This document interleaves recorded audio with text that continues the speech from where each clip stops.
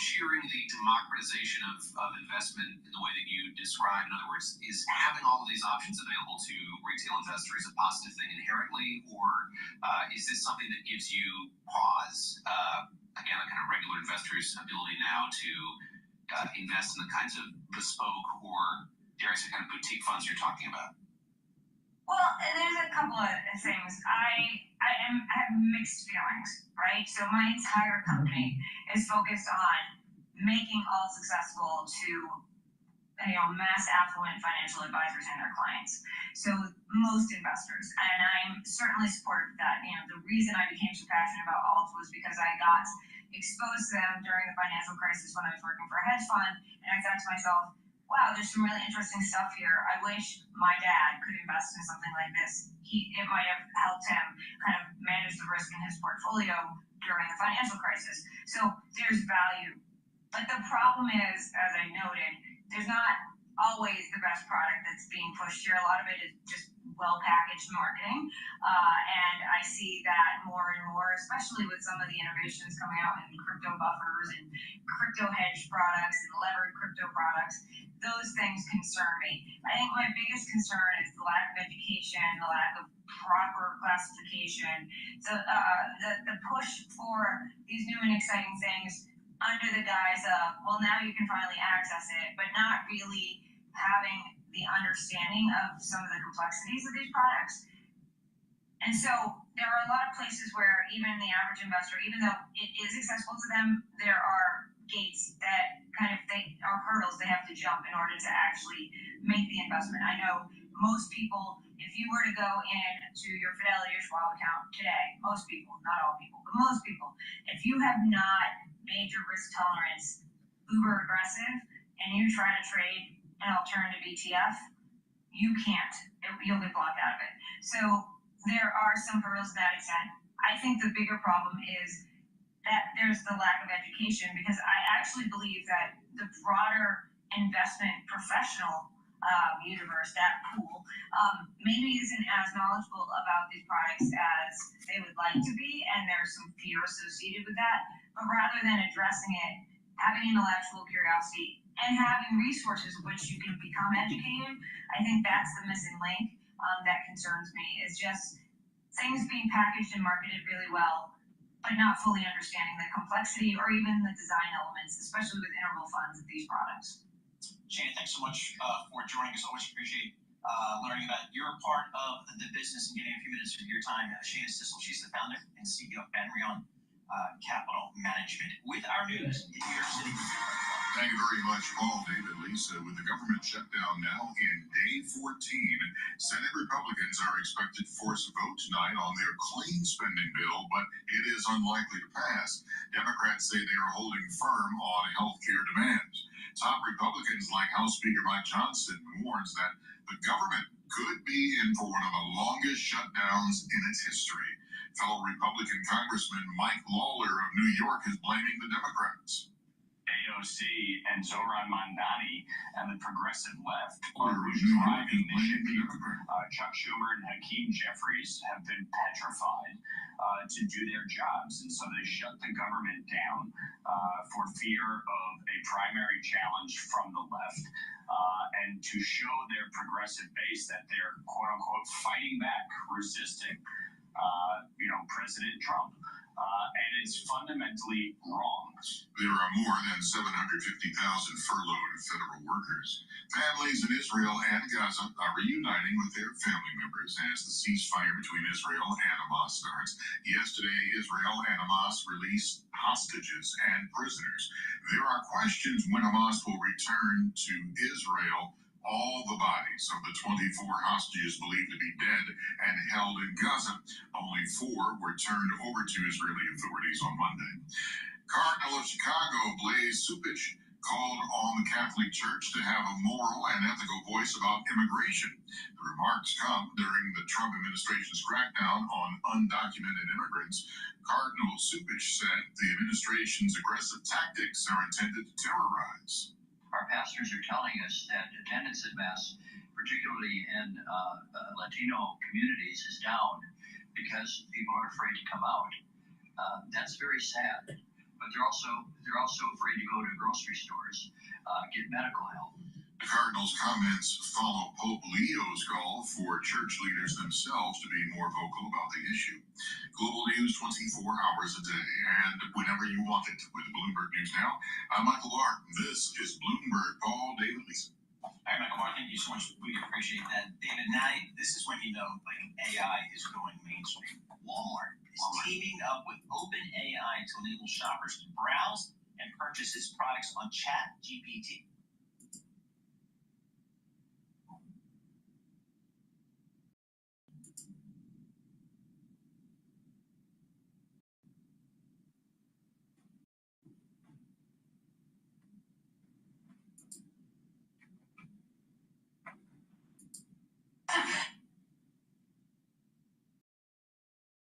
This on this Tuesday morning, but as we see the wide web of AI making its way to Walmart, that's pretty wild. I mean, it makes it easy because a lot more people are searching ChatGPT for different things, and now you can just search and buy all in one space. That seems pretty cool. Yeah. Fresh food isn't included in the offer, partly because consumers buy similar products weekly, and this new function is going to launch in the fall. So you think you'll play along with it? I think it makes it a lot easier because I do use ChatGPT. And if it can shop, if I can do it in one click, I mean, come on, it's all about making your life easier. Cutting edge technology.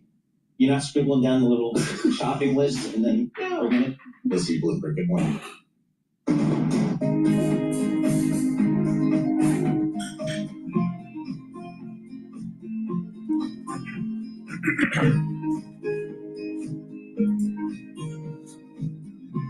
Hello, this is Dr. Paul Cottrell, and we are live streaming on Rumble, YouTube, on my website, the-studio-reykjavik.com, and simulcasting on X Spaces. We're going to go over the market news, anything that breaks in terms of breaking news, and the tariff war that is starting to escalate between the United States and China. So thank you for joining. I greatly appreciate that you're watching. I also republish these videos on the different channels. I have 5 channels on YouTube now. So subscribe to the 5 channels. I also have Brighteon, Bitchute, and Rumble. You can follow me on X and on GETTR. You can also follow me on TikTok, Substack, and Patreon. If you like the content that I do, all this content is for free. Please help support the work by subscribing to Substack, be a Patreon subscriber, donating on my website, the-studio-reykjavik.com. All those different modalities are a great way to help support the work that I do. Again, all these videos are for free. I put thousands of videos out there for free so people can learn about how to improve their health, have longevity, slow down the aging process, but also understand what's going on in the world and how it affects your finances. So thank you for joining. I greatly appreciate it. I have products on my store that will help with your health, but not just that, I also have ebooks and I have course material on immunology and pulmonology. So take a look at those. Those are great ways to learn about how your body works in terms of the pulmonary system and your immune system. And by doing that, you're helping support the work and learning about how your body is functioning and reducing that power differential between you and your physician. When you have more understanding of how your body works, you'll be able to improve your health outcomes. So please go to my store and take a look at those great course materials on immunology and pulmonology. Thank you for joining. I greatly appreciate it. All right, let's go to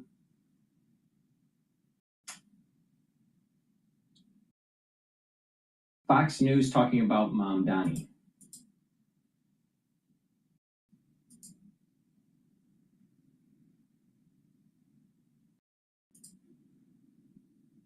You know how hard it is to keep a tree fresh and clean, safe and back. Let's talk a little bit about Letitia James. Joining me now is Paul Morrow. He is a retired NYPD inspector and Fox News contributor. Plus, Jake Blumenkrantz, New York State Assemblyman, who worked closely with Mamdani. And we're going to be talking about Mamdani in just a second. But first of all, Tish James, is she going down? Look, the case has the benefit of being really simple. If you read the indictment, you don't need to be a lawyer. It essentially comes down to this. She buys the house, she gets the loan saying it's not an investment property. Then she puts a tenant in who reportedly pays. She gets money out of it. And it's an investment property. And here's where she's in real trouble. Under her own tax returns, she tax claims fraud it as an investment property and takes write-offs relative to repairs that she's done on. So Letitia James not only did mortgage fraud, but what was really the getter to get her was tax fraud. Property. Those two things are internally inconsistent, irrespective of what her defense is, what the prosecution says. 2 + 2 can't equal 5 here. So consequently, I think she's going to have to answer this out. I think they're going to get past all the motions to dismiss. You're hearing, oh, it's never going to get to trial. It's never going to get to trial. I don't agree with that. The AUSA, the U.S. attorney that brought it, legitimately appointed by Donald Trump, was still under the 120-day temporary status. I think it goes forward. And here's the thing. She gets to trial and she loses. That's her career. Because, by definition, you can't be an AG. Conviction, you're out. Yeah, you can't be an AG if you don't have a lawyer's license. Jake, let me talk a little bit about Mamdani. Maybe you knew this, but I didn't. I hadn't seen this tape until it came out on X Post a couple of days ago. But where Mamdani literally is using a Marxist line to talk about public housing. He wants to get rid of private housing in this city. Possibly it's his goal for the whole nation. Let me just roll that and get your comment. Roll it. We'll have to go beyond the market. We won't decommodify housing overnight, but we know what we have to do, and we have history to guide us. Decommoditize housing. That is Marxist newspeak for essentially taking the value out of your house that people have put incredible amounts of money into. I mean, is he serious? This is pure Marxism. I think where we have to ask, is he serious? Is he says he has history to guide us. History of what? What has happened in the Soviet Union, what's happened in every failed socialist experiment we've ever seen throughout U.S. history. What we've seen is the success of capitalism. And what this individual, this assemblyman, Zoran, is trying to do is he is trying to use this socialist playbook to win people over, only to destroy our city. This is not the only socialist playbook rule he's taken out. He is constantly using them. He's constantly using rhetoric like this. And on a day like today, when we're releasing the hostages, he's posting about celebrating UNRWA. By the way, we know New Yorkers not better than anybody, because the same thing happened in Chicago with places like Cabrini Green, etc.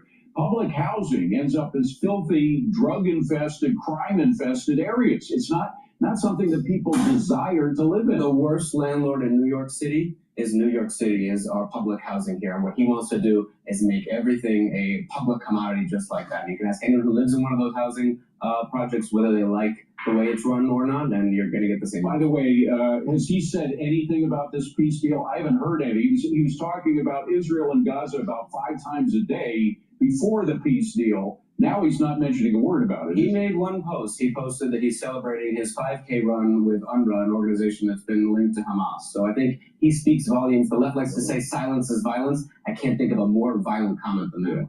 Paul, if he is elected, and he may not be, I mean, Curtis Lee was making some strides here, but if he is elected, what do cops do? So listen, nobody takes the police job for the money, right? You're going to be sorely disabused quite quickly. So what does that mean? Once you take the white hat off the police, that is the reason they took the job to begin with, something that they feel good about, it becomes very, very hard to get up and show up for work. That's number one. Number two, at the very least, they're going to be extremely defensive. But let's remember something. Aside from the fact that they're going to be in a defensive crouch, you do have less than, let's say, 5 years on, which there's been a lot of hiring recently. You're going to start to look around to yourself and you're going to say, you know what? A, the city's going broke because of this guy. B, I'm the bad guy. What cops talk about when they sit in police cars, when they're between answering jobs, is not, I'm worried about getting shot.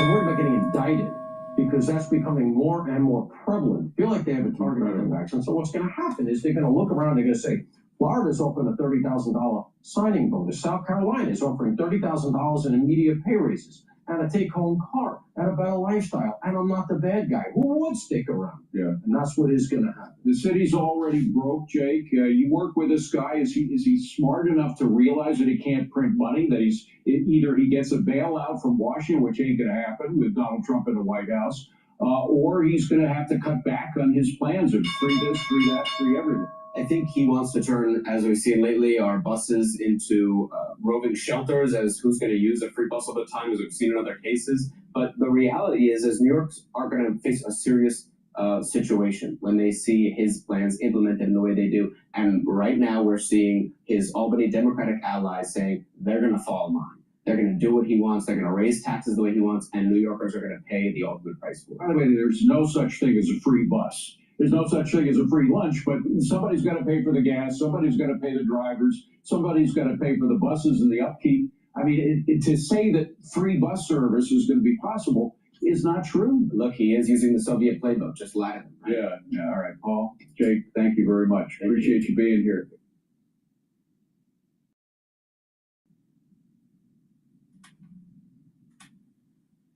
All right, let's listen in to CNN dealing with a potential sticking point for this Gaza ceasefire deal. Thursday night football on Prime. It's on. Thursday night. This week, it's an old.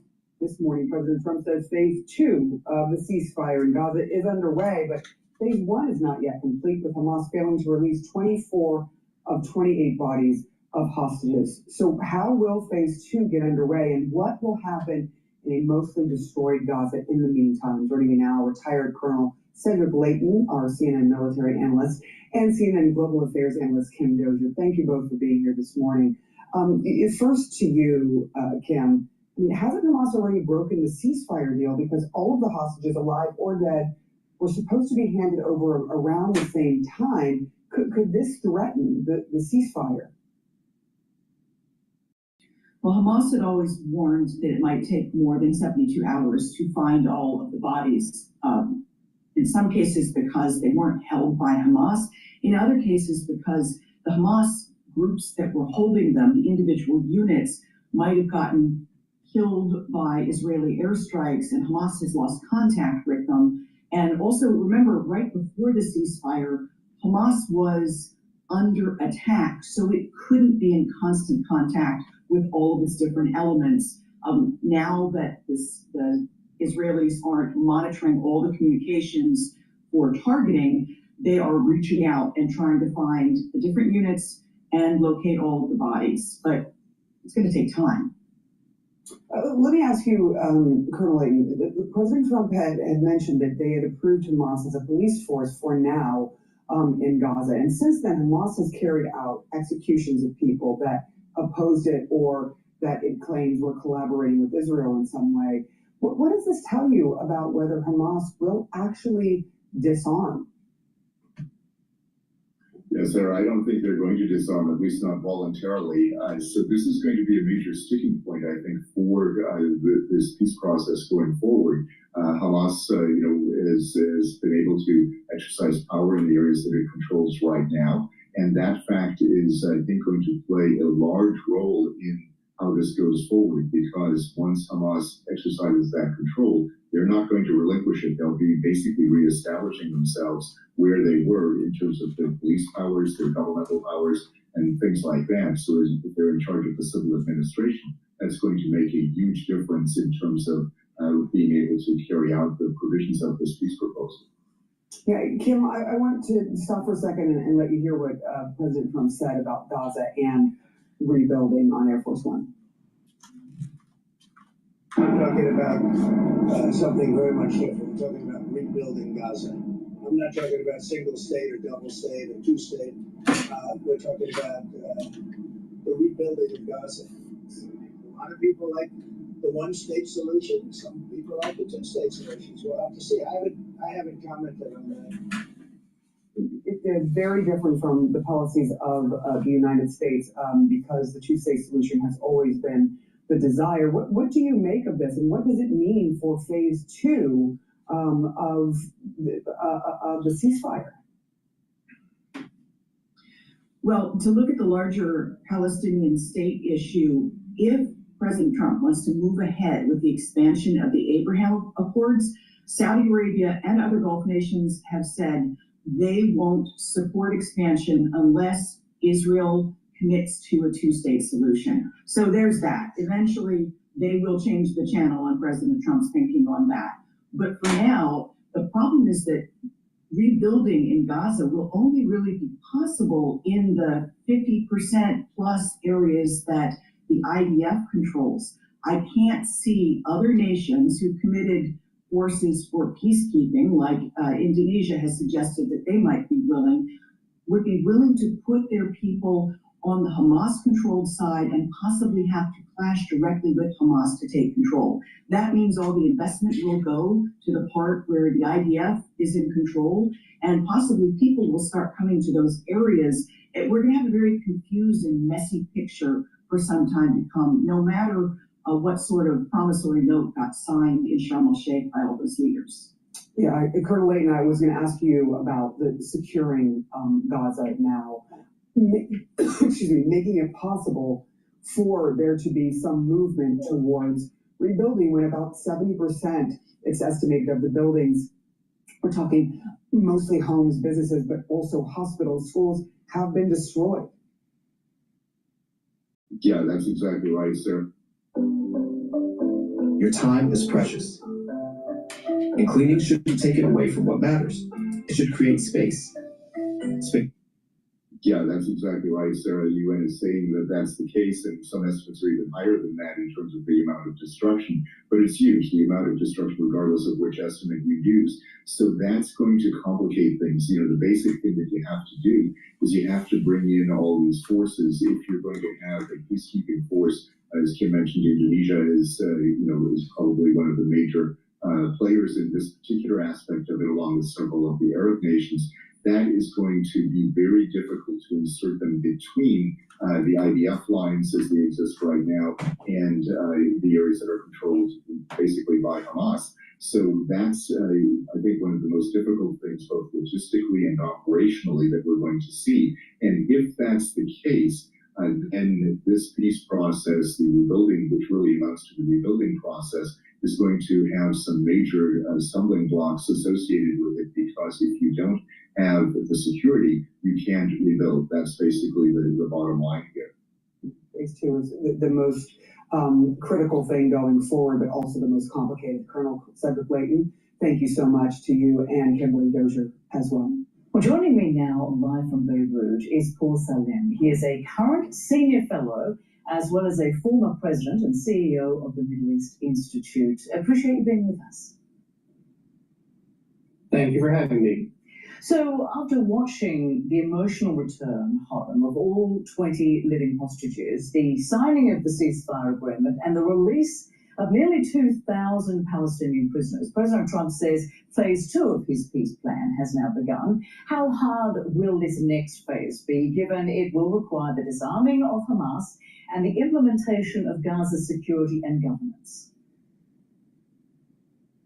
Well, first of all, what has happened is tremendously important, as your reporting indicated. The return of these hostages, the release of prisoners from the Palestinian side really underlines, hopefully, the end of the most intense conflict that we've seen over the last 2 years. And the return of these hostages and prisoners for their families and loved ones is a tremendous achievement. I think President Trump deserves a lot of credit for that, as well as the Arab mediators that put a lot of pressure on Hamas as well. But indeed, the second step, or the second phase of this agreement, I think will be much more difficult to implement. On the Hamas side, as mentioned, they have not agreed to disarm. They don't want to deal themselves out of the Palestinian future, neither politically nor militarily. They have given up the hostages, and that means they've given up a lot of leverage. But they can also hope that maybe Israeli assaults on them will be less severe now that the hostages have been released. On the Israeli side, the Netanyahu government and its right-wing allies, Smotrich and Ben-Gvir, all of them, I think, are not enthusiastic of bringing back another Palestinian authority of some kind into Gaza. That would limit their ability to operate in Gaza. They don't trust Hamas. They will leverage the fact that Hamas is not disarming in order not to give concessions on their side. And they are certainly not enthusiastic about bringing other armies, whether Arab armies or European armies, into Gaza. That would also limit their ability to move forward. So I think it's really President Trump's insistence, which is going to be critical. Will he be able to maintain his pressure and his focus, as well as other regional players? So where does all this leave a two-state solution, given Benjamin Netanyahu has rejected it and President Trump sidestepped the issue when asked about it before heading back to Washington, saying we'll just have to see what happens if the US president refuses to commit to a Palestinian state in the end? Well, I think it's very clear that the current Israeli government, much of Israeli public opinion, the current Knesset, has pretty much ruled out a two-state solution for now. Prime Minister Netanyahu is facing a challenging political year. There will be elections for the Knesset sometime either in November of next year or before that. So he's going to be very focused on his own short-term political survival. And given public opinion in Israel today, that will have to include not going towards talks towards a new two-state solution. That's why I think he and his government will be doing all they can to drag their feet on that issue. And I don't think U.S. pressure will be able to force Israel to go in that direction. But I think the two-state solution, at the end of the day, maybe it's a difficult solution, it's complex, its conditions don't seem to be there today, but there is no better solution, there's no other solution. But I think it will require the emergence of a new leadership in Israel. The Arab world is completely for it, ready to engage in all ways. The Palestinian Authority has been trying for it for decades. So I think it will require change in Israel, continued pressure from the United States in order to get there. Please go to my store, the-studio-reykjavik.com, and get the Gladiator Barley. Gladiator Barley will help to build muscle, bring down inflammation, soak up free radicals, and detoxify your body. By bringing down inflammation and detoxifying your body regularly, that's going to help your endocrine system, your immune system, your joint health, even your brain function. Super important. A big part of aging is chronic inflammation. So please take this Gladiator Barley. This is going to help to build muscle, but also bring down inflammation, and you'll recover quicker after your workouts. And take Boomer Boost. Boomer Boost has 68 nutrients. It has a very comprehensive compound profile shown on the screen. You can read the label on my website. But this will help with your heart, your vascular system, your brain function, musculature, rev up your metabolism, and increase your energy levels. You're going to notice the effects of this within 72 hours. You're going to have a steady burn of energy. You're going to get rid of that brain fog. You're going to be able to concentrate. And over time, what you're going to notice is you're having more vitality. You're going to be more active. And taking it every day, you're going to notice that your musculature is better, your sleep is better, your brain functions better, your cardiovascular health is better. You have a steady burn of energy throughout the whole day. And by moving around and being more active, you're just going to have a better quality of life. So please go to my store, get the Boomer Boost. This is a very important supplement to take every day. And if you're an athlete, you can use this as a pre or post-workout fuel source. Now, a great way to benefit from this is to stack these together, to take the Boomer Boost and the Gladiator Barley and do some resistance training, but also some cardio, some stretching and balancing exercises are important. And by doing that, you're going to really control your A1C levels. A lot of people in the United States have problems with their blood glucose levels. Well, you want to control that? Take these, get the Boomer Boost and the Gladiator Barley, stack them together, but you can take them separately, but you get a synergistic benefit by stacking them. And because we're in the fall and winter season, it's really important to prepare. You can do that by getting the drops and the lozenges from my store. You can get it in elderberry zinc, and you can get it, the drops in cherry, honey and lemon, for blueberry. Get a few bags for your household, all right? And by doing that, you're going to be prepared for the fall and the winter. The moment you have that throat irritation, take the drops and the lozenges. Have some at work, have some at home. But the moment you have that throat irritation, mitigate it right away by attacking it. So please go to my store, use discount 5, all caps, discount the number 5. You get $5 off any order. But it's really important to prepare for the fall and winter season.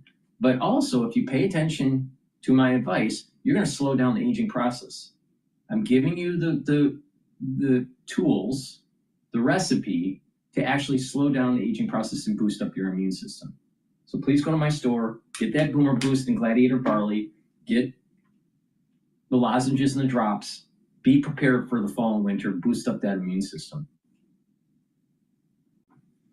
All right, we're going to go to another video dealing with Trump's "Don't worry about China" message sends shockwaves through Wall Street.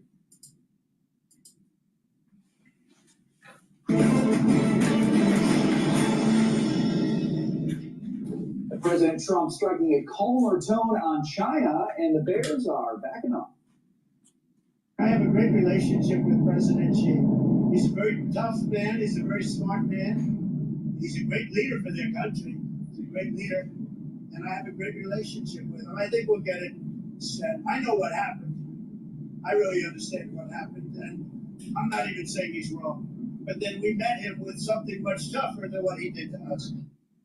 Welcome to the Big Money Show. I'm Brian Brenberg, along with my co-host Jonathan Hoenig, Dagan McDowell, Jackie DeAngelis, and with us for the hour, Michael Lee strategy founder, Michael Lee. Welcome, everybody.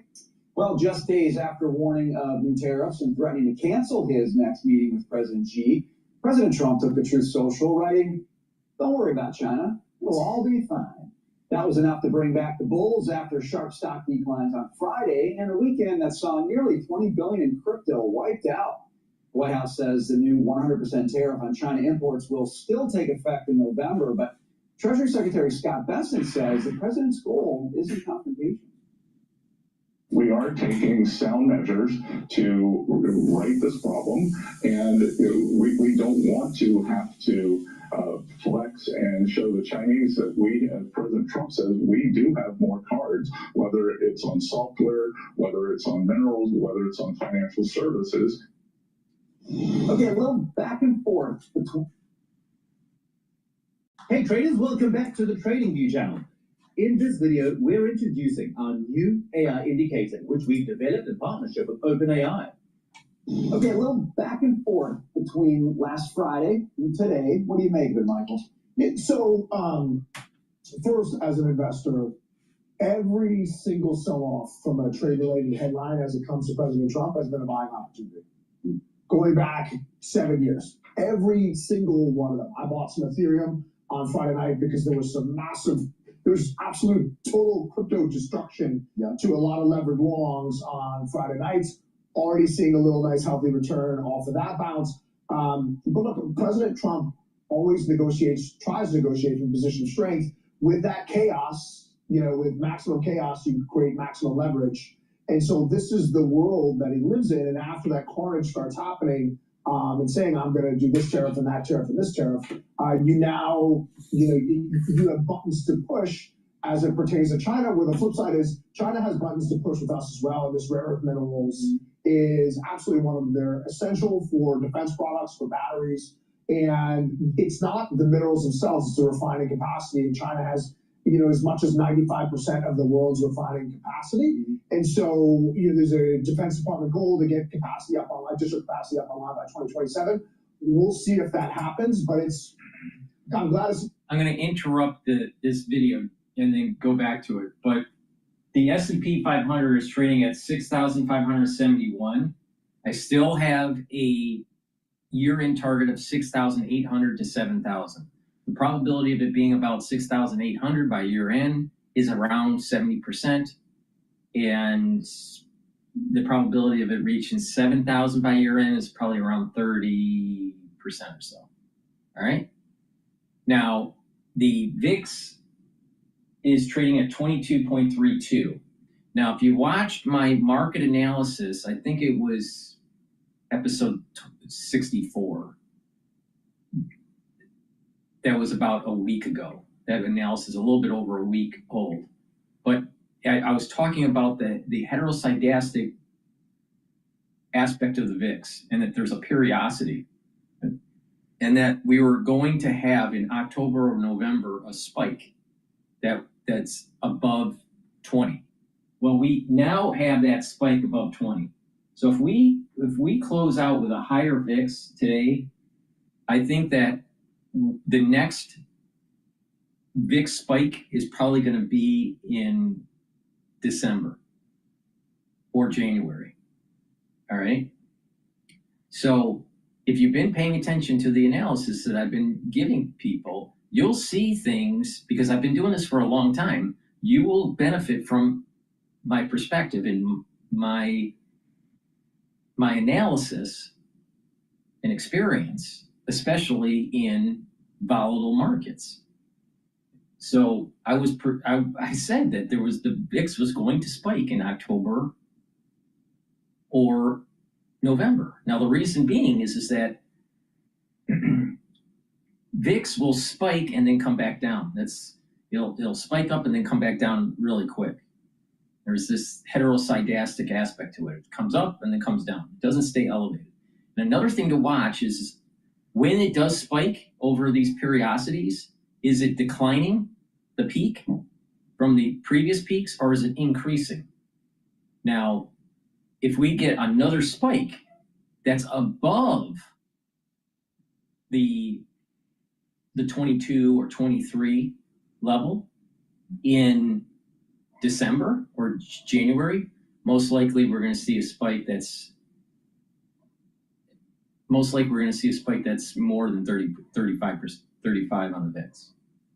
Well, if that's the case, then it probably behooves you to wait this out by year end and then really think about putting some money aside during the first quarter of next year to benefit from a larger correction. I think that if we see two more VIXs that are increasing, then we're probably going to start seeing maybe a 5% sell-off next year. But then that would be beneficial to buy in, and then it'll start to go above the 7,000 mark. But we have to look at the structure, the price structure, and have to look at the structure or the periodicity of the VIX. But I said over a week ago that there was going to be a VIX elevation in October or November.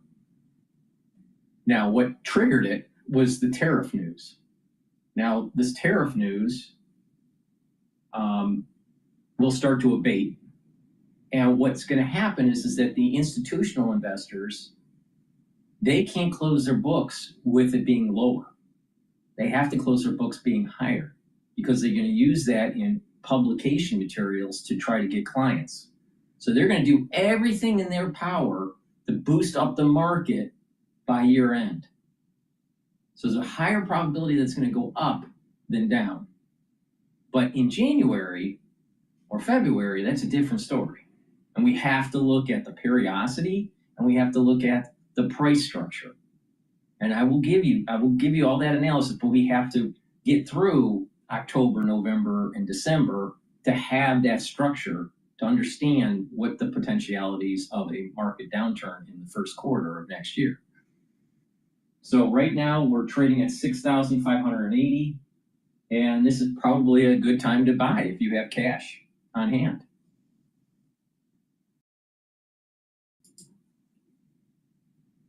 Markets coming back, I think we'll ultimately reach a amicable end with the Chinese government, even though they are somewhat of an enemy, but there's just too much money to be had. Okay, so Jonathan, jump in here because Michael's saying, maximum chaos gives you maximum leverage. Maybe that's what we're seeing today. I don't know. It didn't feel so great on Friday, maximum chaos, and the market was down 1,000 points.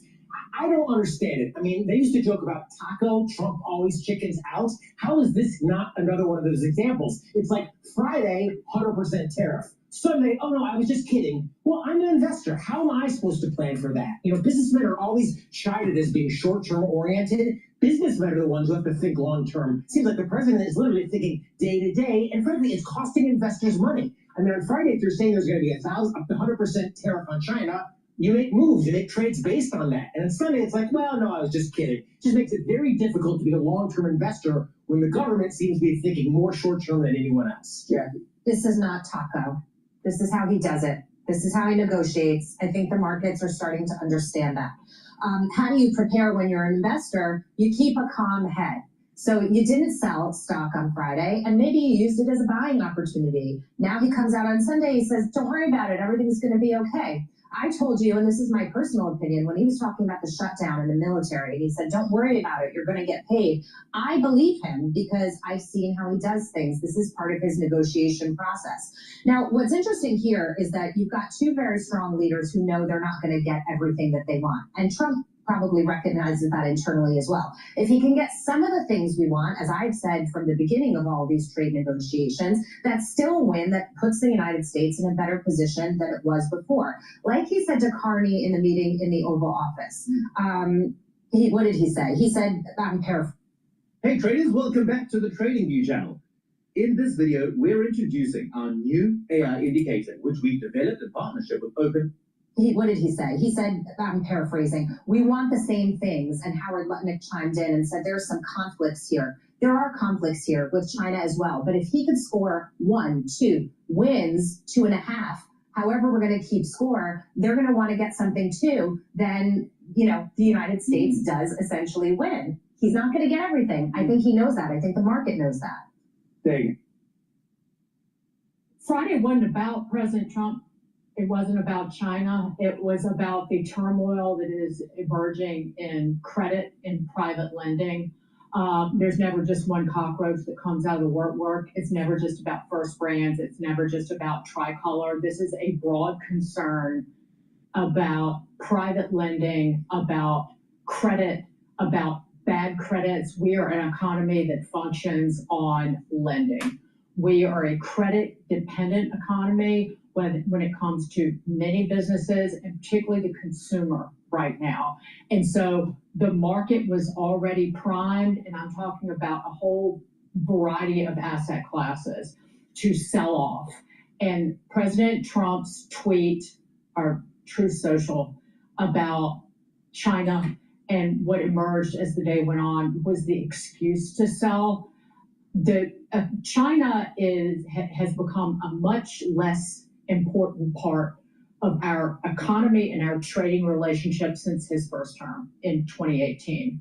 The vast majority of our economy is us trading amongst ourselves. We've said that over and over again, but China's importance is shrinking. I understand that rare earth minerals and materials are critical, but to say, Jonathan, that, oh, how dare Trump? Well, are we supposed to believe him or not, Dagan? When he says he's putting 100% tariffs on China, should I take that as truth, or is that just a negotiation tactic?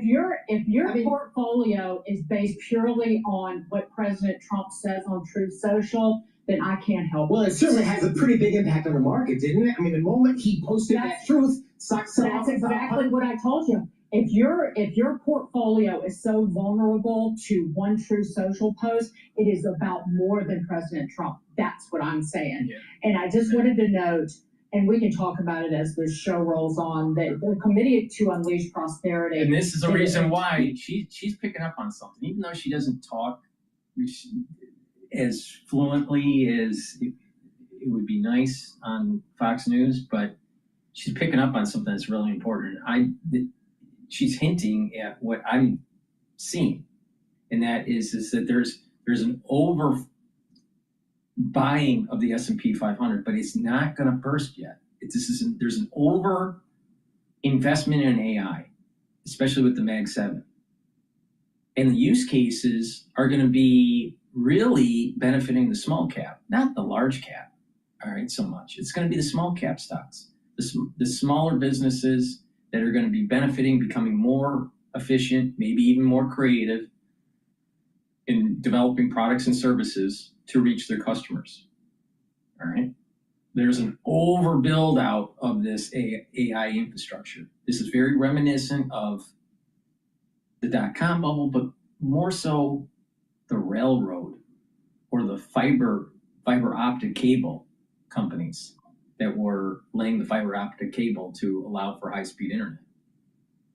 So I think those types of companies, railroads, fiber optic, and what happened during the burst of the investment boom for those will be very reminiscent to what we have today with the AI build out with the hyperscalers.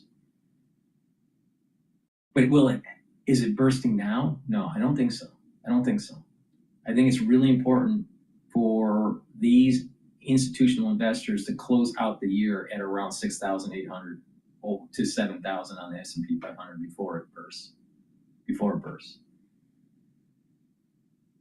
My take on this, and again, I want to take a look at the periodicity of the VIX.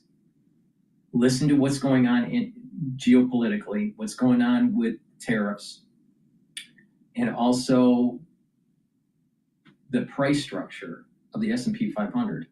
But it may behoove you in Q1, maybe even Q2 of next year, depending on the whole mosaic analysis, to put 25 to 50% of your portfolio in cash and wait it out, and wait, and let it burst and then buy in. But I don't think that the burst is yet. I think the burst is next year, and I wouldn't be surprised that it's Q1 or Q2. Now, sometimes you may have to wait 3 quarters, and then you're going to go like, oh man, I got my cash in some sort of CD, or I have it in a money market, and it's not earning that much, but the market's still going up. Well, at least half of your money is in the market and still appreciating. But what you're doing is you're waiting for that major correction, which will come. And when that major correction comes, it's going to drop 10%. And so when you deploy back in 25 or 50% of your money, and you're capturing that rise, and then the next wave of additional appreciation of the S&P 500. But I suspect that there's going to be a problem. There's going to be probably a problem at around 7,250 as a resistance level, and it's going to. There's maybe a big correction that will come after that, because I think that there's an overinvestment in the hyperscalers, but I don't think that the burst is yet. Not yet, unless there's some sort of bank. Some sort of bank that's having financial difficulty that might go under, something like that, like an SVB type situation. But this is the reason why you listen to the channel, because I have a unique perspective here on what's going on. Extensive research survey.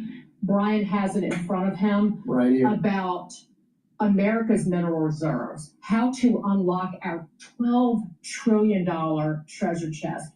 The U.S. is blessed with some of the richest supplies of mineral wealth in the world. The total value of our domestic mineral reserves was estimated at $6.2 trillion about 8 years ago. But we have estimated that higher inflation, improved mining tech, it's $12 trillion. Mining these minerals would raise up to $1 trillion in revenue for the federal government. This is Steve Morton. Have you tried XLOC, huh? No, man. Santa's dead. Just you know why. For the federal government. This is Steve Morton, his group. So we could dig into that. But again, it's about us and about putting China on its ass. Michael, let me ask you this, because Jonathan raises a point. Friday was clearly a down day. There were a lot of investors. I got home, my wife said, oh my gosh, what's going on in the market today? Okay, But there's a separate question of how do you play that? How do you set yourself up for that? How do you think about that? How do you not have a Trump Truth Social dependent portfolio? How do you think about days like Friday, knowing we often get Mondays like this Monday? Well, look, you always need to have some cash, right? So you can't buy the dip if you're 100% invested, right? And my opinion is you always have your names that you love, that you're trying to add to. So Palantir is a name that I've ridden, since sub 20. It's now 180 bucks. If that stock sells off to 150 or 140 on an ugly day, here's an opportunity to add to that position for someone or someone who might not have been able to participate in that. We didn't get that sell off there. Ethereum is on a one-way ticket to the moon. We were close to 5,000. I bought some at roughly 3,700 on Friday. So I use this opportunity for crypto because the leverage inherent in cryptocurrency with the futures trading. I think Coinbase came out with 50x levered futures over the weekend so people could double down and make back what they lost. But cryptocurrency has become your new degenerate gambling frenzy. So Well, but the thing is, if you have long-term views on assets of where they're going to go in 6 months, 12 months, 18 months, okay, this chaos from a Trump Truth Social is a gift to you, right? And if you have a long-term portfolio, these violent sell-offs, and it's just the way that the market works now, where you have momentum algorithms that will push markets lower. And when markets start going lower, no one panic sells to the upside. So it's always more orderly when the momentum pushes it up than when it pushes it down. So look for these really ugly days and know that it's hard to do it. But this is where you invest. This is where you made money. Because if you look at where we were in the tariff tantrum when Trump said buy stocks, what do we have? 30%, 40%? Really quickly, Jackie, because Mike just reminded me of this. You look at the moves China's made in the past couple weeks around agriculture, around rare earths. Is she getting nervous? Is he making a lot of these moves right now because he feels like his leverage is actually slipping? Of course. I think he feels like his back is against the wall. And I think that's what the president wants to try to do to people in a negotiation. That's the way you'll get the most out of it. And so I think that he's trying to at least position himself to the world and say, look, I'm not rolling over here. I'm playing hardball too. And you've got two, as I said, strong men, strong leaders that are going to posture in that way until that moment comes when they either, walk out together or it's announced that they were able to find a compromise. Part of this is about conflict resolution. It's about mediation. It's about finding a middle ground. I don't think either man expects to completely get everything that he wants. But to try to retain as much for his country as possible. And so they will both try to do that. Michael Lee called it degenerate gambling just a second ago. Well, I'm not going to embrace that slogan, but I do want to ask you what's going on. All right, so let's take a look because it was a volatile weekend. A major crypto meltdown happened over the weekend. We saw a historic $18 billion one-day sell-off following the president's tariff threats. Bitcoin has been able to recover some of those gains. Let's see it there, 115,000 and change. So it's still. What I'm going to do is I'm going to play this Fox News Barack Obama clip. As a mom of children with allergies, it's hard creating a game plan that helps provide them. President Trump is back in Washington this morning from the Middle East after signing off on the peace plan to put an end to the Israel-Hamas war. Today, this short deal earning Trump praise from all sides, including some of his most vocal critics. I don't think that we should hold credit where it's due, and I commend the people who have been a part of this process. I commend the Qataris, the Egyptians, and the president. It's a really significant first step, and I really commend President Trump and his administration, as well as Arab leaders in the region.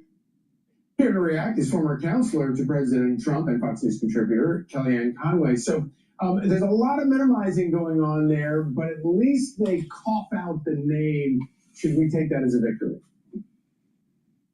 They do, and thanks, Charlie, for having me. I noticed on Twitter a lot of our Democratic elected officials are commending what happened yesterday, but they're leaving out the word Trump. It's been several years, Charlie, since Twitter went from 140 characters to 280. They can put five more letters in there, but they just can't. And look, I think the real question yesterday was Barack Obama trying to get in on this. He actually accepted an award, but it's Trump who achieved peace. And Obama is sort of crediting Trump for doing this, but all the while chastising his party for not maybe being a little more congratulatory of President Trump is fascinating too. Look, Hillary Clinton, Kamala Harris, Barack Obama, that's great because they were part of the problem, not the solution here. This is a 3,000-year war. That massacre that happened was 2 years ago.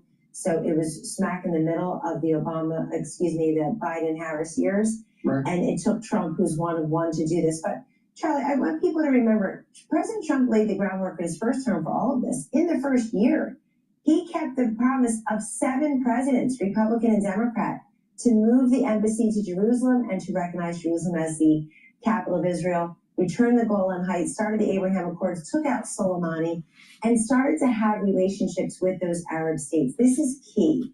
And you saw President Clinton, the former Secretary of State Hillary Clinton, commend this yesterday when she said she'd like to talk about those leaders too. It's President Trump who tried to soften those relationships, taking out Soleimani and saying, listen, you're no longer going to harbor and mollify these terrorists like Hamas and Hezbollah in your countries. Instead, you're going to come to the negotiating table. If I were President Xi of China and Putin of Russia, I'd queue up and get in line to do the next deals with Donald Trump. Yeah, the key to President Trump is appealing to people's self-interest, and he's always very wise about that. And even your greatest enemies, even if it's Hamas. You mentioned President Obama. He is back to lecturing. I want to play a clip for you and get your response to it. What I saw and I think this was a fault of some progressive language, was almost asserting a holier-than-thou superiority that's not that different from what we used to joke about coming from, the right, the moral majority, and right our way, and a certain fundamentalism about how to think about stuff that I think was dangerous. So Obama is now lecturing us about not being holier than thou. I want everybody to roll the tape in 2022, but particularly Charlie in 2024, when it was Obama out there wagging his finger, scolding and shaming and screaming sometimes from his bully pulpit, demanding that people listen to him and vote for Kamala Harris or Joe Biden or Senate candidate X. And by the way, a lot of folks didn't listen to him, particularly young African-American Hispanic men who voted for him overwhelmingly. They didn't listen to him. They rejected that because they have more connective tissue with Donald Trump and his agenda. And so I think, look, I wouldn't say he's slouching. I think Obama is not slouching to irrelevance yet, but certainly to an annoyance. And for him to call other people scolds after that's exactly what he did is pretty rich. Exactly. By the way, in that same interview, he gave a shout out to the companies and the universities who are not capitulating and negotiating with the Trump administration. He told them to stay firm. And last point, he basically did not renounce his position on men and women's sports in that same interview with a non-funny comedian. What he did was he said, we just needed to message it better. We needed to communicate it better. So I think some of the original sins, like defund the police and men and women's sports, that started with Obama. But I don't know. His political track record, his crystal ball has been pretty murky recently. Murky at best. Kellyanne Conway, thank you so much. I'm Steve Doocy. I'm Brian Kilmeade. And I'm Ainsley Earhart. And click here to subscribe to the Fox. Okay, I'm going to be playing a video talking about a new book that's coming out called 1929 that's going to be hitting the shelves soon here. The book 1929 is out today, and I already have my copy. I guess I got an advance copy. You got an advance copy. I got an advance copy. It's not signed. I'm going to get you a signed copy. Oh, yours was I have mine. You can just sign it. I can sign it. I want to thank you. Can I thank you just for your support of this whole thing? And the truth is, I kept you in the dark about this project. I know. Well, not for that long. About 7 years, maybe the last year. Almost, yeah. I worked on it for about 8 years, and I didn't want to tell you that I was working on this. I asked you about the TBTF2. I know, but to be honest with you, when I first started this, I didn't know if I'd finish it. I didn't know if I'd be able to get the material that I wanted to get. I mean, I was trying in my own way to write the prequel to Too Big to Fail, and I wanted that kind of detail, and I would travel all over the country. It's kind of a prequel to that. It's written, I mean, the goal was to try to bring you inside the room of 1929, because most, I mean, I think that no one's ever done that. We all have this general conception something terrible happened in 1929, and people like, look, Kenneth Galbraith wrote a brilliant book. He was an economist. Yeah. There's a whole bunch of people who made different types of efforts in the 30s and the 40s. There's a good book that was written in the 70s. But I went on vacation years ago with my wife, like a real nerd, and downloaded all these books to my Kindle, and sort of left thinking, I want to know more about these people and what's really happening here. And I don't think I told you what happened, but I was up at Harvard giving a speech. And I got there early, and I'm always late for everything, as you know. But I was there early, so I had all this time to burn. And I went into the Baker Library and asked the archivist if I could look through these documents about Thomas Lamont. Tom Lamont was the guy who ran J.P. Morgan. And she brings me these boxes. I open up the boxes, and inside these boxes are transcripts that Tom Lamont had, that his secretary was keeping, of his conversations with Hoover and Roosevelt. And you could actually see them talking to each other, literally like what they were, and I thought, okay, that's, by the way, what I needed for Too Big to Fail to work, that kind of thing. But back then I could interview the people. And she said to me, Andrew, you can't write this book. This is not really going to work out for you. I read Too Big to Fail. You're not going to be able to get the granular detail. And she was right in that. That's what the archivist said. That's what the librarian said to me. She said, I read your book. You can't, it's not going to work out for you. And it was almost like a personal challenge when she said that to me. Because she was right. There wasn't like 3 or 4 or 5 sort of major archives that I think most historians would, you go and you excavate the archive. It was like a sort of a puzzle piece situation where you had to go, oftentimes you'd have to think to yourself, okay, there's this great character, Charlie Mitchell, who runs National City, which becomes Citigroup. There is no archive. There are no diaries of his. They don't exist. And so you have to say to yourself, who would he have been corresponding with? Who would have been in his orbit? And then you'd have to go to their archives, see the letter, and pray to God that there was some letters or other materials from these people. But it really, that was what I was trying to do the whole time. And I would do it on weekends and nights. Corresponding with? What was your best treasure trove with Mitchell? With Charlie Mitchell, actually, the best treasure trove turned out to be depositions that were taken during a civil case. So that was the other thing. I made a great mistake in this project. Early on, I was looking at just stuff from 1929, maybe 1930, 1931. You realize actually that you had to go and find materials even into 1950s or 60s, because some people had done oral histories that were in places I didn't even know existed. There was all sorts of like material that sort of like came out later. But a deposition from a lawsuit that came later, a civil lawsuit. A civil lawsuit. There was criminal cases, you know. So all sorts of, and by the way, then you'd see the interview. They'd interview his wife. They'd interview him. They'd say, "Where were you when this happened? What did you say? What did you say to your wife?" And then they'd interview the wife, and the wife would say, "This is what I said to him." And then all of a sudden you go, "Okay, I have a scene." Right. And it's this really interesting story, not just of Wall Street, it's also Washington, because it's actually almost pits Charlie Mitchell against a guy we all probably know, Carter Glass, who ultimately breaks up the banks. Carter Glass was a senator in Virginia at the time. He was the Elizabeth Warren of his time. And he would rail about this thing called Mitchellism and how he thought that Charlie Mitchell was going to ruin America because of debt and credit and the leverage in the system. So congratulations on finishing this, but having the vision to go do this and the tenacity to drag out all these details. Thank you. And then do it in such a beautiful manner. Too Big to Fail became a movie. It did. I think we'll see. Is that the right?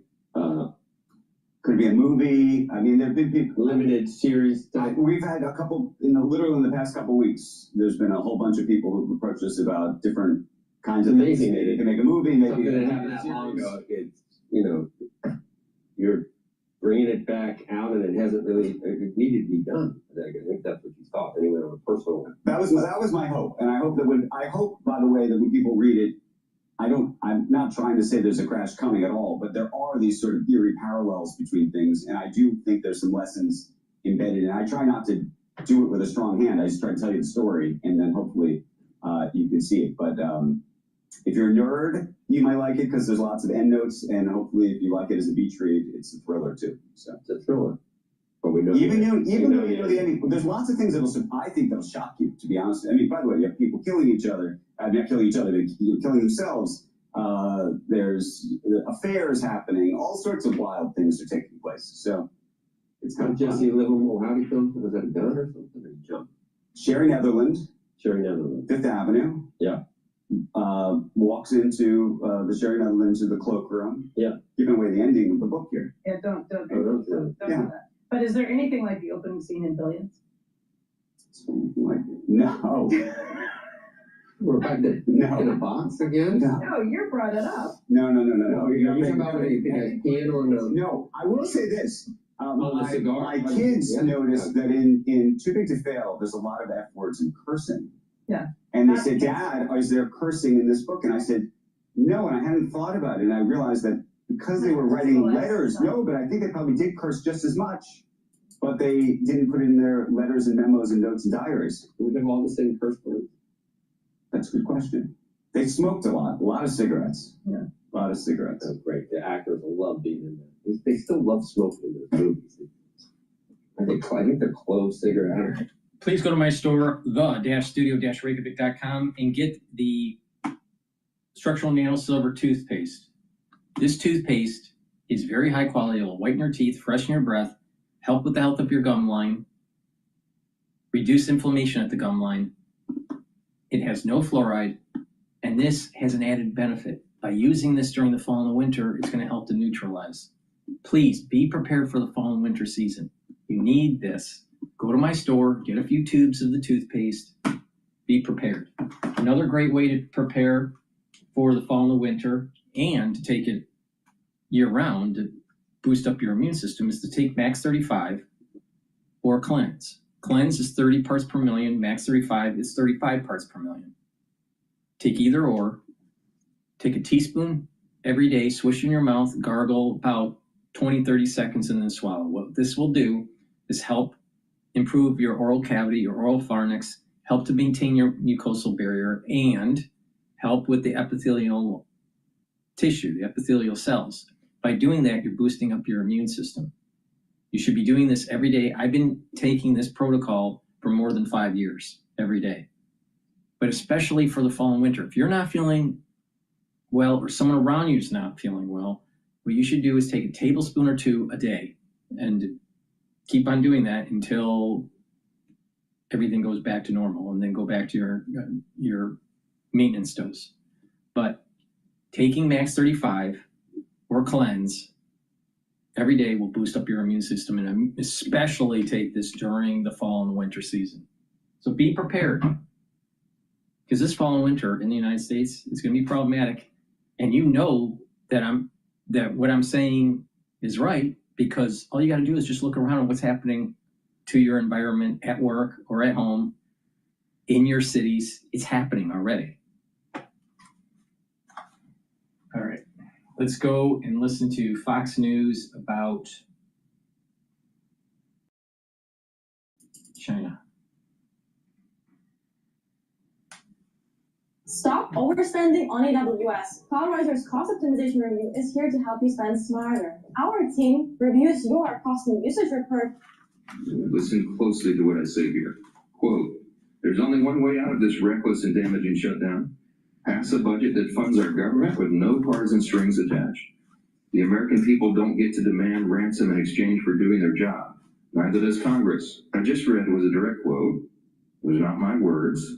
They belong to President Barack Obama. We're barreling toward one of the longest shutdowns in American history unless Democrats drop their partisan demands and pass a clean, no-strings-attached budget to reopen the government and pay our federal workers. What Barack Obama demanded then is exactly what Republicans are saying now.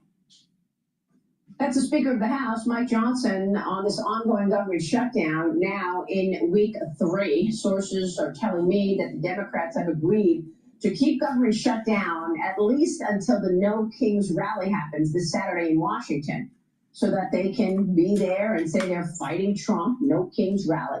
Hundreds of thousands of government workers have been furloughed in just the recent days. The Office of Management and Budget revealing well over 4,000 employees will soon be terminated. Homeland Security Secretary Kristi Noem said that Coast Guard personnel will still receive paychecks this week, thanks to the funding from the One Big Beautiful Bill. Joining me now is Minnesota Congressman and House Majority Whip Tom Emmer. Congressman, thanks very much for being here, and the Senate is returning today after a couple days off to hold an 8th vote on reopening government. Will they be successful? Well, good morning, Maria. It's great to be with you. They should be. This is getting ridiculous. It costs the American people $400 million a day, Maria, for this shutdown.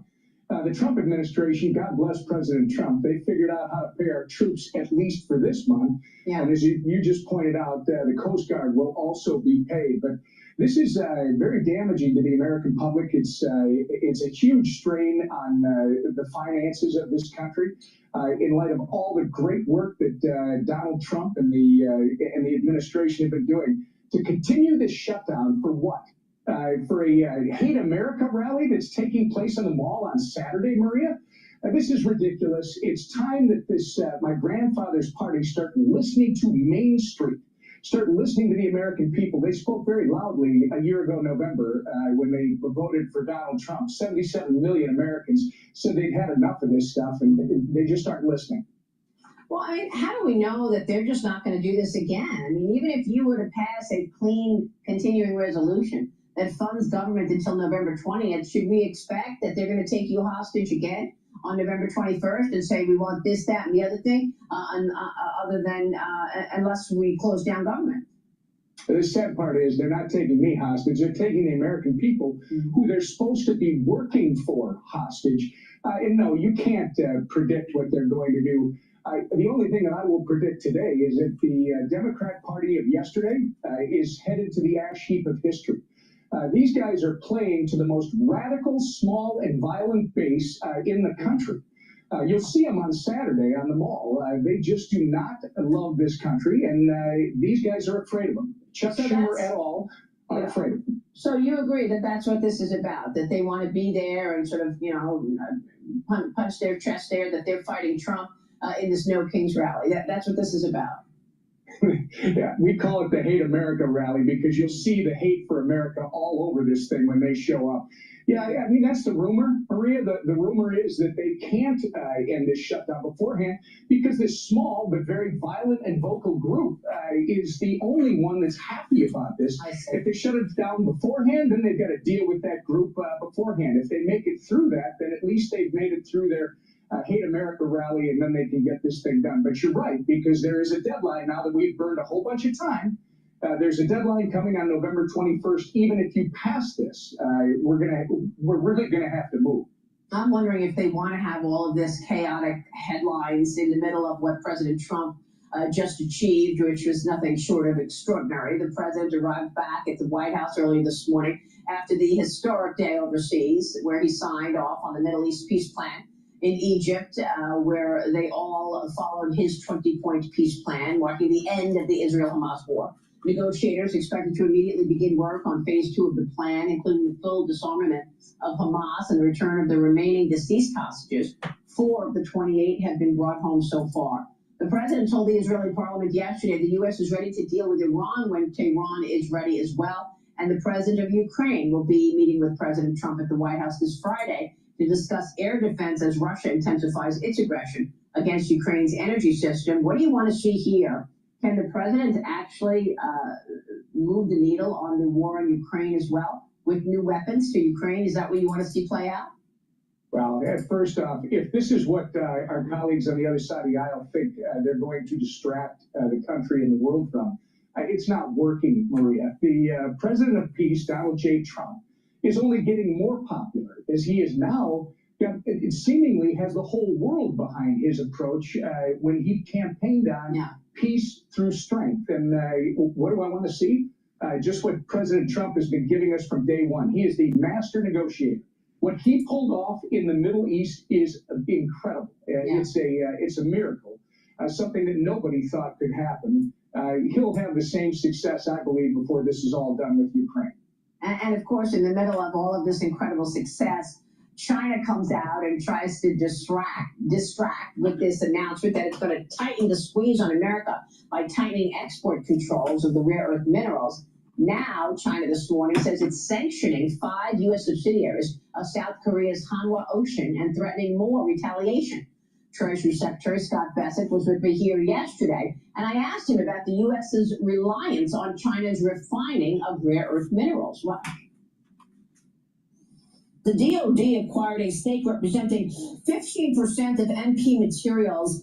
Tell us why this is so important, because I know that there are rare earth minerals in the United States and across the world, but it is the refining of those rare earths that happens in China, and that's what we need to bone up in America. The U.S. used to control rare earth processing and refining, and the Chinese bought a U.S. company.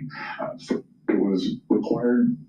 That was kept in the U.S. for 5 years. 5 years and a day, they moved it to China, and they have a stranglehold on, as you said, the refining and processing. Rare earths in general are not rare, they're everywhere, but it is the refining and processing. And what's happened over the past 2 decades is anytime a refining or processing facility has been set up either in the U.S.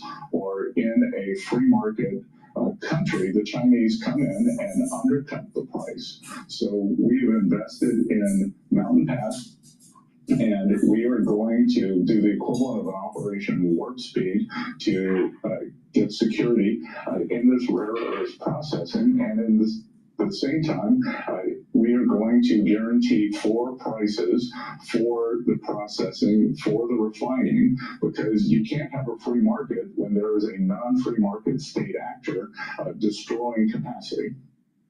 You know, Congressman, this deal, what Scott Bessent just told us there in terms of how China acquired the company, the refining company, and then took it over and then took the business altogether. That is the classic example of what John Ratcliffe told me years ago is China's MO. And that is rob, replicate, replace. And my question is, for this last 10-year period, while China was beginning to eat our lunch, where were your colleagues? Where was the Congress? Why are we so reliant on the China supply chain? All those years when they were attacking their political enemy, Donald J. Trump, with this Russia nonsense and those Steele dossier, etc., shouldn't they have been focused on America and the supply chains and where we get prescription drugs and where we get advanced semiconductor chips? Now we're reliant on China, and it's boxing President Trump. Yeah, well, where were we? We were trying to fight this. We had Donald J. Trump for 4 years, which gave us a bit of a fighting chance. But then he, an amazing number of voters mysteriously showed up in the 2020 election, and Joe Biden had the next 4 years. And frankly, Joe Biden, Anthony Blinken, Jake Sullivan, this cast of losers that would take a knee for anyone but this country, led us down this road where if we didn't have Donald Trump right now, Maria, I don't know what the future would be. Right now, Donald Trump has credibility with the Chinese. They know when he speaks that he means what he says. In Minnesota, along what is known as the Iron Range, we have one of the largest precious metal finds in the world. The Chinese are literally making President Trump's argument for him by showing that you can't have an adversary in control of rare earths, minerals. Right. You've got to do it yourself. And we've got it right here in this country. It's time that we get back to mining and processing, which we are known for. And that is why President Trump is using tariffs to get these companies to fire up their supply chain. By the way, you mentioned Anthony Blinken. Exactly. This Thursday night is the Al Smith dinner. By having the tariffs as a tool to move manufacturing back to the United States, and it's not just final assembly, it's subsystems, it's mining, it's metallurgy, it's a lot of different things, pharmaceuticals, it's a lot of different things that allow for economic clustering. In addition, not only does it help our GDP, it will help us to be more self-reliant, especially if we need to go to war against China. Please go to my store, the-studio-reykjavik.com, and get the structural nano silver soaps. You can get it in peppermint or in lavender. charcoal tea tree, or lemongrass. Get these very high quality structural enamel silver soaps, especially for the fall and the winter. Also, make sure that you take, for the fall and the winter, magnesium and zinc and vitamin C and magnesium. Magnesium and zinc will boost up that immune system and help with brain function. Vitamin C and magnesium will boost up the immune system, help with your skin, and help with your brain function. Also, magnesium and zinc increases the efficacy of vitamin D3. This is very important to take for this fall and winter. If you take it year-round, you're going to help to boost up that immune system and slow down the aging process. But it's very important to take this stack for the fall and the winter. Please go to my store and get the vitamin C and magnesium and the magnesium and zinc, and get the structural nanosilver soaps. Very high quality to be prepared for the fall and the winter season. Use discount 5, you have $5 off if you use that discount code. It's all caps, discount 5, you get $5 off any order. Now we're gonna play a video about the potential AI bubble.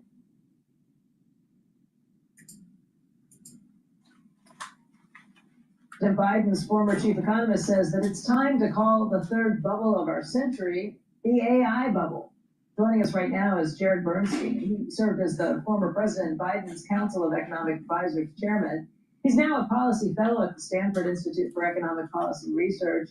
And Jared, thank you for joining us this morning. This is a big call. Now think about it. You think that what we're... He's the one that didn't know how the Federal Reserve prints money. He was asked, and he didn't know. But now he's going to be a senior fellow at Stanford.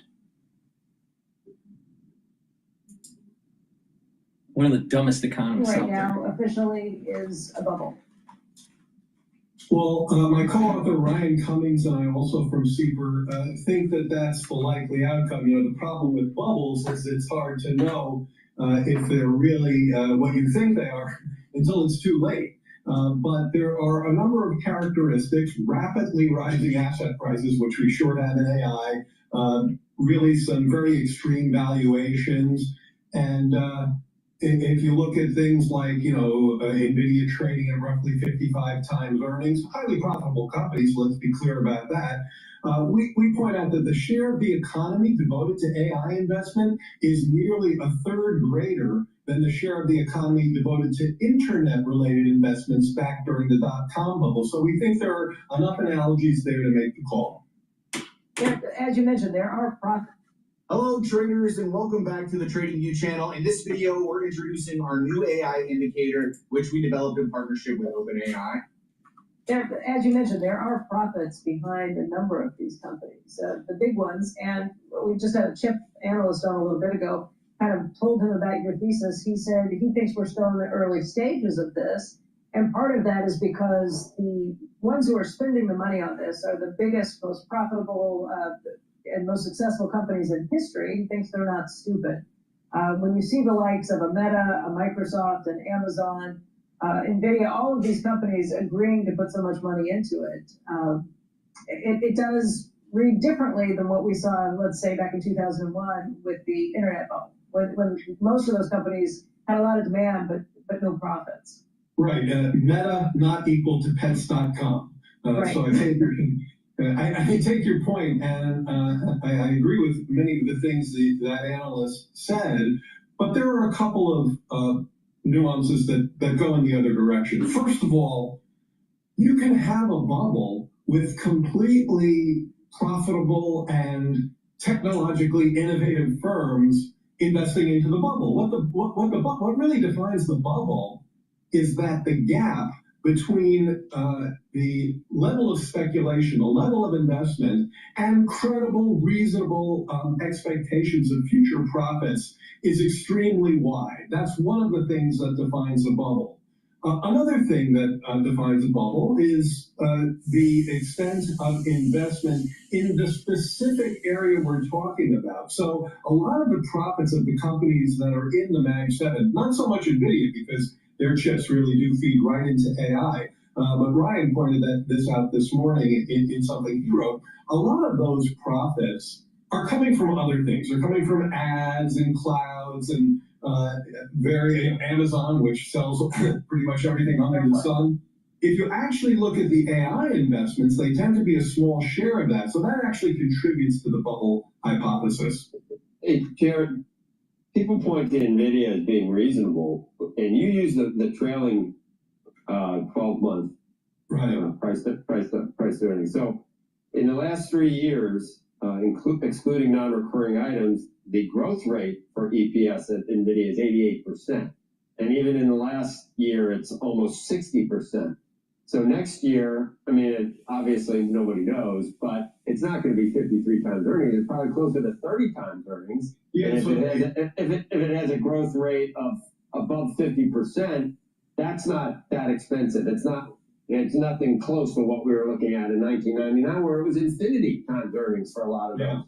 And I'm not trying to be a fanboy for NVIDIA, but I'm just wondering which multiple we really use to get an accurate look at whether it's overvalued or not.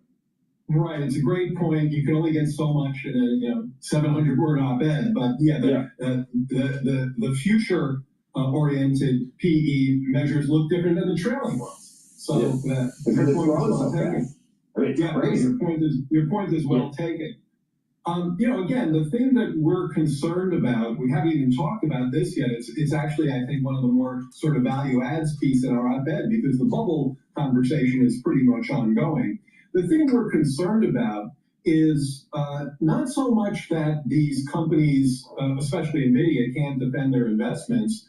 It's the extent to which regular mom and pop investors are getting into this bubble in a way that's, should it pop, if it pops, we could have a really large negative wealth effect. We're talking hundreds of billions of dollars. This is the idea that you gain $1 in stock market wealth, you spend an extra 3 cents. That's the wealth effect. Right. So what really took down the economy in the dot-com bubble was in part a wealth effect, which was actually quite small. Any contraction in GDP there was minimal. This is a lot bigger. So we're worried about the extent of investment relative to where we were back then, and the extent to which, should it pop, it will hurt consumer spending, which kind of feeds into some already underlying fragilities in the real economy. That's a fair point. I guess the question is the fragility of any of this. If you saw, let's say, Meta bring down its CapEx spending by 25 or 50%, that would probably spook investors to a large extent. And by the way, Meta changed its name from Facebook to Meta based on where Mark Zuckerberg thought the metaverse was going to be at some point, and that has not turned out the way they thought. Right, I mean, look. Hey traders, welcome back to the TradingView channel. In this video, we're introducing our new AI indicator, which we've developed in partnership with OpenAI. Now, this is the first trading indicator of its...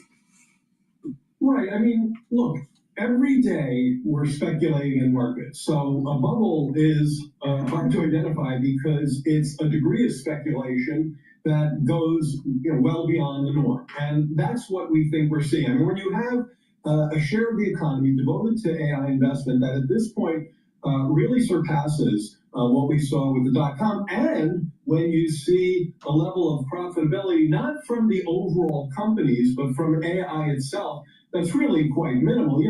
OpenAI said they were going to need $1 trillion of investment this year, and their AI revenue is $13 billion. Now, again, Joe's point is well taken. You've got to account for future earnings. But to us and many others, that divergence between credibly plausible expected future earnings and this level of investment certainly looks bubbly. All right. How about a lightning round? This is one of my favorite Biden administration. The Democrat. Are you ready? I think so. What do you think of the government shutdown to try and get health care? It's the only leverage the Democrats have right now, and I think it's reasonable for them to be elevating the issue. Oh boy, listen to you. But what if some crazy? Gerard is always, or Jared, or the hell his name is. He's so partisan. Please go to my store, the-studio-reykjavik.com. Get the vitamin B complex. This will help with your mitochondria and the electron transport chain, so you can produce more ATP. That means you'll have more energy for your cells. Vitamin B complex will also boost up your cellular metabolism, and vitamin B12 will help to protect your neurons. Clarity factor, also a great neurostack to get rid of that brain fog, to be able to think more clearly, quicker, and clarity factor helps support your memory. By taking clarity factor regularly, not only are you focusing on tasks and the ability to concentrate over long periods of time, but you're also improving that microenvironment for positive neuroplasticity, so your neurons will be linking together more readily, and that way you're thinking faster. So please go to my store and get the clarity factor. Myotrol, very important, especially if you're age 40 or older, for males and females, to help build muscle. This will help with the gene expression to build muscle and maintain muscle, and also help with your mitochondrial health, because you need ATP to maintain muscle. One of the key features of aging is loss of muscle mass. So do some resistance training, do a little bit of cardio, do stretching and balancing exercises. Those are all very important, and take the Myotrol to help build muscle and maintain muscle. And especially work out your back. Do more back muscles, because when you have a better musculature in the back, what will happen is your posture will improve, your spinal cord will be more in line, your vertebrae will be denser because resistance training improves bone density, and the lymphatic flow in your vascular flow will improve. So your venous flow back to your heart will improve, and your lymphatic flow will improve. See, once you start crouching and your spine starts to compress, right, and you start to crouch, and you get older and you're just kind of crouching. Even you can see Trump is starting to have this little bit of a curvature of his spine. So when that happens, that's the early signs of aging, right? But if you look at people that are healthier and are younger, most of them have a better posture. So improve your posture, build denser vertebrae, improve your musculature for your back to get that better lymphatic flow, get that better venous flow, and you'll have this compounded positive benefit. Because when you have better lymphatic flow, your immune system is better. Well, if your immune system's better, you're going to age slower. If you have better venous flow, your heart, your vascular system is better. So these are all something very simple as building musculature in your back can do a lot of positive things for your body to slow down the aging process. So please go to my store, get the Myotrol, build the muscle. This helps with the gene expression. It has polyphenols, flavonoids, and lignans. And Goodnight Formula. Goodnight Formula is also a great neurostack. What this will do is help you to sleep. You take it at night, drink it with filtered water. What this has is tryptophan and melatonin. And what this will do, and it also has passion flower.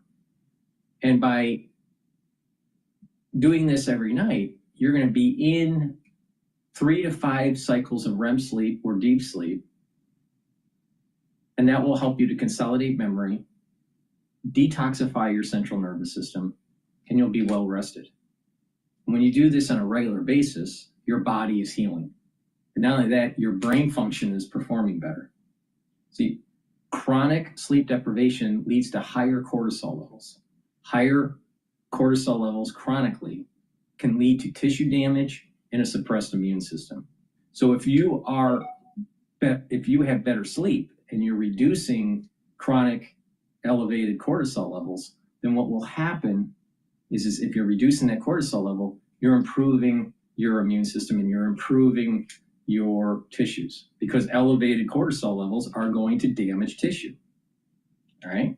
So getting rid of that chronic level of cortisol by sleeping better is going to be a major benefit to your body. This is the reason why people that get proper sleep actually age slower and also have better cognitive function versus people that sleep irregularly are typically chronically fatigued. Because again, you have to be in deep sleep and REM sleep to detoxify your central nervous system and to consolidate memory.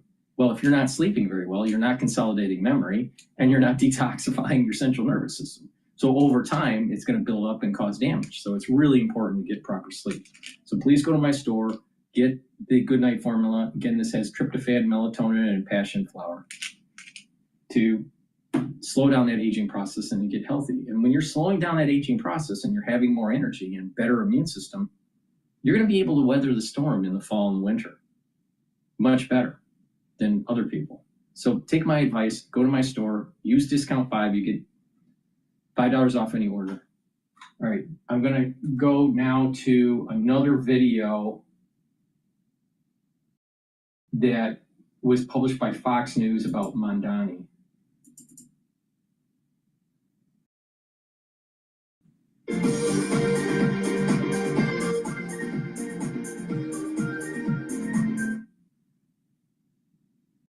Finally, after 2 years, every living hostage taken on October 7th is now out of Gaza. But right before their release, Zoran Mamdani was running a 5K race to raise money for a UN organization that employed 12 people directly involved in the attacks of October 7th, which started this war. Let's bring in Fox News contributor Miranda Devine. So great to see you this morning, Miranda. If this is not the most government thing I've ever heard, you have a guy running for public office who is raising money. This is important. This is really important. And I've covered this 2 years ago about this. When this was found out, UNRWA helped with the funding with NGOs to build the tunnels underneath hospitals. All right. They also helped fund Hamas.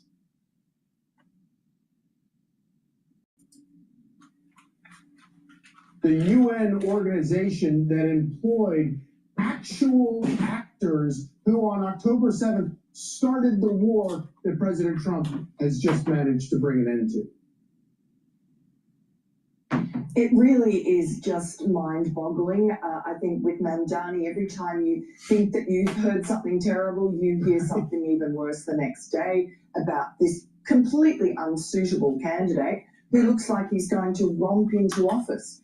UNRWA is a totally discredited organization. As you said, 12 of their employees actively participated in the slaughter of October 7. And even under the Biden administration, their funding was frozen. Marco Rubio, the Secretary of State, issued this report a few months ago showing that this was a terror-linked organization that supported Hamas, that was corrupt. And Donald Trump has signed an executive order banning any more American money going to it, which is pretty much a third of its funding and hundreds of millions of dollars a year. So by supporting this discredited organization, what sort of a message is Mamdani sending to the world about America, about divisions within it? And I think, his foreign entanglements are very worrying. Yeah, and also, what does it say about him? But it was interesting, Miranda, to look at all of the video yesterday of President Trump meeting in the Knesset, meeting in Egypt, and you had all of these leaders from all around the world. The one entity that was completely not represented at all yesterday was, of course, the United Nations. And that's because the United Nations had absolutely zero to do with any of the peace that is broken out. And of course, they are in perfect lockstep with Mamdani, who loves to use the same language that you hear in the United Nations about how Israel is committing a genocide in Gaza. On October 7th, Mamdani writes this: in the aftermath of that day, Prime Minister Netanyahu and the Israeli government launched a genocidal war, and then goes on to talk about the death toll in Gaza, which is tremendously unfortunate, but of course, part of a war. But that language of the genocide that Mamdani likes to repeat, it's the same thing you hear from the United Nations. That's such a good point. And the United Nations, which, you know, its home is in New York City, is really, I think, the center of international leftism. It reflects the worst of the globalist left and it props them up. And look, I think the best thing that Donald Trump could do is to give them a new headquarters in Gaza. I think that's a tremendous idea, and hopefully President Trump. Great, yeah. They could build their own building over there too. There's plenty of space for that. Great idea, Miranda. Thank you so much, and thank you for joining us. And Thanks, Fox Charles. and Friends reached out to the Mamdani campaign for comment, but they did not immediately respond. I'm Steve Doocy. I'm Brighteon Channel. And I'm Ainsley Earhart. And click here to subscribe to the Fox News YouTube page to catch our hottest interviews and most compelling analysis.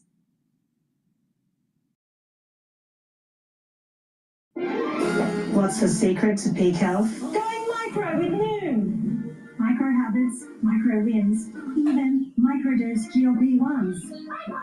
Micro? I can do micro. Get started at Noom.com.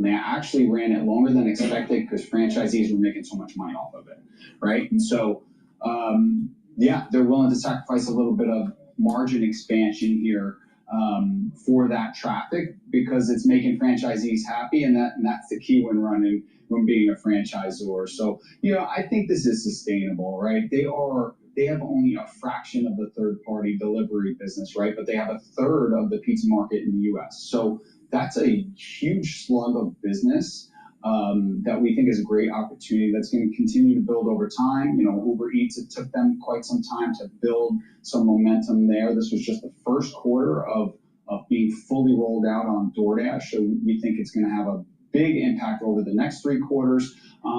But it sounds like it can continue to build. Stuffed crust pizza, right? This is something that's a permanent menu item. This is not something that is, you know, just a limited time offer that's going to be run for a few weeks, right? And then value, they have a bunch of different value things. They do these boost weeks, and they have a tip promotion, and so they run different value at different times. But what they've done is been able to, like, you know, create a name for themselves and are owning certain type of discounts that they run throughout the year. And so I think that is important for national pizza players. It's a business that's heavily weighted for low-income consumers, and, you know, to my point earlier, they're struggling right now. So, Mike, explain the economics or explain the strategy of using these third-party delivery folks like Uber Eats or DoorDash. What changed for Domino's, for example? Why would they not use them but then make the decision to use them? Yeah, great question. So, you know, at first it was really about the cost, right? And you know, years ago, third-party delivery companies were charging 30% plus. Domino's, number one, they waited till the prices came down. Also, their business is really just using the marketplace. They're still using their own delivery drivers, right? And so they're able to use DoorDash only for their marketplace and pay a much, much lower VIG to the company for the listing, right? And so they were the last of all the major pizza players and QSR names. They were the final holdout. A big part of it was they were just so big in delivery and they didn't want to cannibalize the margin on that business. But what we're seeing is it really drive transactions. This quarter, we saw a positive same-store sales growth with carryout as well as delivery. They saw same-store sales growth with every income cohort. It was a very... I'm surprised that Domino's is doing so well. I would think that people would stop doing delivery and buying from restaurants and just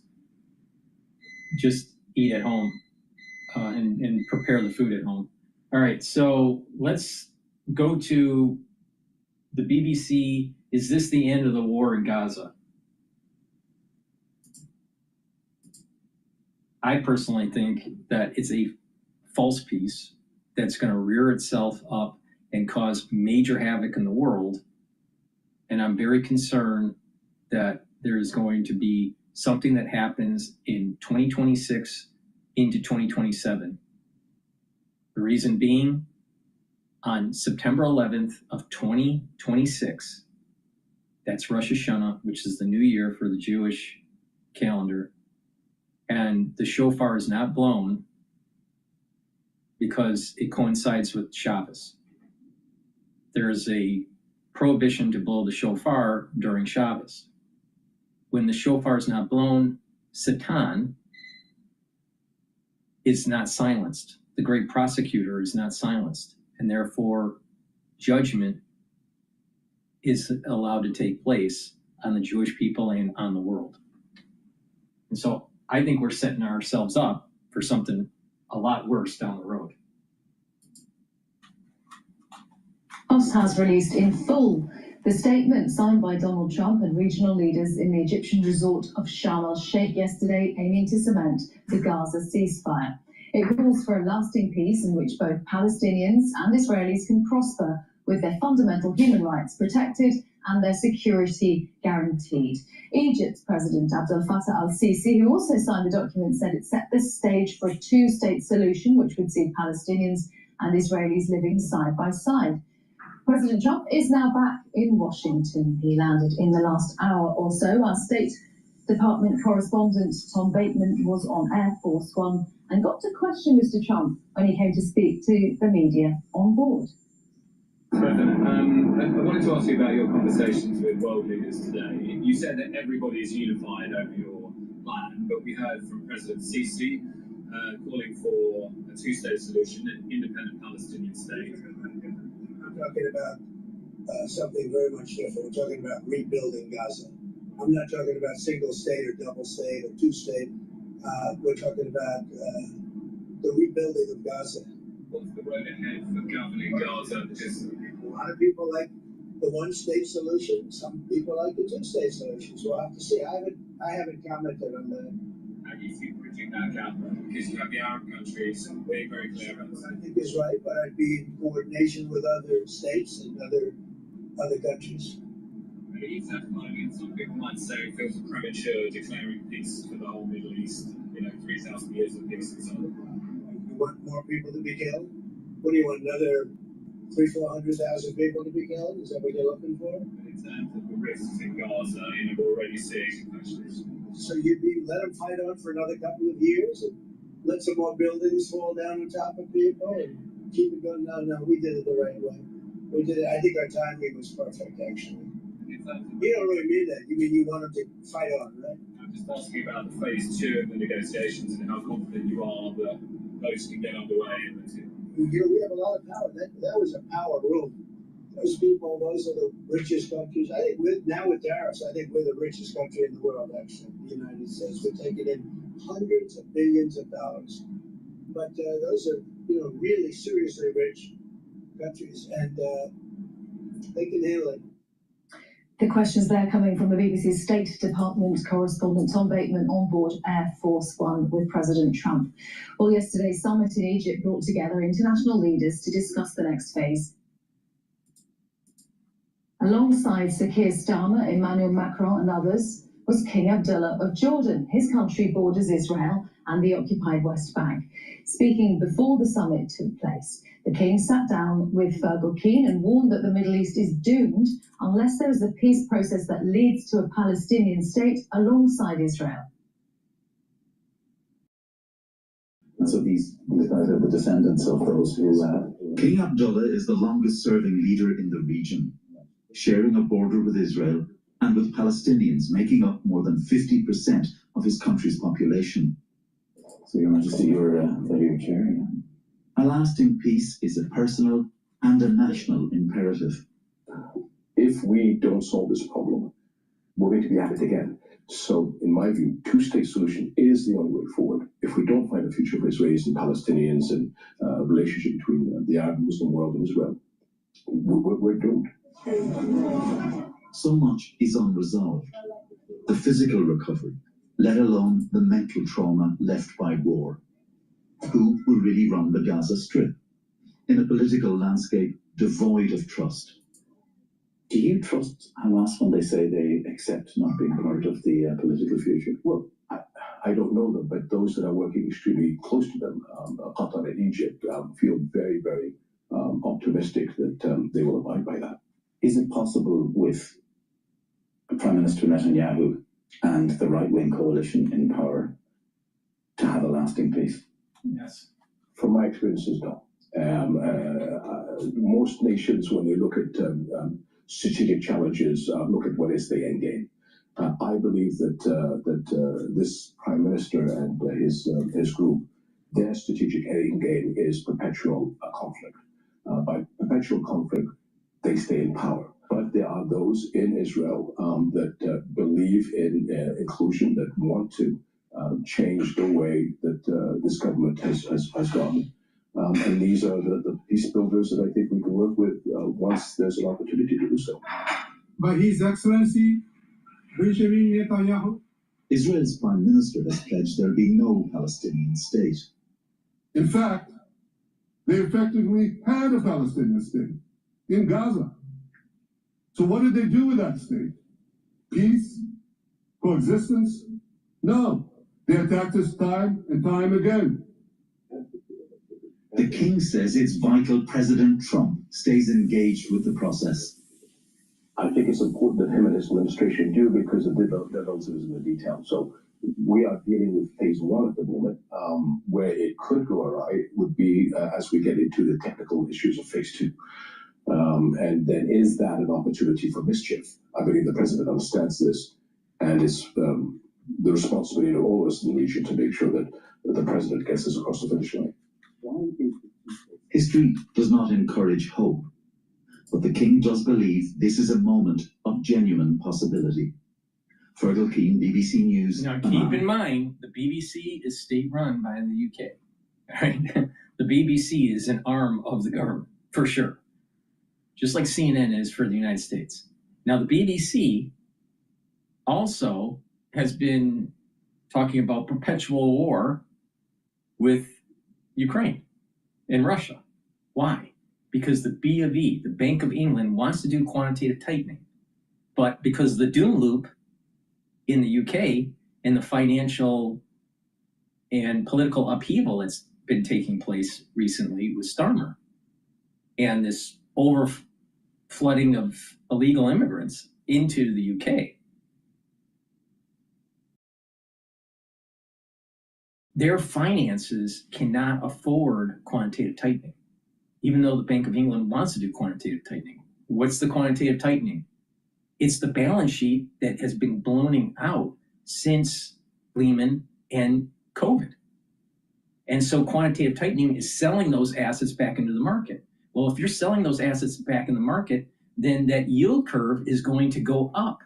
Why? Because there's more assets, debt assets, that are in the market versus demand.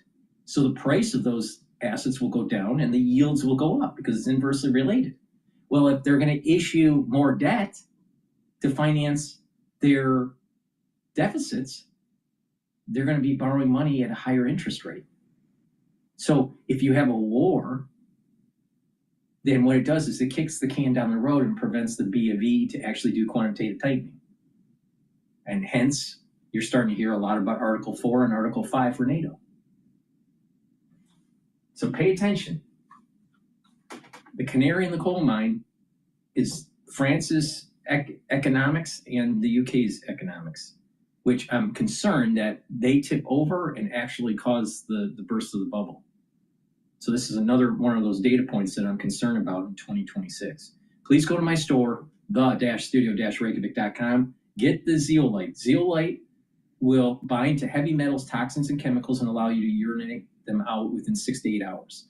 When you take this daily, take 3 small drops underneath your tongue and drink the filtered water.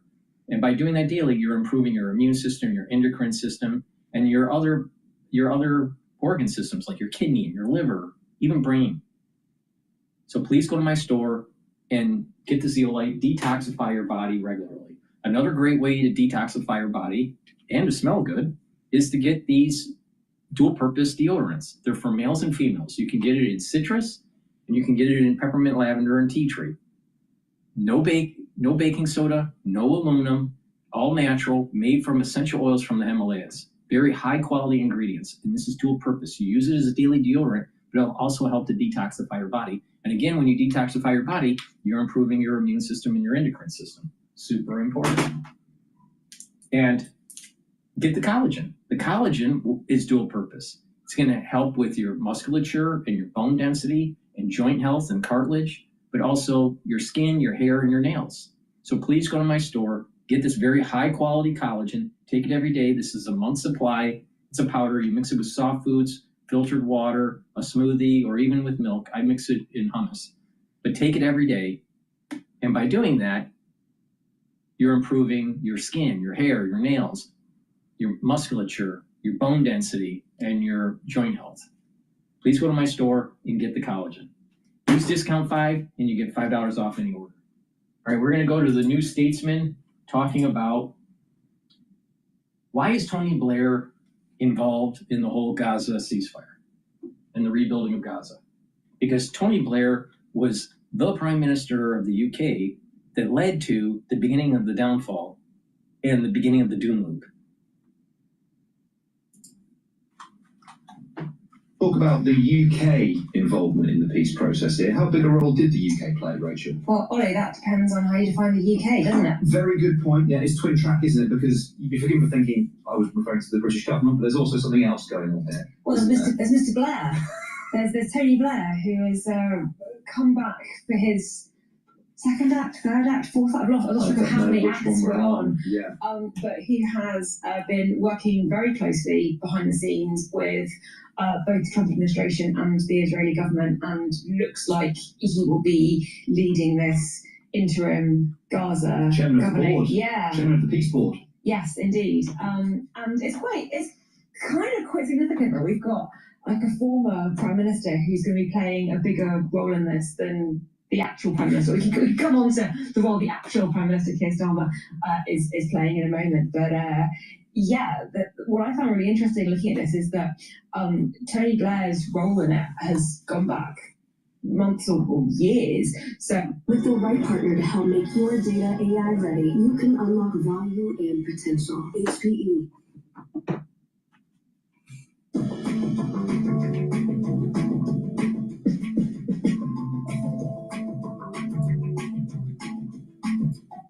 Months or years. So back when Trump was first elected, so 2016, so after he'd been elected, before he'd been inaugurated, Tony Blair had dinner or was seen having a meal with Jared Kushner, Trump's son-in-law, where it was suggested possibly he was pitching to be Trump's Middle Eastern envoy. He denied that. He certainly didn't get that gig, but that's how long he has been discussing the Middle East with the Trump team. It's almost 10 years. Yeah, there's a clip going around of Campbell, Alistair Campbell, that is, interviewing Blair at the time. He's trying to draw criticism out of Blair, of Donald Trump. You know, Campbell's been quite forthright, so he's attacking the judiciary, he's attacking the media, isn't he, a fascist Tony, and Tony Blair will not be drawn on it, ever the diplomat. Okay, let's dial into the government for a second, Ethan. Education Secretary Bridget Phillipson, at the weekend, speaking to Phillips on Sky News, says that Britain has played a, quote, key role behind the scenes in securing the Gaza ceasefire. Is that true? Well, it was immediately crippled, wasn't it, by people in the administration and also in the Israeli government. So you have Mike Huckabee sort of mocking Bridget Phillipson on the internet. And yet there's been a curveball today because Steve Witkoff, Trump's kind of leading emissary across the world in all kinds of foreign policy issues, has now said actually it was Jonathan Powell. It wasn't just the UK, it was Jonathan Powell, the National Security Advisor, currently on the domestic front, pretty embattled because of this whole China spy scandal, alleged China spy scandal, I should say. I think it's definitely a China spy scandal. The precise nature of I just mean alleged in terms of who was possibly not doing anything illegal. So yeah, Mike Huckabee writes on X, he quote tweets the Phillipson clip, and he says, "I assure you, she's delusional. She can thank Donald Trump at any time just to set the record straight." And I saw that quote and I thought, well, is this just sort of a typical bombastic, MAGA-coded, she doesn't know what she's talking about. All the credit, of course, goes to our glorious leader. Witkoff dispels it a little bit. He says, quote, "I would like to acknowledge the vital role of the United Kingdom in assisting and coordinating efforts that have led us to this historic day in Israel. In particular, I want to recognise the incredible input and tireless efforts of National Security Advisor Jonathan Powell." So, Ethan, who is Jonathan Powell? Well, I'd just like to say that, by the way, there are two things going on there, because you've both got the defence of Powell, which is very interesting, but you also have, I suppose, a split in MAGA world slightly, because Huckabee is, he's America's ambassador to Israel. He's naturally, by the nature of his job, close to the Israeli government, and also partly the reason why he was appointed to that role, because he's close to politicians in Israel. And there's a lot of animosity towards the current UK government in Israel. So you've also had Sharon Haskell, the Deputy Foreign Minister, tweeting about Britain's role being over-egged. And Sharon Haskell was actually at Conservative Policy Conference last week doing an extraordinary speech in which she condemned the government for all sorts of things, and it was one of the most undiplomatic things I've ever seen a foreign minister do in terms of interventions in UK politics. Give us a sense of the flavour of that, Ethan. What was she saying? Well, she was saying that children in British schools don't learn to love their country. It was kind of the cultural war stuff, which seemed so far beyond the realm of what she was, I suppose, there to talk about. I mean, originally, so she was talking about the relationship between the UK and Israel, how the Conservative Party had a close relationship, the Labour Party a less close relationship, partly because of the recognition of the state of Palestine, and then really getting into the weeds almost of kind of critiquing day-to-day domestic policy by the Labour government and saying that it needs to be more kind of patriotic and forthright on various issues. I think the point about there being a split in MAGA land about the UK is definitely the case, and is also something that it's not just about recognition of Palestine and how to deal with Israel. If you look at sort of J.D. Vance's approach to the UK, some of the stuff he said about, we're an Islamist nation, we don't have free speech, but just he seems to really, really dislike the UK specifically, whereas Donald Trump seems to really love the UK specifically, and seems, and this is something that everyone finds very weird, has a quite close, amicable, friendly relationship with Keir Starmer, and has actually helped Starmer on numerous occasions. So when he was asked about the UK recognising a Palestinian state in his state visit, he could have, he didn't say, I think it's a great idea, but he could have been really bombastically outraged by it. You would expect it, and he wasn't. He kind of said, they can do what they want and we'll do something different. So there's definitely a split in how various people around Trump see the UK, and I think that came out in those two tweets. On the one hand, she's delusional, Bridget Phillipson, and on the other hand, the vital role of the United Kingdom could not be more different in tone. Maybe that first state visit was actually, we didn't recognise it for what it was, which was Trump's first intervention in his diplomatic era. Before he brings peace to the Middle East, it was the first step towards it. Ethan, come on and tell us about Jonathan Powell. Who is he? How we got to this point? Give me a sense of the history. Well, so Jonathan Powell begins life. I mean, one of the important facts about him, I suppose, is that his brother, Charles Pole, they pronounce it differently, which I think is key to understanding their politics, because Charles Pole was Margaret Thatcher's foreign policy advisor for years. I mean, he was actually a civil servant, but she kept him around in Downing Street because she thought he was so essential to her kind of political project. So that was Charles Pole. And then his younger brother, Jonathan Powell, who was a civil service diplomat for a long time, but always a man who kind of understood what...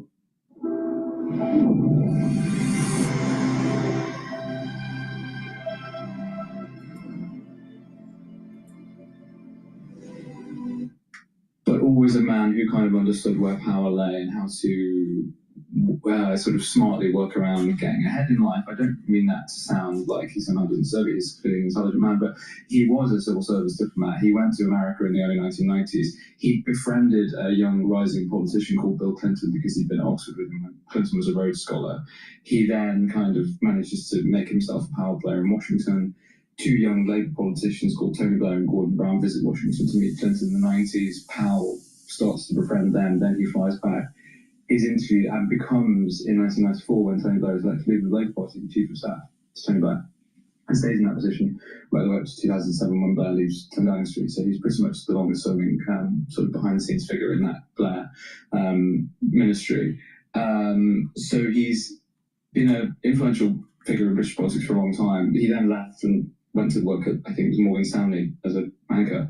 Oh, well, not quite a banker, but he worked at a large commercial bank, and then has now returned to politics as the National Security Advisor for Keir Starmer, and that's sort of an appointment that was made quite a few months after the election, but he's immediately established himself as a massively important figure. I mean, his roll call of kind of things he's been involved in include, they go back to arms control negotiations under the Soviet Union. Then he was a key figure in Hong Kong being ceded back to China in '97. Then the Good Friday Agreement. He wrote a book about his very important role there. Now he's come back. He's kind of the guy behind Chagos. He's the guy who's become a really good friend of Steve Witkoff, who we mentioned earlier, Trump's emissary, was kind of one of the orchestrators of the Zelensky Downing Street visit, which happened a few days after the Oval Office bust-up, which I think that kind of really well orchestrated scene where Starmer welcomes Zelensky to Downing Street, so she'll always be welcome here. Kind of as a contrast, as a contrast with the. So Powell, well, to get to the sort of meat of your question, who is Jonathan Powell? I mean, he's a guy who understands power, understands where it lies, and understands the importance of relationships, really. And I've been reading through one of his books, which he published over 10 years ago, called The New Machiavellian, which he talks about his sort of theory of power. And he says, power, like the crock of gold at the end of the rainbow, is never where you think it will be. And he talks about the illusion of power in Downing Street and how you get into Downing Street is never quite as easy as it seems. The implication being that he is the power broker. Sort of, yeah. Sort of. I mean, it's quite a funny book. It's called The New Machiavellian. He contrasts himself with Niccolo Machiavelli throughout the book, and how both of them has kind of been in subservient roles as advisors, but had used this to kind of understand the way in which power works. There's quite a funny line where he says that Tony Blair understood the people, but I dedicated my time to understanding princes, which is the sort of late 15th century Florentine version of modern prime ministers. Machiavelli's book, right, is, I'm to butcher the Italian pronunciation, but it's like Il Principe, isn't it? It's like the prince. Okay, so I can't, is that incredibly self-effacing or incredibly arrogant to compare himself in those terms? I don't know. I think it is. It's Possibly both. It's both, isn't it? Yeah. I think there's a level of self-awareness there.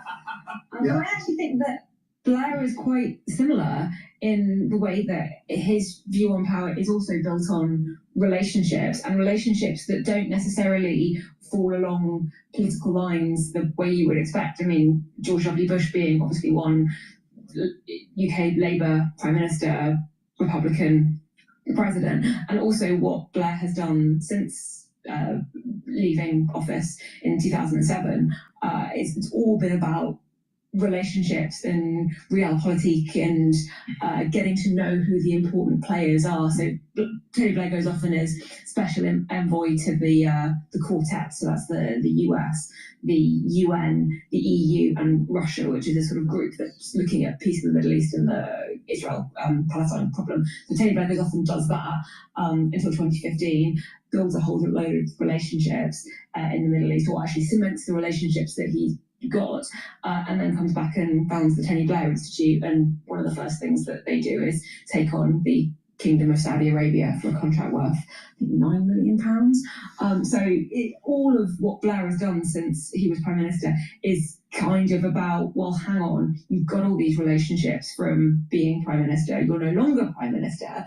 Are there other ways of influencing? Are there other ways of continuing to be a global player when you are no longer a world leader? And I think, he left in 2007, and I can't do maths. Is that 18 years ago? Yeah, 18 years ago, and look, he's back centre stage. So clearly, it's worked. Perhaps no small part a guilty conscience about some of his other activities in the Middle East. I think that would involve acknowledging that he was wrong, which I don't think he has ever done publicly. I don't think so either. It's worth saying, by the way, sorry, I just point that Jonathan Powell and Tony Blair, although have a very, very long and intimate history, it doesn't seem like they're both key figures in this Gaza peace agreement, but it doesn't seem like they kind of coordinated with each other. Powell has had his role as NSA. Blair, as you mentioned, strong relationships with Kushner and other people in Trump world. I suppose if it demonstrates anything, it's that both of them learned similar lessons from their time in 10 Downing Street, right? And both know as I say, where power lies and how to use it. So it's not like it's some kind of stitch up and they've both sort of secretly organized this whole thing together. I think it's just the fact they're a man whose way of thinking is so similar and in tune that they've ended up kind of going about this in the same way. They're both power players, and as a result of that, they've both ended up in the same place. It feels extraordinary that we're talking about two unelected figures. Very little of our conversation so far has encompassed the role of the Prime Minister, Keir Starmer, who is attending the summit. Yeah. The PM is going. Rachel, talk to me about Starmer's role in this, and also what I see as it's almost as if he retreats, right, to the international stage. He's got issues domestically, the most, according to polling, unpopular Prime Minister since polling began, and yet, generally speaking, pretty successful.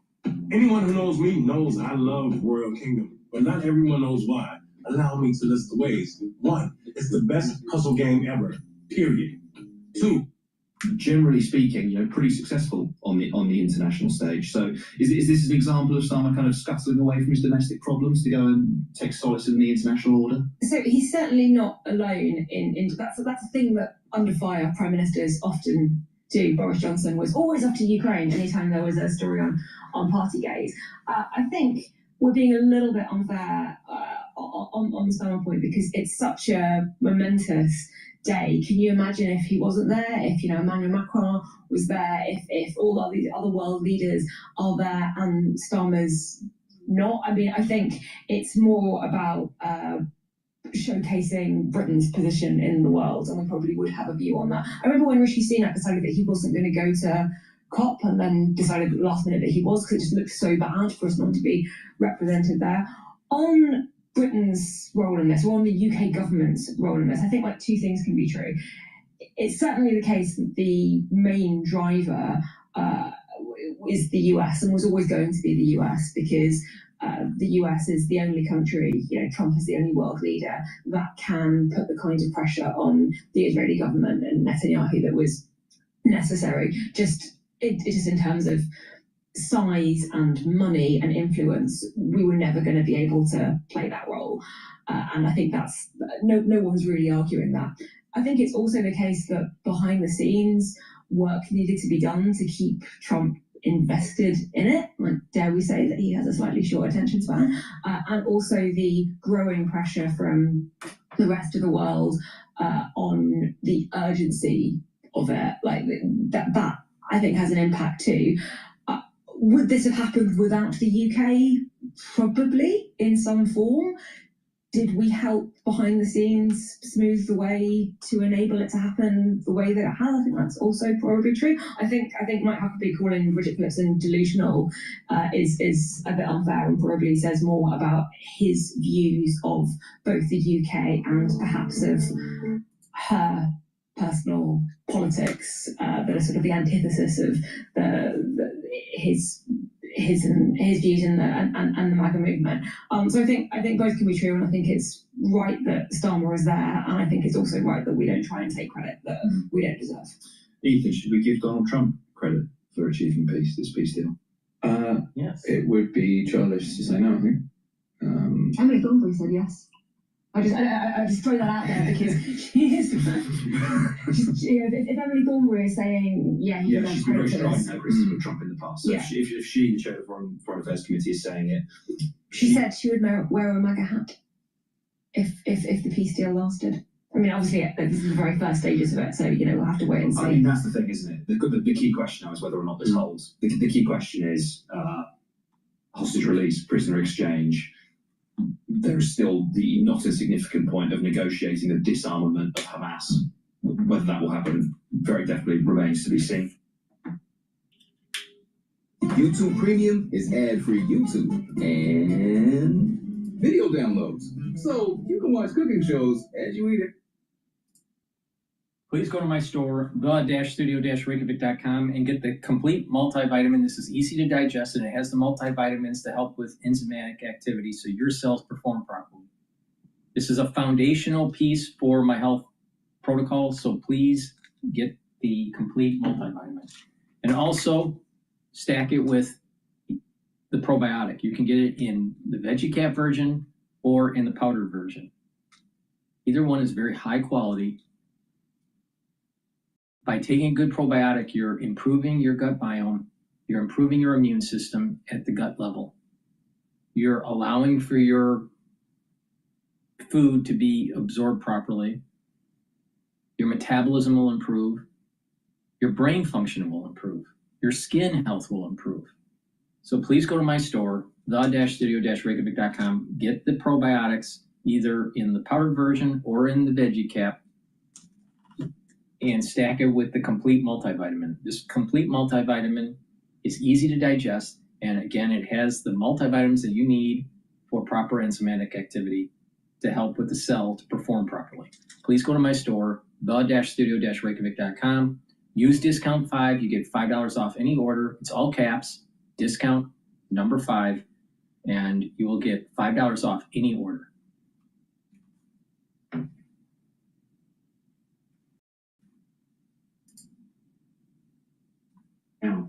Fairly quickly. Once, when the $7,500 subsidy expired, they knew they had a portfolio that was, not congruent with what they think sales is going to be. So they're going to have to rationalize that portfolio. They've been the most aggressive, if not globally, but among the top, the big 3 in Detroit in rolling out new EVs. So they're going to have to review that portfolio, maybe even wean out some of the lower sales, less profitable EVs going forward. Yeah, what surprised me about this action, like you said, they've been pretty aggressive on the EV front, is Ford has delayed or scrapped some plug-in models and definitely moved money away from the EV business, which it's been losing money on. And it seemed like General Motors was taking the stance of like, no, that's not us. We are going forward with this. Is GM simply catching up to the economic realities that Ford has already acknowledged, or is there a different strategy at play here? I think it's really hard to foresee. These policies are changing so fast. With Biden in the administration, there was a huge push. Not just GM, but a lot of automakers was pushing EVs. You had new startups like Rivian, like Lucid pushing EVs. But things have changed, and look, GM is reacting to it. It's interesting you brought up Ford, and now actually Ford, Chris Farley looks actually pretty good, right? He looks like he made the right call. But I think, if you look at the bigger picture, what GM is doing today is probably just the beginning. We'll probably hear more, not just from GM, but from the other makers in terms of their EV plans going forward. Has this changed the way you're viewing the evolution to EVs, that, hey, maybe it's not going to be as far as we thought or as quick as we thought? How should we think about that? Because it seems to have lost steam. I'm not sure if it's just tied to this administration and its policies and aims, or is it more market-driven? Of course it's market-driven. I'll tell you, these people, when it comes to cars, they're stupid. I used to be an automotive engineer for a long time in Detroit, all right? And I've designed a lot of different cars, all right? I've had an interesting life. I've had, in different fields. But EVs don't work. They don't work. I'll tell you why they don't work. 1, mining the lithium, if you're using these lithium battery versions, it is more detrimental to the environment than fossil fuels. The mining operation and the amount of water that is needed for this is astronomical, and it does permanent damage to the landscape. You ever see a mining field versus, let's say, a oil well? Oil wells, you plug it up, and guess what? Nature takes hold, and you didn't even know that there was an oil well there. Not so much with a mining operation, because this is not just going to be underground. This is strip mining. So environmental degradation is much higher with lithium, and the use of water much higher. Secondly, these vehicles are not as safe as you think, especially during a crash. Third, they're not robust. You don't have longevity of the actual vehicle. you get a combustion engine and you compare it to an EV, the EV can't last more than 6 years. But I'm sure you know people that have a Jeep or a truck or some sort of SUV that has lasted more than 15 years. Maybe it needs a little bit of maintenance. But the thing is that when you have to repair the powertrain battery for the EV, it only lasts for 6 years, and it costs $20,000. The maintenance cost for the EV is terrible. Oh, so what they're doing is they're designing a vehicle telling you it's good for the environment, but you're forced to buy a vehicle every 4 years or 6 years instead of holding on to it. It's too costly. People can't even afford even a lease car now. So the cost, the durability, the environmental degradation, these are all elements on why it doesn't work. And then add in one that's even a bigger issue, the infrastructure. It takes forever to charge.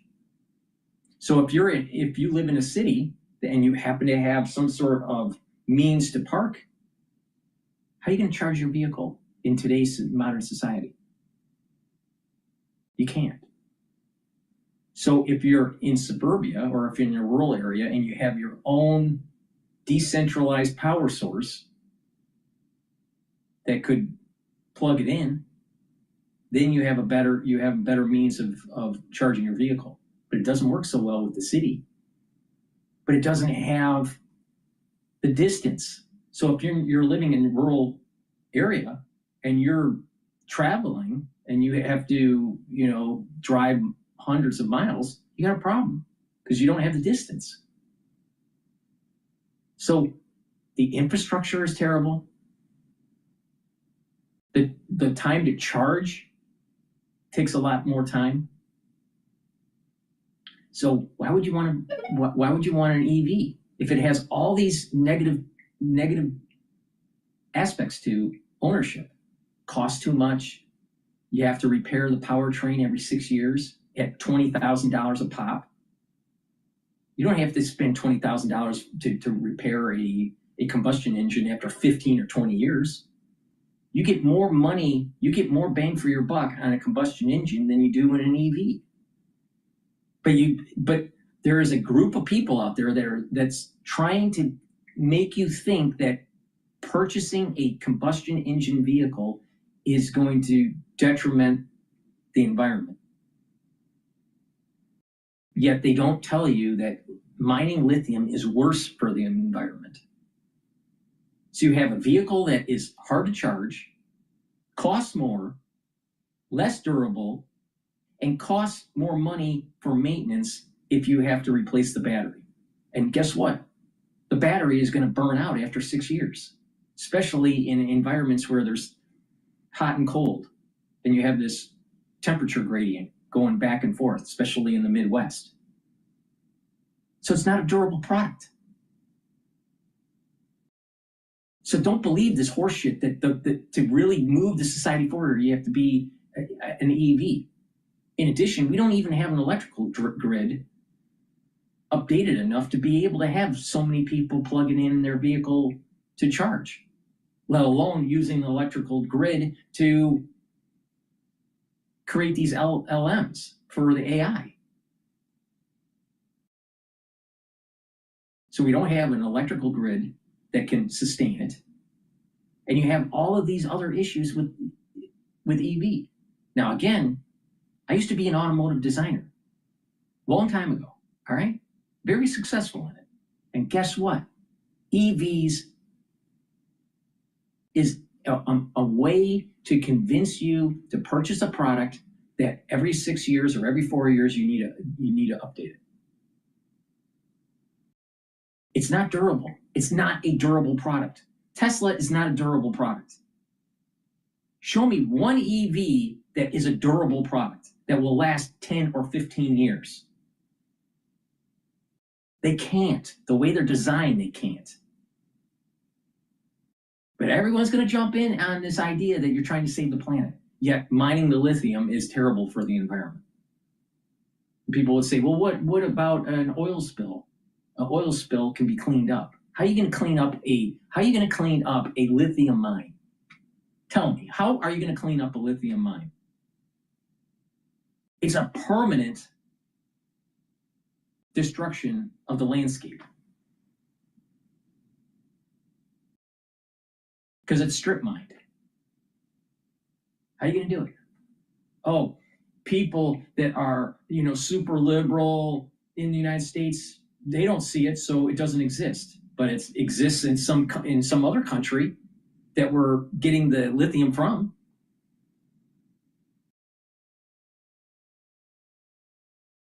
So don't believe the hype. Don't believe the hype. We don't have the electric grid. It's not robust enough. It takes forever to charge. And even if you had a more powerful charging station in your home that's tied to either the grid or to some sort of solar panel on your home, it still takes a lot of time to charge. Now, if it's connected to the power grid, then it's just going to cost you money to charge that vehicle. Now, if it's tied to a decentralized solar system that's in your house that most people don't have, it would be more cost effective. But it still takes time, and it costs you about probably close to $10,000 to install, maybe $15,000. Putting the panels up on the roof and then having the charger in the garage.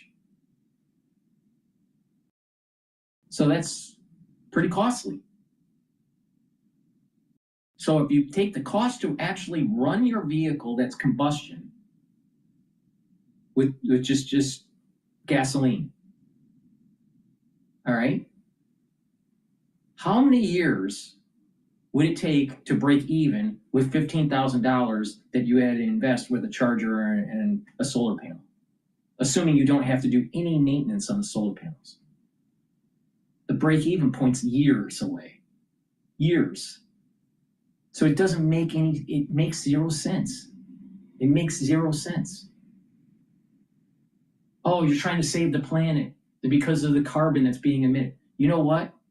Instead of buying EVs and mining lithium, it's better to plant a tree to soak up the carbon dioxide. You will get more benefit for the earth by just planting more trees instead of stopping fossil fuels. And guess what? The trees will grow better.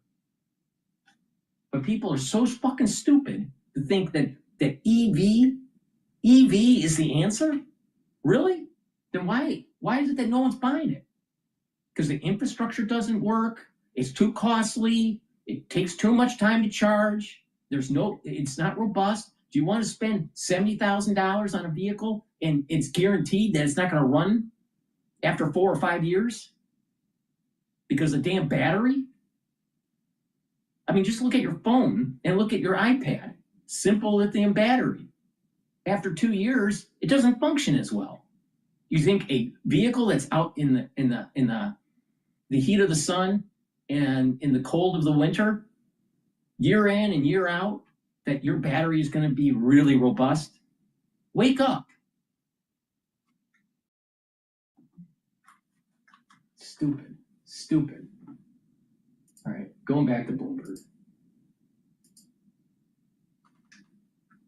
Anyway, we check the markets for you all day long right here on Bloomberg Radio. I'm John Tucker. That is your Bloomberg Business Flash. Scarlett and Paul. Hey, John Tucker, thank you so much. We appreciate that. Scarlett Boone, Paul Sweeney live here in our Bloomberg Interactive Broker Studio, streaming live on YouTube as well. We're joined by Jen Bartash, senior retail staples and packaged food analyst at Bloomberg Intelligence. There's a million important things we can talk about, but I have to lead off with this. Kellanova offering a version of Pop-Tarts with higher protein content starting in early November. This follows Pepsi's plan for a higher protein version of Doritos. I don't even know what protein is and how you would add it into something. Jen, what's going on here? Yeah. Hi, Paul. So really what we're seeing is... I gotta stop there for a second. So Paul Sweeney went to Duke University, ended up being a banker, as an investment banker, before he went to Bloomberg to do the radio show. All right? It's simulcast. That's why you can see the video of it. But the thing is that Paul Sweeney becomes an investment banker. He came from an Ivy League plus university, Duke University, all right? And ended up being an IB investment banker, right?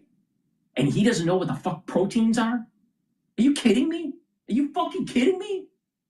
What the hell are they teaching at Duke? Another Wall Street dipshit. This is my hyperbole to inform people that you need to use some common sense, and that majority of the people that are running the fucking government and are working on Wall Street are a bunch of dipshits. This protein trend is something that consumers are really looking for. And at the end of the day, when it comes to PepsiCo or it comes to Kellanova, this is really about making people feel marginally better about eating food that is bad for them. Right? Let's just be honest about it, right? So, when you put protein on the package, people feel like even if they're making a bad choice, it's not as bad as it could have been. Well, at least she's honest.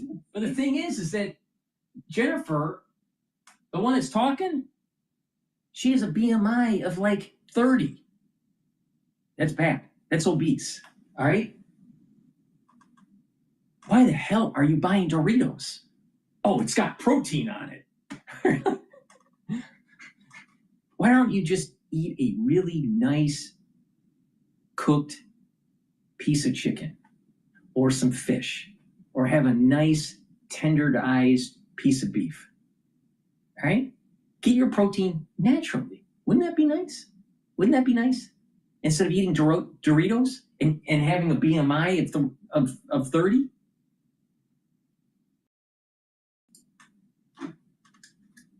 The equivalent of vanity sizing at retailers, right? You're actually a size 6, but we're going to tell you you're a size 2 so you feel better and buy more clothes. Is this as simple, Jen, as just adding protein powder on top of the Kellogg's Pop-Tarts? Excuse me, Kellanova Pop-Tarts? Yes. So what they've done is they've protein into the pastry part of the Pop-Tart, and that changes the texture and the taste just a little bit. But what's really interesting is the consumer trend behind it. We ran a proprietary protein study back in the middle of the summer, and what we saw was that almost 40% of consumers eat something with protein enhanced, whether it's a snack or a beverage, on a weekly basis. In a snack or a beverage that has sugar. Now let's get back to the brass tacks of this. Insurance costs a lot. Medical insurance costs a lot. We're in a government shutdown because the Democrats want more money for Obamacare. Why? Because Americans have diabetes. Now I wonder, why is their A1C levels so elevated? Because they have a lot of sugar in their bloodstream. Why is it that they have a lot of sugar in their bloodstream? Because they're eating fucking Pop-Tarts with protein in it. So the answer to this is to stop eating this crap. This is the reason why people are getting sick. This is the reason why our healthcare sucks. This is the reason why we're spending so much and getting poor outcomes because of this crap. Now, I guarantee you that Bloomberg won't say anything about that. Bloomberg will just say, oh, Trump's bad because he shut down the government because the Republicans don't want to kowtow to the Democrats and give them more money for insurance. Well, if you stop eating the Pop-Tarts, maybe you don't need the insurance.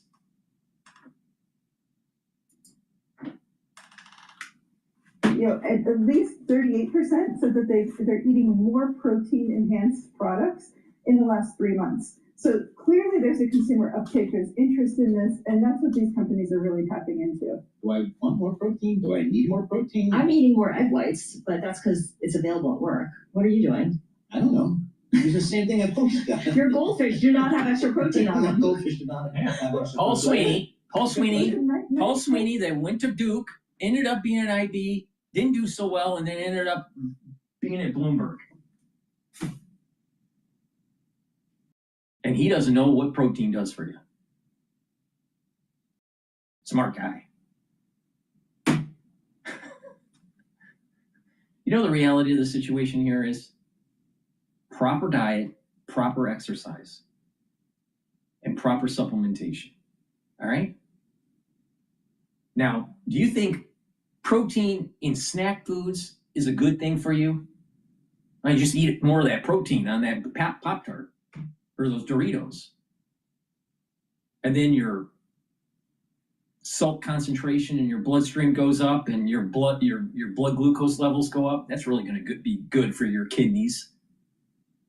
And then you'll have early kidney disease. Now, a better way to do it is proper diet, proper exercise, and proper supplementation. All right? So I'm going to segue into a perfect product plug. Heirloom barley. Heirloom barley is a micronutrient that you can't buy at a regular store. This is heirloom barley. The barley that normally people buy is degraded in nutrients. This is high nutrients. It's a powder. And you mix it with soft foods, filtered water, a smoothie, or even with milk. I mix it with hummus. You can mix it with yogurt. You can mix it with applesauce. But taking it every day, what does this do? This will bring down inflammation, soak up free radicals through superoxide dismutase, and detoxify your body. I guarantee you that those Pop-Tarts and Doritos don't detoxify your body. Actually, it adds toxins to your body. I'm sure those Doritos and Pop-Tarts don't bring down inflammation.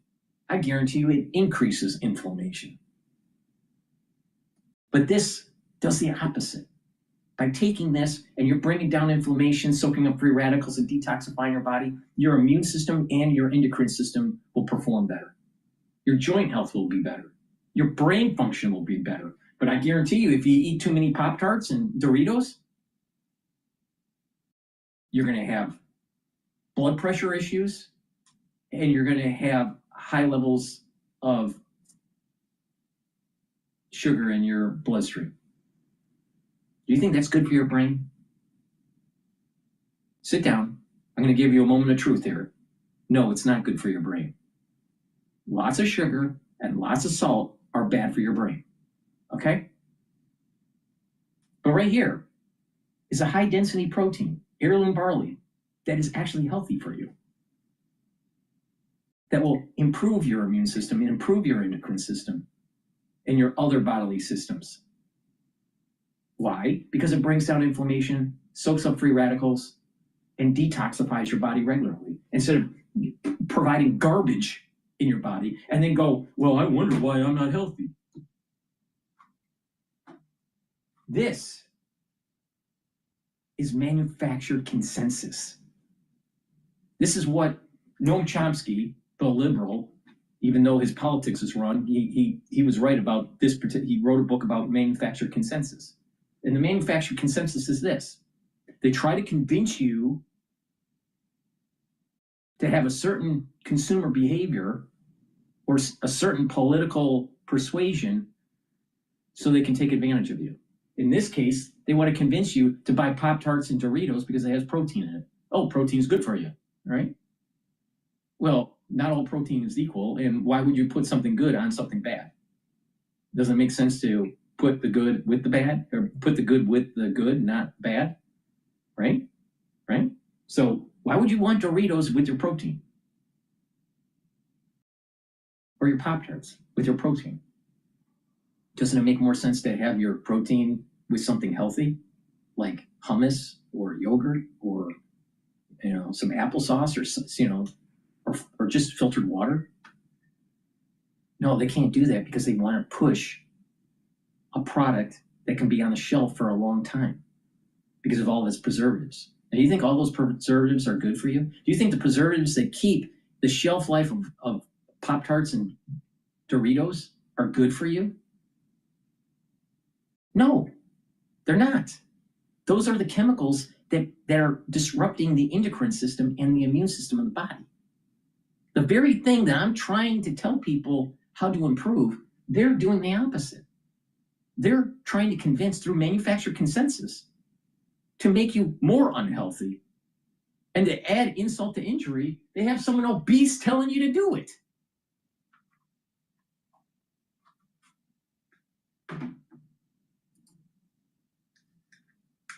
Who are on GLP-1 drugs, right? But protein is a big solution for people who are on those drugs because you tend to lose muscle mass as a side effect of those drugs.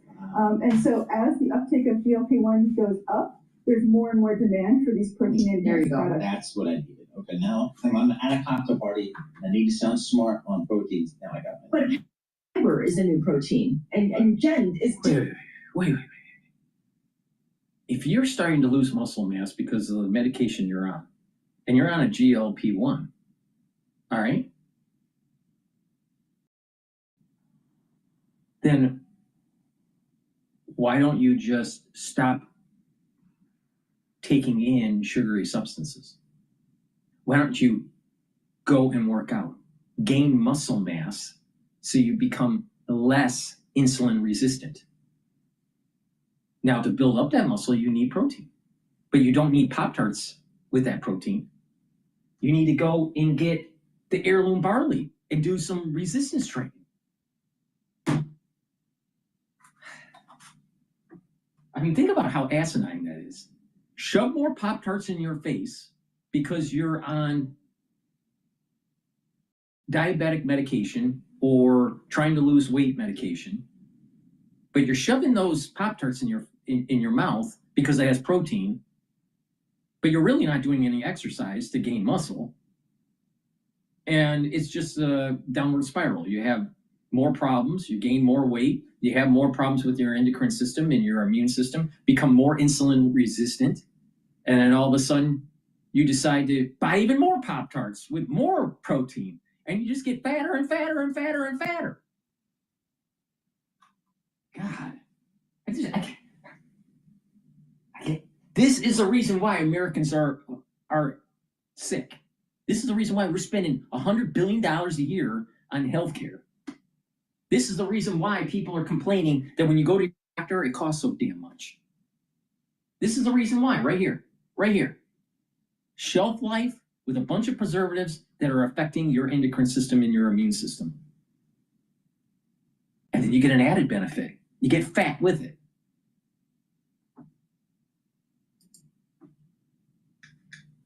PepsiCo CEO say something about this?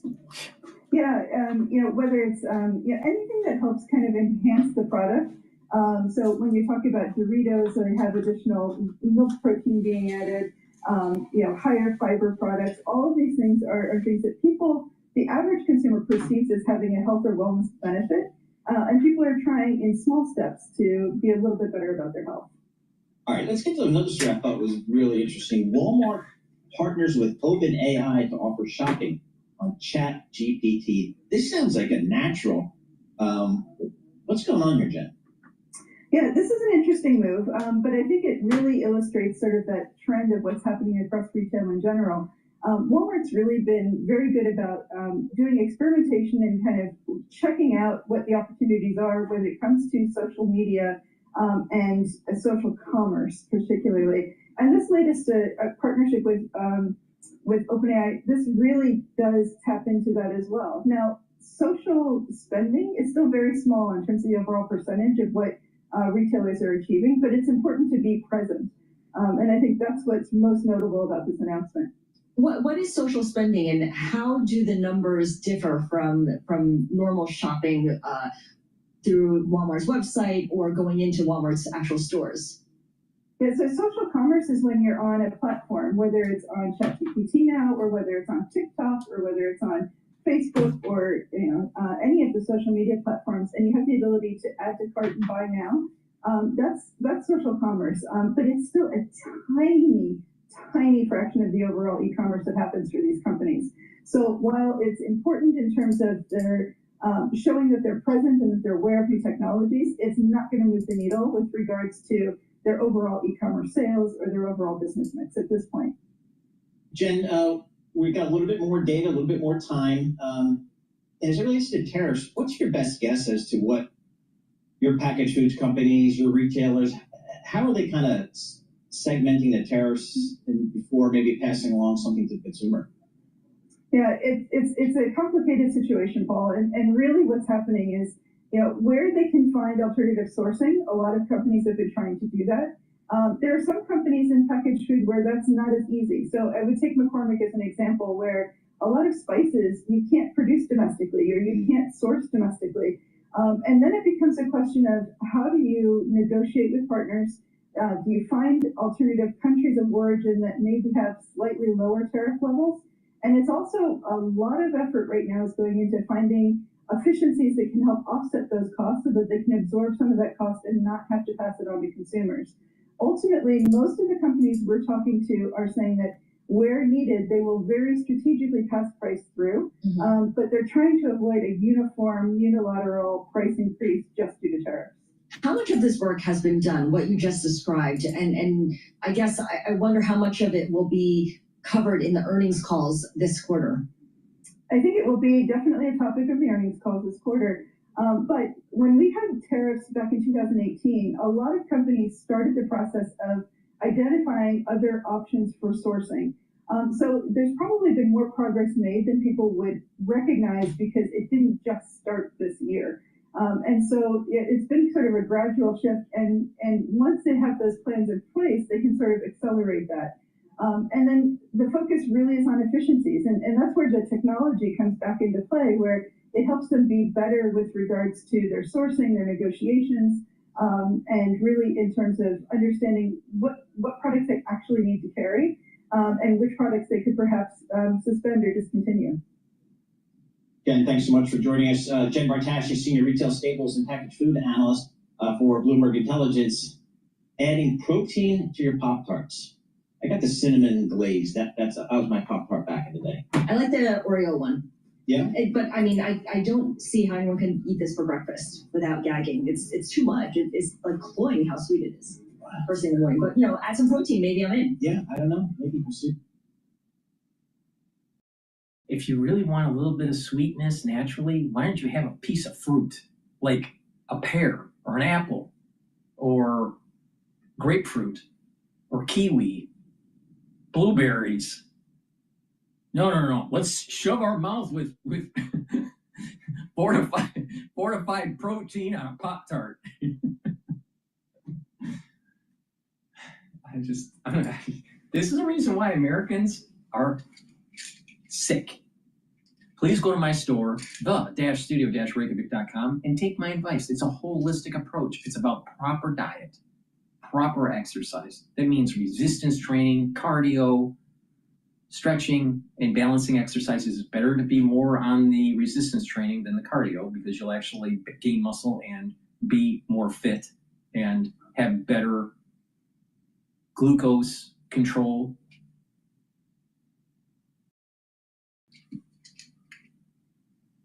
But you also need to take proper supplementation, right? Get the olive leaf extract. Olive leaf extract will bring down inflammation and help with your lipid profile. By improving your lipid profile, by helping to reduce LDL levels and increase your HDL levels, you're reducing plaque formation. Why? Because less LDL means less oxidized LDL, and oxidized LDL is eaten up by macrophages inside the media of your blood vessel that leads to plaque. They turn into foam cells, and that's the plaque. Well, if you have less LDL oxidized, guess what? You don't have foam cells. You don't have plaque. Amazing how that works. And by bringing down inflammation, you're boosting up your immune system. So this is a dual purpose. Get the olive leaf extract instead of a fortified protein Pop-Tart. Resveratrol. I've been taking this for decades. Do you want to look like DrPaulCottrell, or do you want to look like Alex Jones? And DrPaulCottrell's older than Alex Jones. Resveratrol soaks up free radicals because it's an antioxidant. It also helps the health of the mitochondria, so you have more energy. It helps with youthful gene expression, super important when you get older. And it helps to get rid of cells that are in senescence. So you want to slow down the aging process and get healthier, take resveratrol. This stacks really well with C60, NAD+, ubiquinol. So please go to my store and get the resveratrol, and resveratrol helps the basal layer for your skin, so you look better. I'm pretty sure that Pop-Tarts don't do that. And omega-3. Omega-3 will help to bring down inflammation, systemic inflammation. It'll help to bring that down. Omega-3 helps to reduce the stickiness of your red blood cells. And omega-3 helps to improve your lipid profile, helps to bring down those LDL levels and increase your HDL levels. This stacks really well with olive leaf extract. And this is very important for cardiovascular health. So a great stack for cardiovascular health is the omega-3. Stack it with the olive leaf extract that help boost up that immune system and help with your cardiovascular health. And resveratrol helps with youthful gene expression. So if you're improving your cardiovascular health, if you're improving your immune system, and you're getting better gene expression, youthful gene expression, don't you think that over time you're going to look younger? The answer is yes. So please go to my store, the-studio-reykjavik.com, get the omega-3, the olive leaf extract, and the resveratrol. Stack it together, use it. Discount 5, and you get $5 off.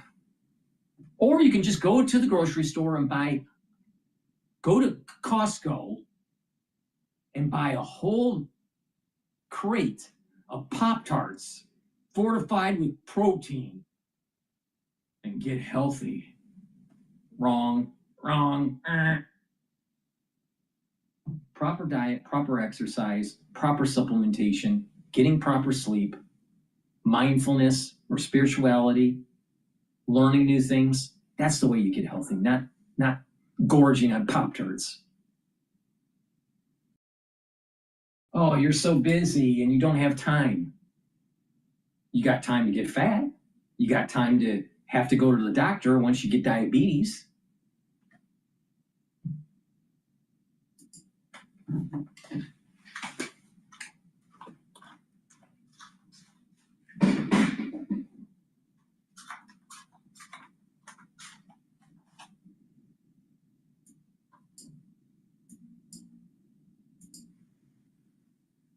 J.D. Vance signaling over the weekend that the president was not opposed to invoking the Insurrection Act in his effort to deploy the U.S. military in American cities for law enforcement purposes.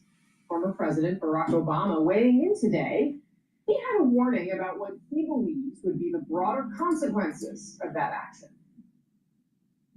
When you have military that can direct force against their own people, that is inherently corrupting. When you have what looks like a deliberate end run around not just a concept, but a law that's been around for a long time, Posse Comitatus, that says, you don't use our military on. Then why is it that the Democratic Party, that's super left-wing, Marxist, communist, social democrat, having our cities go into the gutter, destroying the economic prowess of this great nation?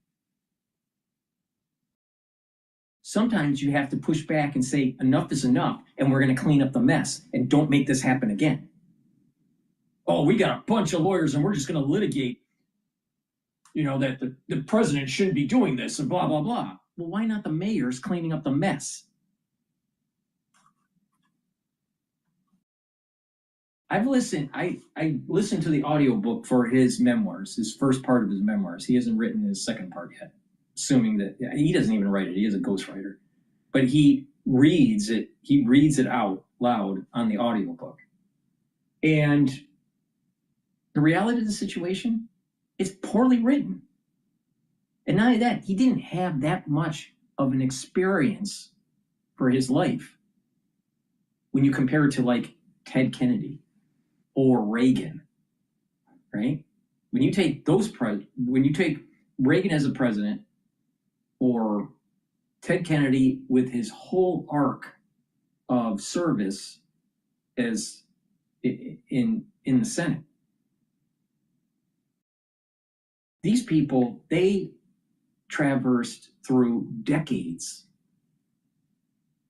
multiple decades of changing political perspectives. in the United States. The zeitgeist changed multiple times within their whole arc of being in public service. But Barack Obama, he wasn't that experienced. He just kind of came onto the scene with very little experience. So there's not that much substance in his memoir. Now, there's funny things. I think that he actually, when he opens up, he actually can be a funny person. All right, I do think that. But when it came to, pushing a left-wing agenda, that was his forte. He's all about Marxism. This guy is a Marxist. But you have the sad thing is that a lot of these legal schools, they're not pushing out conservatives, they're pushing out liberals. And so when they get into politics, they're pushing a liberal agenda. And a lot of these liberals, they are either leaning towards socialism or Marxism, or they're deep into it. And unfortunately, very elite schools are minting these students.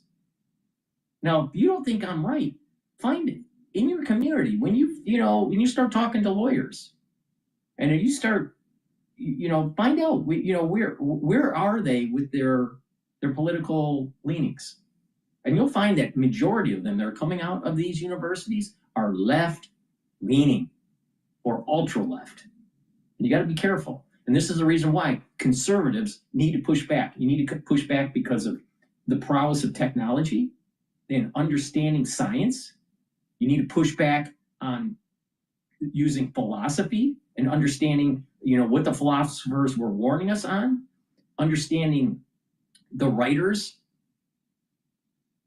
the novelists that were warning about socialism, that were warning about collectivism, understanding economics, the differences between Hayek and Keynes, the problems with capitalism and how to improve it, but also the benefits, the virtues of capitalism versus the hellhole of Marxism. And when you push back with logic, when you push back with knowledge, when you push back and say, I will not accept your liberal bullshit, even if you're an ex-president of the United States, even if you think that going after Barack Obama seems to be racist, if he was a failed president, you need to call him off on it. Now, not even Biden had something good about his presidency. I can't think of one yet, but I'm sure there was something good about it. Everyone has something good and bad about the presidency. The question is when you put all the bad on one side of the table and all the good on the other side of the table, presidents have more of one side than the other. Barack Obama, when you add it all up, when you look at the final analysis, he was a failed president. And it's self-evident in his memoir because there's a lack of experience. There's a lack of going through an arc of history. And this is the problem when you just pick someone because he's a certain race or a she because they're a certain race. So what Barack Obama was, he elevated because there was a financial crisis. People were scared. They bought into manufactured consensus. They were told that he was going to give you change and make things better. But did he? Did he? I'm not so sure about that. Did he? You're telling me that the Federal Reserve wouldn't do TARP if it wasn't for Barack Obama? TARP would have happened no matter who the president was, including McCain. So the president had nothing to do with it. Nothing. Now he'll take the credit. He'll also take the fall. But we're still learning. We are still feeling the effects of the massive balance sheet ballooning of the Federal Reserve. This is part of the reason why UK is in trouble. They can't unwind it. They're having a hard time unwinding these balance sheets. Mr. Socialist. Right there, Mr. Socialist.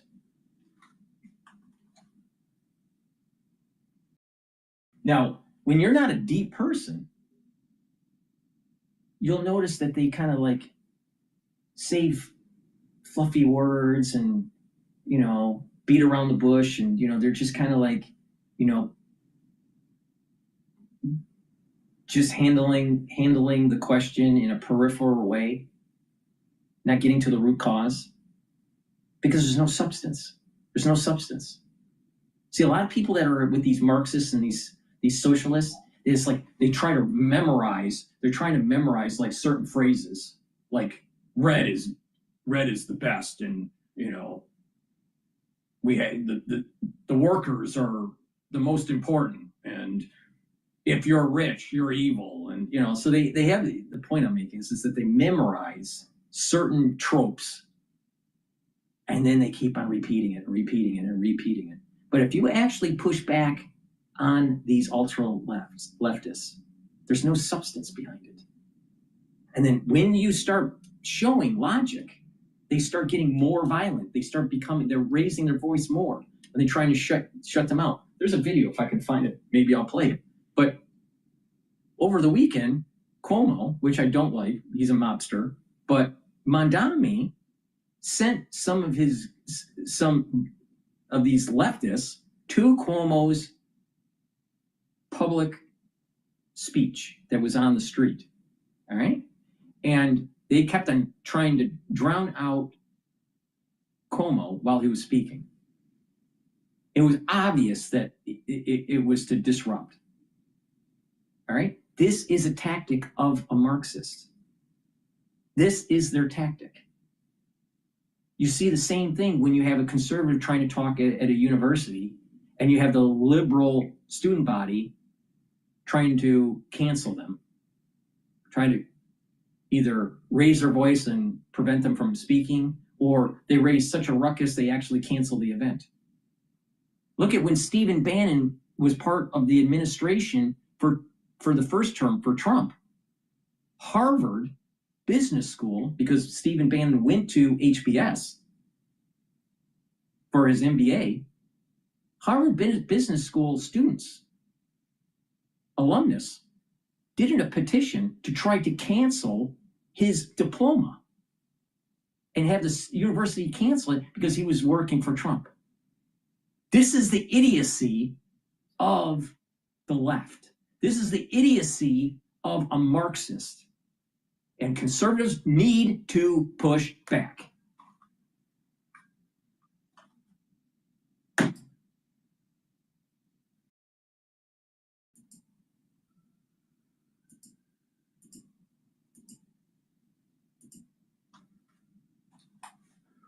That is inherently corrupting. When you have what looks like a deliberate end run around.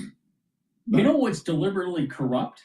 Having mayors letting prisoners out, causing more havoc, doing no cash bail, not being tough on crime, you know, letting the city go to shit. What about that? If the city was clean, if the city was safe, Trump wouldn't need to do what he's doing. But it just so happens that, why is it that the Democrats just want their city a shithole? Oh, you can ask Congress for more money. And when more money keeps on flowing in, because you need social programs to help the people because they're living in poverty, they can skim. They can skim the money. There's corruption. So the more problems you have in your state, you can ask for more money from the federal government or the state government, and you get it, and then you can get a little bit of a take. You can get a kickback. Amazing how that works with the Democrats. If your city is doing well, and people are safe, and they have food, and they have jobs, there's less requests from the federal government for money. And less requests from the federal government for money means less kickback. Oh, so who's the corrupt one? The Republicans or the fucking leftists?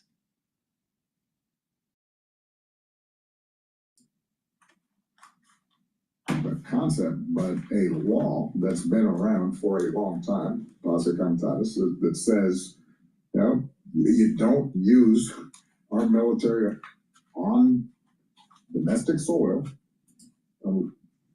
We got a lot of laws on the books saying corruption's bad, and they need to be, and politicians need to be prosecuted.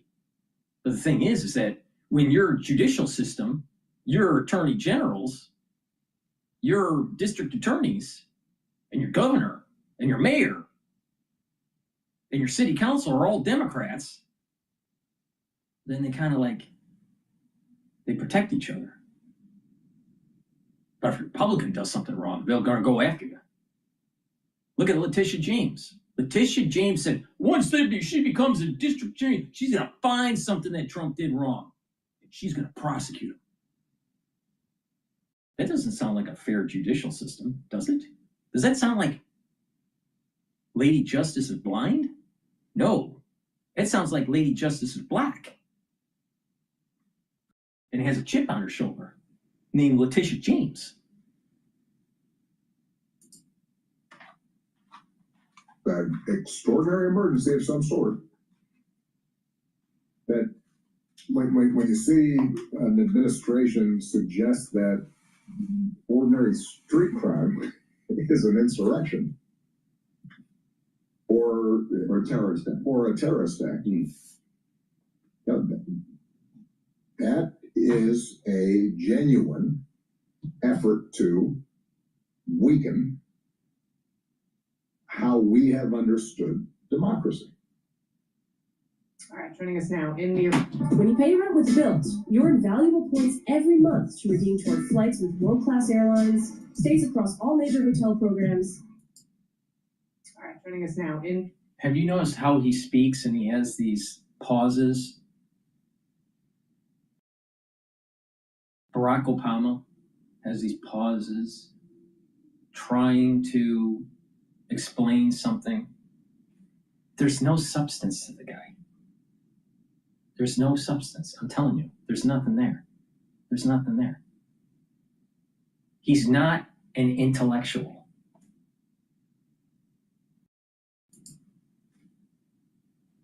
Marina, CNN legal analyst Elliot Williams and CNN chief national affairs correspondent Jeff Zeleny are here. Great. So we're on a state-sponsored news network called CNN. And we're going to have them litigate on CNN about what Barack Obama just said and how bad Donald Trump is. So let's listen to the experts, the lawyers. That's another problem with this country. Not only do we have people that are eating too many fucking Pop-Tarts with protein fortification, we have too many fucking lawyers. Not enough engineers. The text chain is also joining us there on the left side of your screen. They're going to have additional analysis for you while we continue to chat here.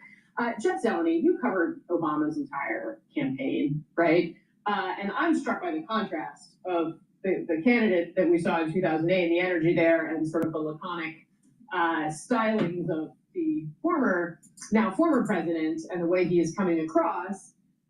He has not said a lot. That was more than really he has said in the past about the country, the president, and what he clearly seems to think is a slide toward authoritarianism. What do you make of his decision to kind of enter the chat in this way, so to speak, and the message that he has? Look, he's been doing it with increasing frequency after being relatively silent throughout much of the first Trump administration. Let me get this straight. I'm sure that the experts, I mean the lawyers, aren't going to say this.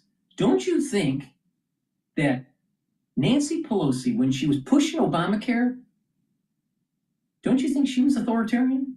She told the House, Republicans and Democrats, don't read the bill, just vote yes. And then after you vote yes, then you can read the bill. What? Yeah, that's what happened. Don't you think that's a little authoritarian? I digress. It was a little awkward for him to speak out. He's been speaking out much more this year, I think, than he probably has over the last almost 8 years combined. Look, he came across. You know why? You know why? Do you know why? The reason was one, Harris was late to the whole election party. She only had 107 days to run.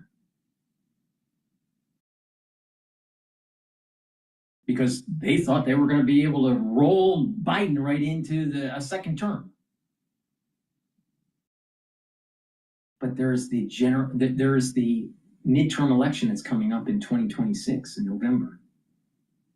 And if they can create such a stir to have more hate against Trump, that maybe some seats will switch to the Democratic Party. So he's going to do all his effort to try to get the Democrats back and win the House, maybe erode the Senate. But the point here is that he's not on the side of trying to help America become a better place and make the world a peaceful place. He wants power. This is the problem with the Democratic Party. It's all about power. And when there's conflict, disruption, problems with your city, that gives them a stance to try to convince the voter through manufactured consensus that their party is the answer, even though their party is actually the problem, not the answer. Let's listen more to the experts. The professorial, Barack Obama, a little bit above it, taking a look at it. What I was most struck by was his sort of admonition to progressives. And that reminds me of something that we heard from him actually pretty frequently. Don't let the perfect be the enemy of the good. He said this, he said, I'd say you can't just be a scold all the time. And he said progressives have a holier than thou superiority. So yes, he has some strong words to say for President Trump and the state in which the country finds itself, but also a little bit of tough medicine for Democrats and progressives as well. So I thought that was that's probably his biggest contribution to the chat, if you will, as Democrats try and rebuild themselves and rebuild their party out of the wilderness. He's trying to be pretty, trying to put his thumb on the scale in terms of the direction of the party. Is he right, Jamal? Well, first of all, I think he's back in his office. What's with the muted tan tones? The Oval Office looked that way. So I mean, it's like the big suit became a room. Listen, he is saying what is on a lot of people's minds about getting out there and talking about the creeping authoritarianism that people feel is happening in the country. You know, one thing about Barack Obama today is that he has a lot more freedom to be able to speak out. You know, he's the president, so he has immunity. So Donald Trump actually can't attack Barack Obama with his legal forces the way he's doing with other political opponents. That's not insignificant. And so the president, I think, has to step up and... Is he fucking dreaming? Is he fucking dreaming? Russiagate, the hoax. That came right out of Barack Obama's administration. The big question is can he be prosecuted for it? And I would say yes.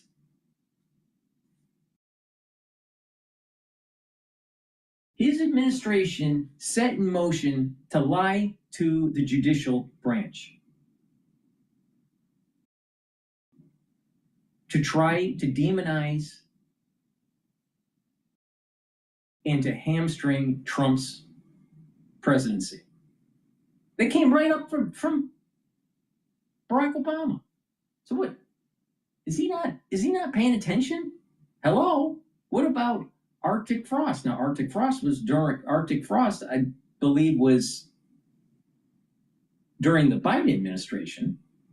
But the point here is that this Barack Obama's administration with the Russiagate hoax, right, and the surveillance of Trump's team and of Trump during the election, Trump wins, and then there's further deep state slow walking and trying to demonize and trying to hamstring his presidency and tarnish him so he would lose potentially an election if he survived the impeachments. Now, he survived the impeachments, all right? All of this, when you put it all together and you follow where was the genesis of this? This is coming from the Hillary campaign, and Barack Obama rubber stamped it and allowed for the surveillance. Use the FBI, use the CIA, and the Justice Department, the Department of Justice, was weaponized with the approval of Barack Obama. So where is he saying that he has immunity? What? Literally, that's treason. What he did was treasonous. Treason. And I'm pretty sure, even if you're a former president, you can be held for treason.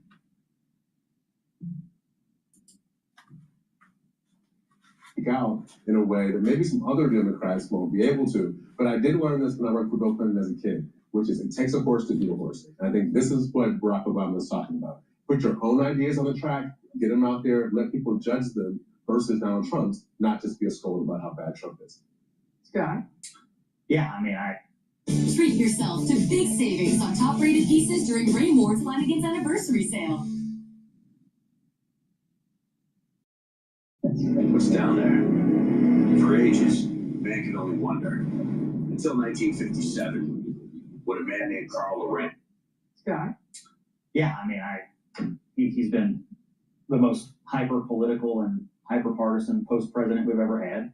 He's still acting that way. Yep. They're not over the fact that Donald Trump won the national popular vote last year. Yep. And they keep warning about the same things that they were warning and fussing about during the campaign. They're not even, and the Democrats aren't even paying attention. There are there's over 3,000 counties in the United States that are Republican. They're red. There are about 500 that are Democratic. Now, it just so happened that some of those counties are high density, like New York, but the majority of the country is Republican.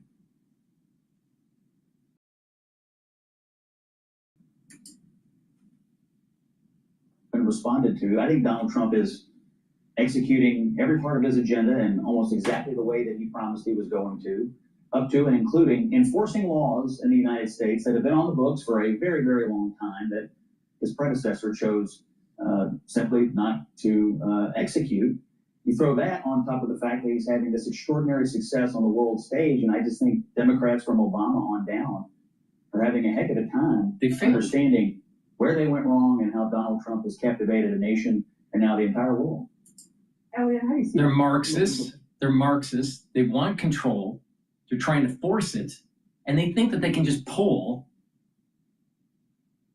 themselves into the presidency and into the legislative control. They think they can just pull and just, do focus groups. But that's not in the heart. That's not in the soul of the candidate and of the party. See, if you stay away from the over polling and the over clinics and interviews of individuals, and you stay a course, if you have some convictions and you don't seesaw back and forth based on polling, but if you stay with convictions, then you will fare better in the long run. See, the Democratic Party, they're always polling themselves to oblivion. And so it makes the candidate look disingenuous. Why does Trump look so good? Because he doesn't plan it. He doesn't take polls. It's whatever he's thinking. For better or worse, you get what you see. With Harris, it was like she couldn't articulate it right, but not just that, there was over polling to try to get to a certain demographic so you can potentially win electoral votes in this area of the country. It's over precise. And when you do this over precising polling, you lose because the candidate doesn't look genuine. It's like it's over toleranced.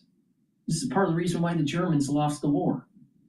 The Germans made weaponry with such tight tolerances that when it was in the field, it wouldn't work because of temperature changes or dust or dirt or whatever.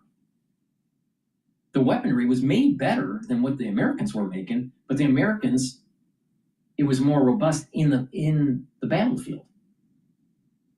Well, if you over tolerate something, in this case, over polling, and trying to get the candidate, the Democratic candidate, to be persuasive for a particular group of people, and it's really not within their heart, it's not going to look legitimate. And that's the reason why they keep on losing, because they think they can pull themselves into the presidency.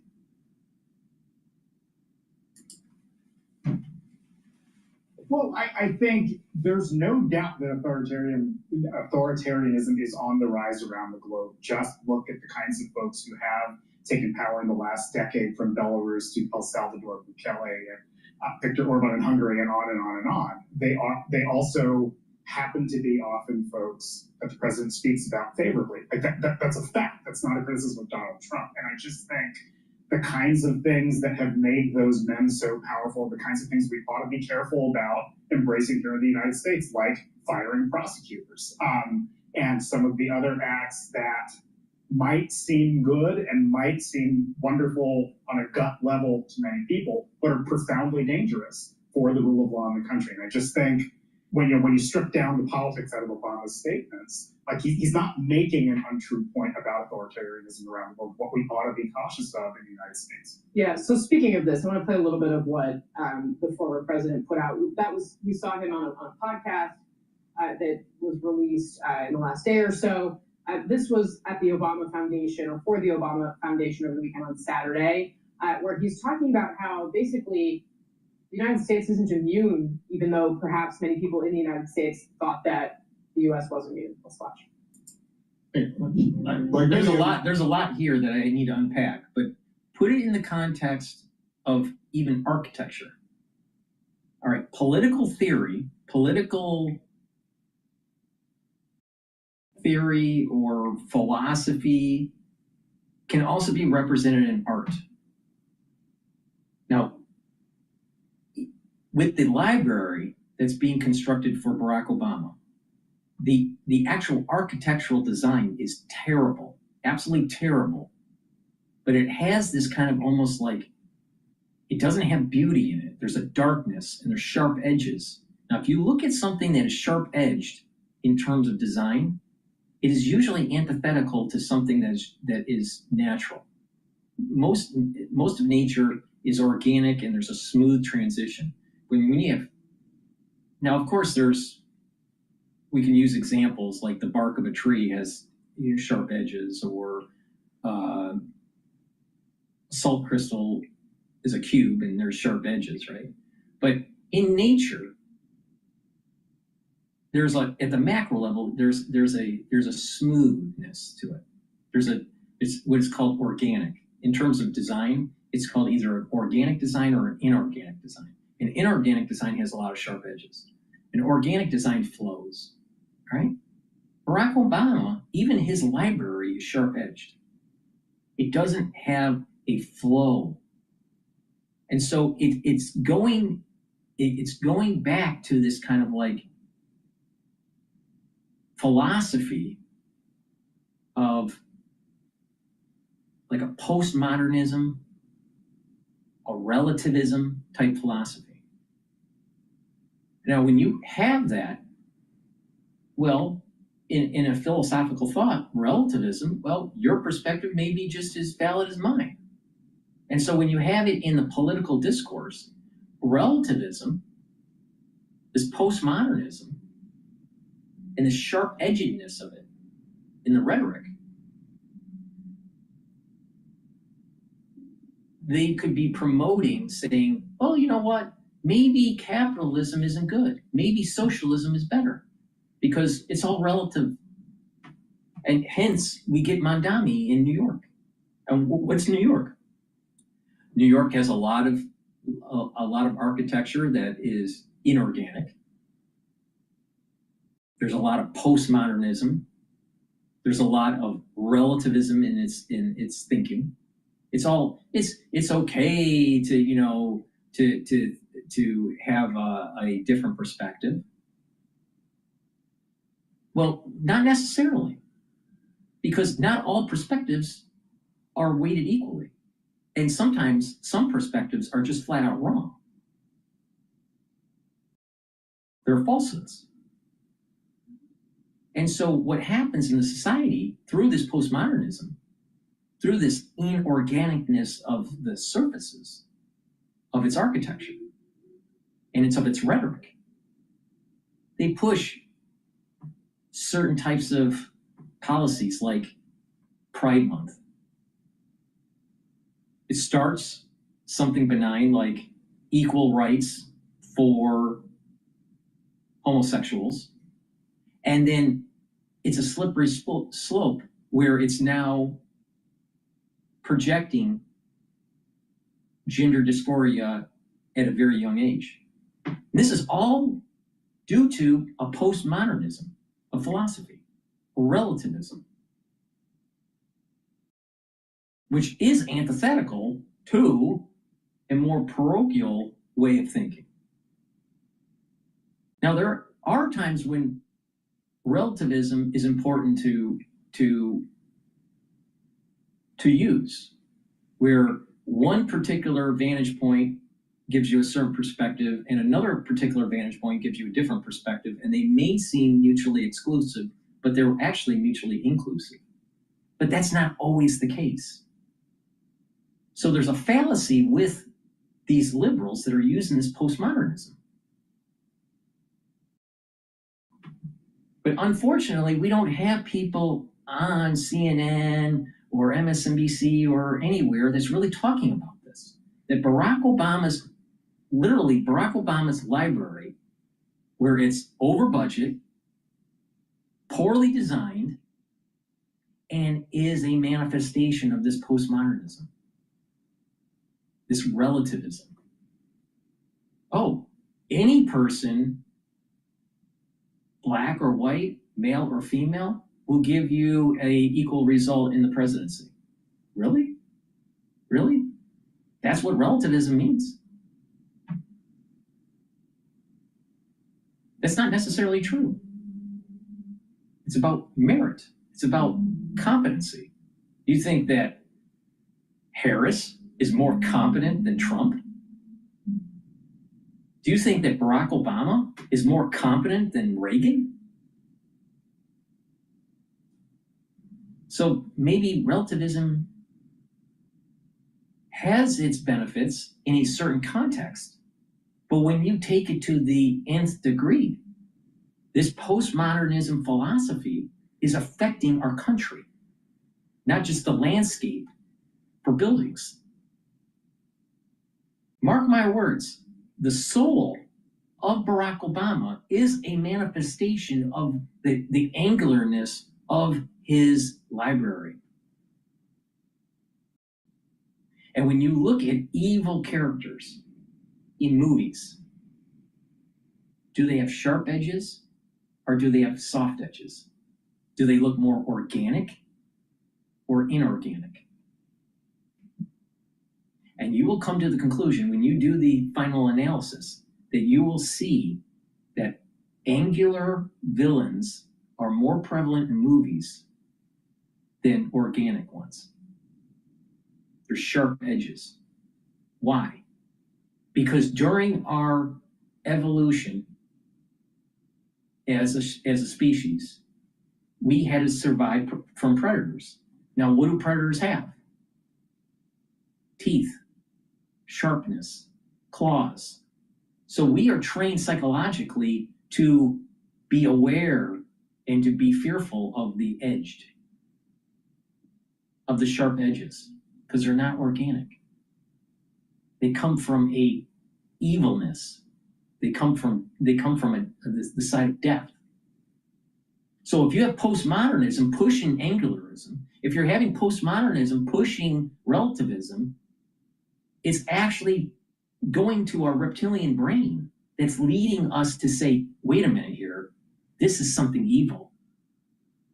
And this is why conservatives need to push back.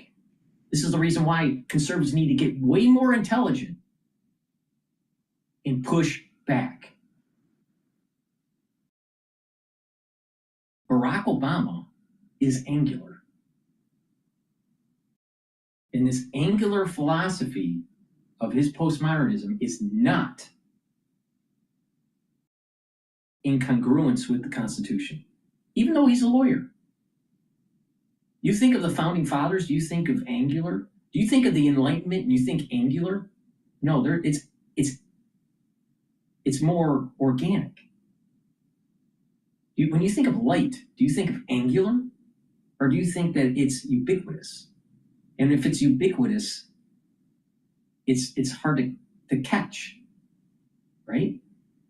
There's no angles when you see light. Well, maybe if it goes through a prism and blah, blah, blah. But you get the point that I'm making. That when a room is lit up, you don't see the angular. But this is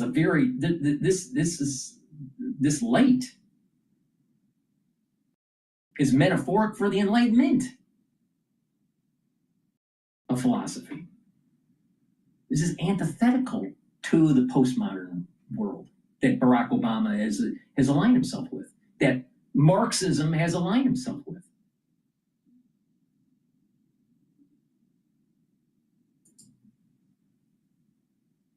I've become increasingly concerned about the rising wave of authoritarianism sweeping the globe. We're seeing politicians target civil society, undermine freedom of the press. And I'll tell you what. Weaponize. Now think about that. Black, right? Now, people that look at, now I'm going to be dissecting this a little bit here. Black person, all right?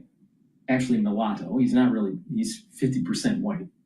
But the thing is that, what is he wearing? He's wearing a black suit, jacket, and a black button-up shirt. All right? Now, people that know how to dress usually have contrast. They don't wear all one color. All right? Now, sometimes in certain cases, you may, like a funeral or whatever, or if you're Gothic or whatever. But the point here is that usually you have contrast. With the skin, he might contrast with a red or a yellow. But why would you wear all black?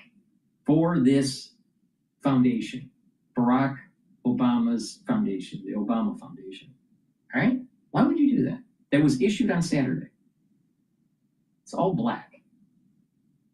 Now, where did I say about angularism and postmodernism? Where's the light? There's not light, there's darkness. You're seeing it right here in this video.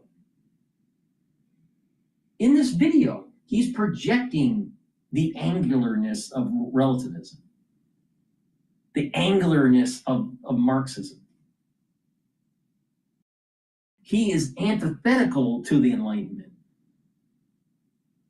Now let's continue. The justice system. And no one is being spared. Even countries that thought they were immune from wholesale assaults on democracy now understand we're all part of this struggle. I will admit, Jeff, to being slightly... There's a reason nightclub bouncers make such great diet coaches. I just want to get an ice cream sandwich. That is not on the list. Just like there's a reason more... I will admit, Jeff, to being slightly distracted by the soundtrack.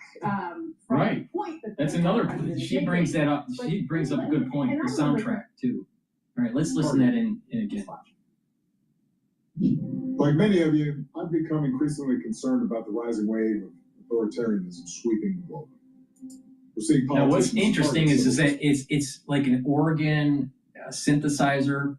And it's like, but there's a little bit of ding, in the background.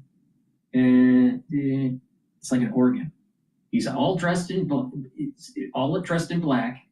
and there's a slight, it looks like a slight white t-shirt right underneath, like an undershirt, just hinting like he's a reverend, like a priest. Just slight hint, right at the collar, because it's unbuttoned, so it's all black, just a slight hint of it. So he's playing to the black constituency that gets their politics at the church. So it's the people that did this video, they knew exactly what they were doing. It wasn't like he just went into his closet and decided to just randomly pick a black shirt, a white undershirt, and have a black suit on, and then have an organ playing in the background, or that synthesizer that hints at just softly an organ. And authoritarianism? He's talking about authoritarianism? All right, so the sound is really, really strange, but he's trying to play like this priest, there's a little bit of a priestly thing about him. Now, this blackness also is not, this is inorganic. It's not organic. This goes to this whole relativism and postmodernism stuff. But okay, so we have that. Let's continue playing this. Undermine freedom of the press, weaponize the justice system. No one is being spared. Okay, I want to rewind this. All right, so that noise in the background is interesting. They did it on purpose. The United States thought that the U.S. was immune. Let's watch. Like many of you, I've become increasingly concerned about the rising wave of authoritarianism sweeping the globe. We're seeing they're confusing authoritarianism with nationalism. That's what they're confusing. Countries are starting to push back on globalism. Now, what is globalism? Globalism is trying to circumvent your constitutional rights, your ability to mint coin for your country, and your ability to protect your borders. Why? Because the transnational capitalists don't want borders. They don't want strong nations. They want an uber government. That's what he's promoting here. All right? Smooth talker, but you got to really listen to the whole context of this. Think through it. Nations target civil society, undermine freedom of the press, weaponize the justice system. Oh, no one is being spared. Right. So freedom of the press, he's saying that Trump is preventing freedom of the press because he's going after individuals that are saying things and he sues them. And he's weaponizing the judicial system. Well, wait a minute. Didn't Barack Obama weaponize the judicial system on Russiagate? And surveil Trump during his presidency while the election was taking place for 2016? And was in bed, not literally, but figuratively, with Hillary Clinton to try to win? So didn't he weaponize the judicial system?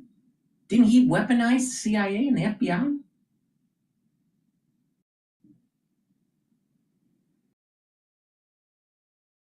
Now, what about the freedom of press? It was under his administration that they modernized the Smith Modernization Act. You know what that does?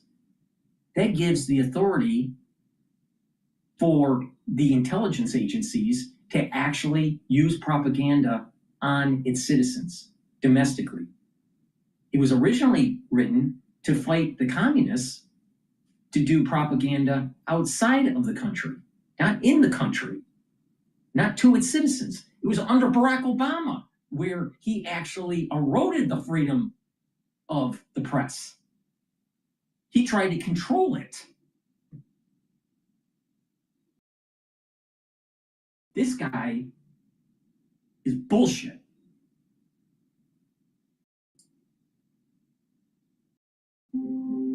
Even countries that thought they were immune from wholesale assaults on democracy now understand we're all part of this struggle.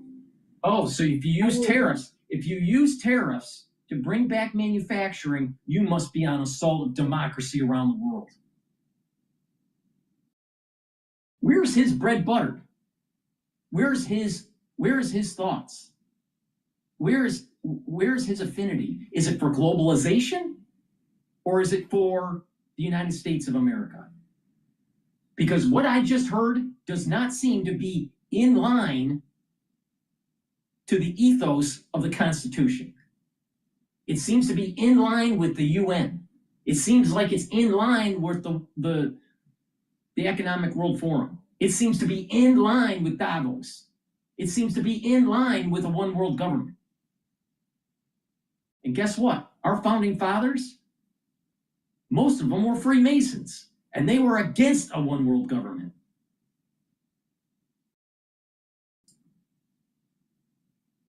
To being slightly distracted by the soundtrack from the point that the former president is making. But basically, I mean, and I remember thinking this too, or I should say, if you covered Capitol Hill before January 6th, right, there was a sense from so many lawmakers in both parties, but with, certainly with Republicans, that something like what then happened on January 6th couldn't happen here. He seems to be saying broadly that the world is different now, and that the things that we have seen happen in countries that have here's something that conservatives really need to pay attention to. And if you're watching, take some time out of your busy schedule and try to learn about philosophy and learn about the history of Rome. All right? Really important. It started with kings. There was a king. It was under a kingdom and kingship, and eventually merged towards a republic, the Roman Republic, and then it ended up into the Roman Empire. All right, so there were these three main epochs. But the big point here is that as the society became larger, it needed to have more representation. And that representation was going through this republic. All right, you had the Senate, right, and then you had an overseer, and then you also had the plebs that eventually started having some power. All right, our founding fathers tried to learn from the republic and why the republic failed in Rome by setting up a Senate and a House of Representatives and an executive branch and a judicial branch. All right? So it was learning from the reasons why the Roman Empire was having problems. But the thing here is that as societies have this arc and there's corruption that starts to take place within government, maybe because of a deep state, maybe because of people on the take, maybe because of the cost of running a campaign, there may be multiple reasons why this is happening. But there's a corruption that takes place, and representative government starts to falter. So what happens is that it opens up for an emperor, in the case of Rome, to take hold, because the Senate became inept. Now we're starting to see that our legislative branch is becoming inept because of all the infighting. And you can see in a future time period, not during Trump's administration, I'm talking maybe 100 years from now, maybe 150 years, 200 years from now. I don't think it's anytime soon. But there's going to be a time where the legislative branch is so corrupt and so dysfunctional that when there's a shutdown, the president of the United States is going to actually become the first emperor. And all you got to do is just look at what was happening in Rome during this transition from a republic to an empire.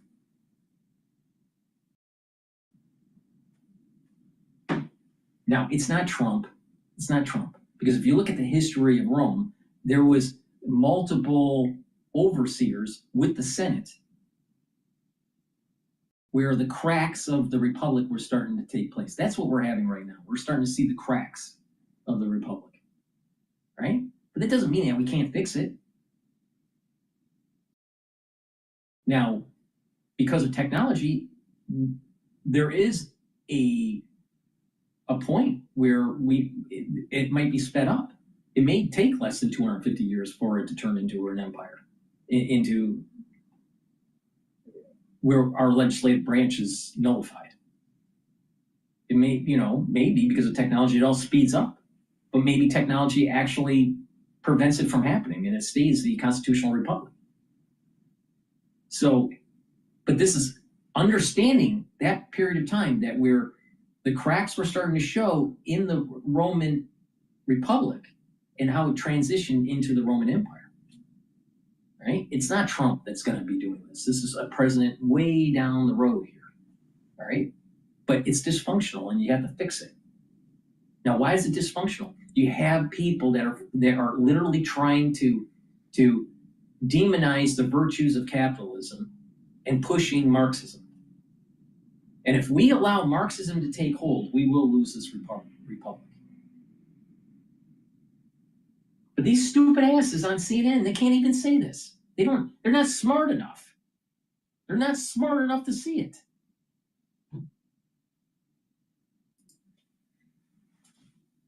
I mean, regimes that it could happen in the United States. Look, I mean, I think this is very much a post-January 6th conversation, obviously, and I think that he is talking about. What was the reason why January 6th happened? One, people were stressed out because of the crisis of 2020, financially and through their health. They started seeing a government that wasn't paying attention to the needs of the people, which was exactly the problem with the Republic of Rome, and the Senate wasn't paying attention to the plebs. You had FBI agents that were goading and trying to corral an incident to take place. You had the impropriety of elections. No one has done a full audit of the code in these machines. They didn't even do a full audit of the actual ballots. They certified, but they didn't audit. Audit is different. Audit is taking a look at where are problems with the machines, where there are problems with the mail-ins, where there are problems with the voter rosters. That didn't take place. They just had governors stamping an approval. They didn't do a full audit. Because if you did a full audit, you would actually see that there was improprieties. Now, you can use statistics to do inference. And when you look at statistics, what's the statistical probability of a jump diffusion for Biden at 4 a.m. the next day with a bunch of mail-in ballots? And then realize that all these mail-in ballot boxes were supported by tech, Zuckerberg. And Zuckerberg literally thinks that he's a Roman fucking emperor. If you don't believe me, Google it.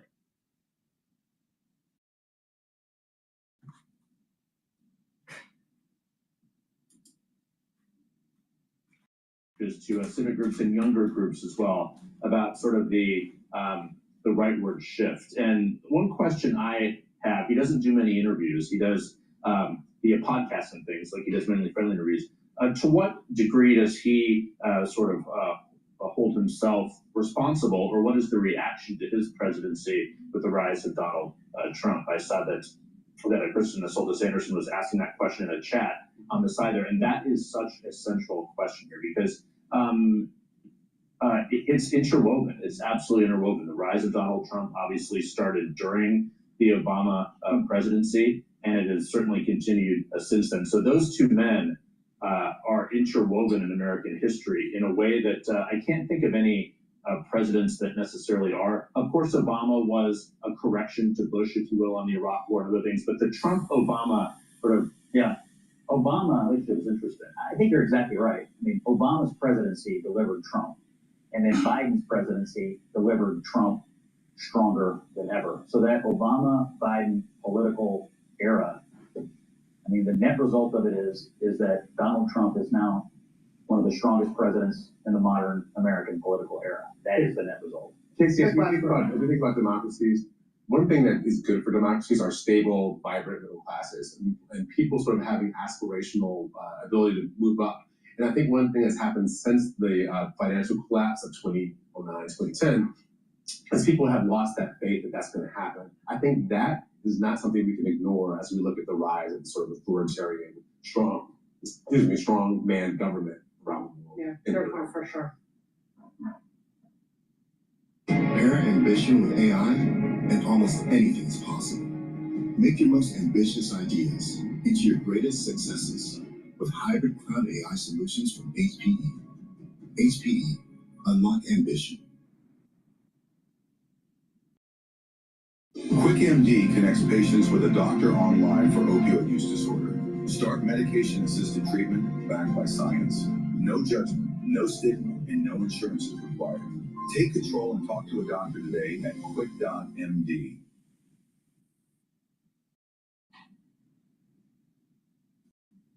Well, look who's here. Former Speaker of the House, Newt Gingrich, joining us.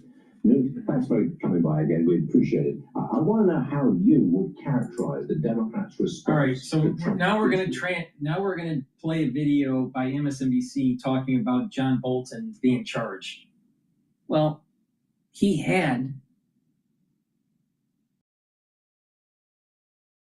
information in his possession that was highly classified. He's not supposed to have it. The president can have it, but a vice president can't. A national security advisor can't.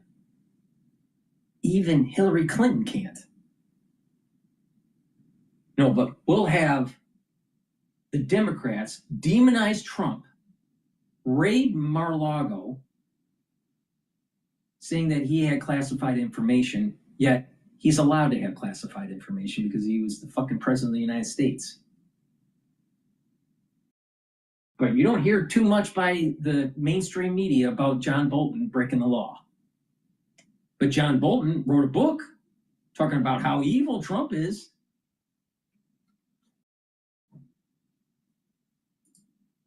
Conservatives need to push back to save the republic. Or heaven forbid, we have someone like Barack Obama or worse that ends up becoming an emperor.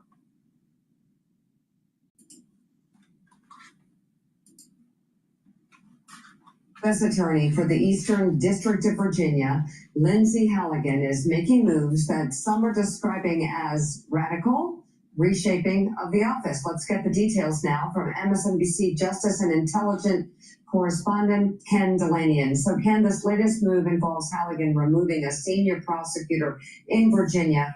What can you tell us?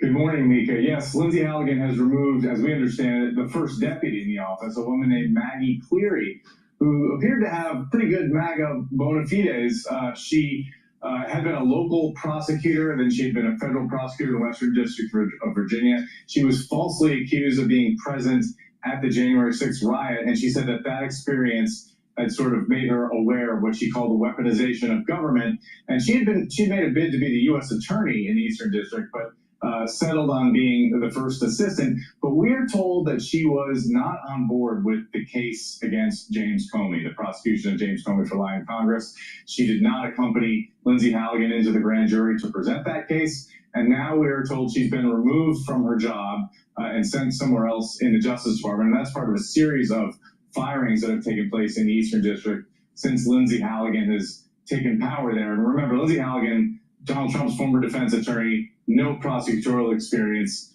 She had been an insurance lawyer, and now she's in charge of one of the most important U.S. attorney's offices in the United States, guys. So Ken, Cleary's crime here was...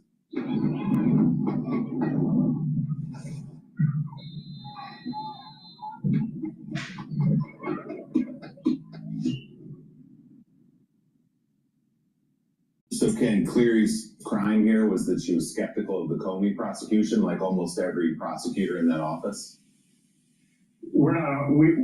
Lindsay Halligan is not reading out her decisions to us, Willie, but that is certainly one of the factors that we are told went into her removal from that position. Let me ask you about Maryland as well, Ken. You report on the acting U.S. attorney there moving forward with criminal charges against President Trump's former national security advisor, John Bolton. What more are you learning about that? Yes, so the John Bolton case, we are told, is not seen in the same bucket as, say, the James Comey case and the case against Letitia James, the New York Attorney General. There actually seems to be some significant evidence in the Bolton case. Remember, First of all, Letitia James did tax fraud and mortgage fraud. Comey lied to Congress. Bolton has the deep state in his mustache.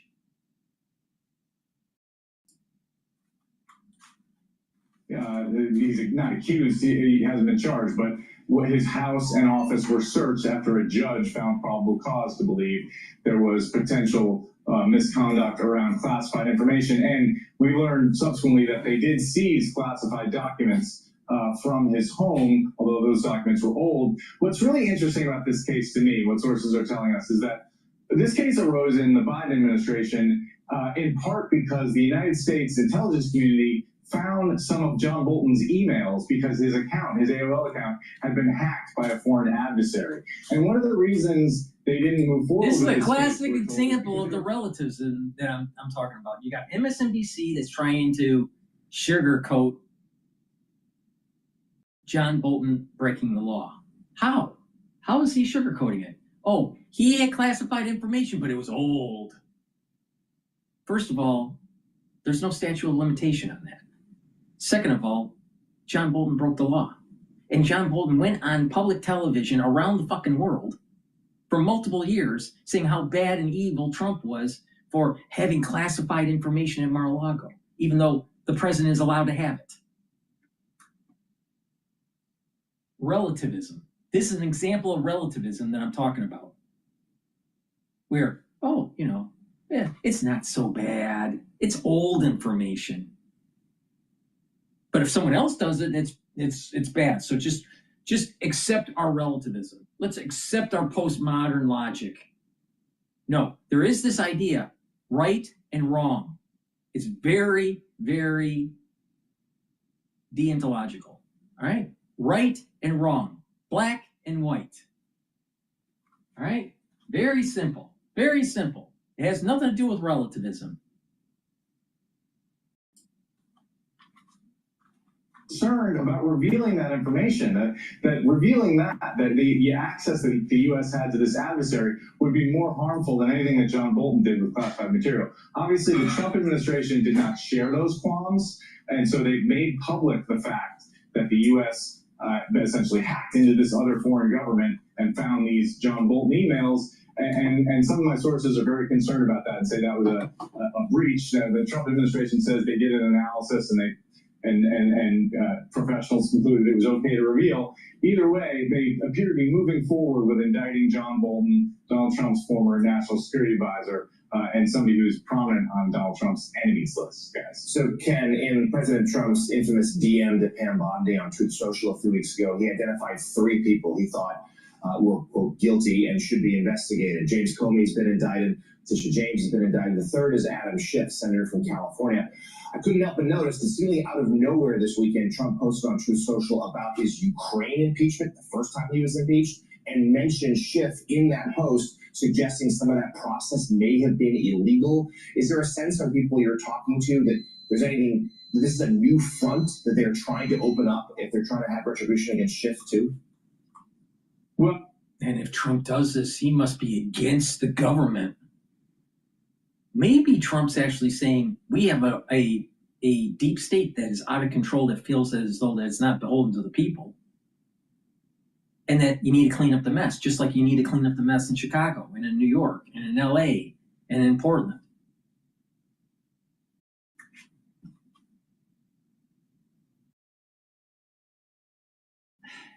It's amazing. It really, I've lived enough to see the arc, all right?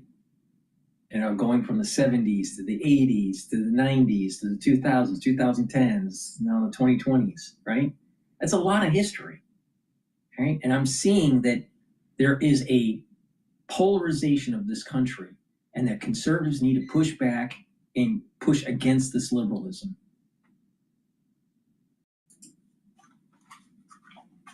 Jonathan, that's an interesting question, because what we hear is that there are certain people in the MAGA world who want to bring a sort of holistic prosecution.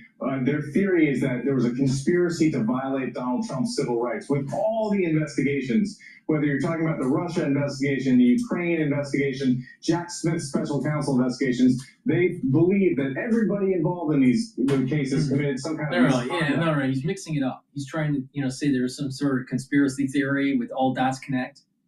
There was coordination. Come on. Look at Letitia James and what was going on. Look at what was going on with Comey. Look at what was going on with Biden. Look at what was going on with Barack Obama and Hillary. Look at what was going on with Nancy Pelosi. There was a concerted effort to try to slow down Trump's first term, because they knew, because they thought that he wasn't going to win. And this was all going to be swept under the rug under Hillary Clinton, because Hillary Clinton was tied to it. But because Trump did get in, but Trump was too stupid and surrounded himself with people that were protecting the deep state, they slow-walked his policies, they demonized him, they tried to impeach him, and they thought, okay, you get rid of him in the second go-around, which they did. All right? And they were afraid that they were afraid that Trump was smart enough to find out. Now, unfortunately, he was not smart enough to find out during his first term. He surrounded himself by a bunch of deep staters that weren't for his policies or his administration. They were for the deep state. That was definitely obvious with Sessions, with the DOJ. That was definitely the case with the Pentagon.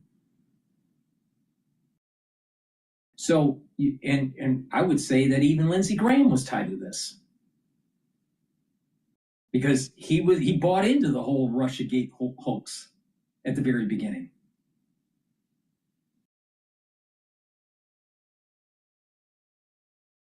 So it's important to look at this from a wide-eyed perspective, that Trump wasn't smart enough during the first term.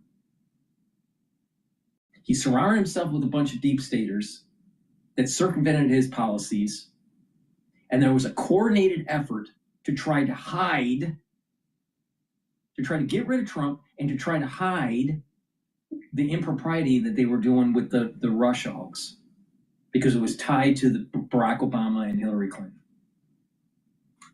That's what happened. Now, Trump and his staff wasn't smart enough to get that out to the public. But for sure, they were afraid. Remember what happened during the election night in 2016, and how Hillary Clinton wasn't willing to go out to the public and concede, and that she was throwing stuff around and saying, swearing up a storm and saying that they need to fix it, because she knew that Trump and his team would have access to what they did. Now, why didn't Trump go after Hillary? Why didn't Trump go after Barack Obama?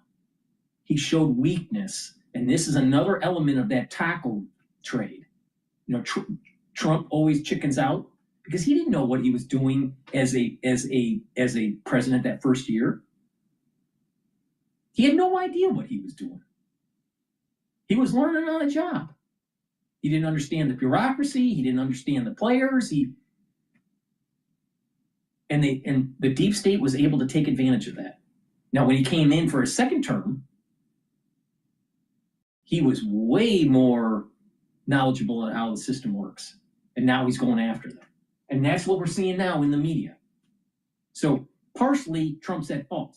Why? Because he should have been smart enough and surrounded himself with people that would actually push his policies instead of surrounding himself with a bunch of deep staters. So he was wrong. It was part of his fault was his first term. His second term, he's hitting on all cylinders, and the media is oh, you're going after people. It's retribution. No, what it is actually shining a light that there was literally a coup. There was a coup that took place under Barack Obama, or they tried to do a coup.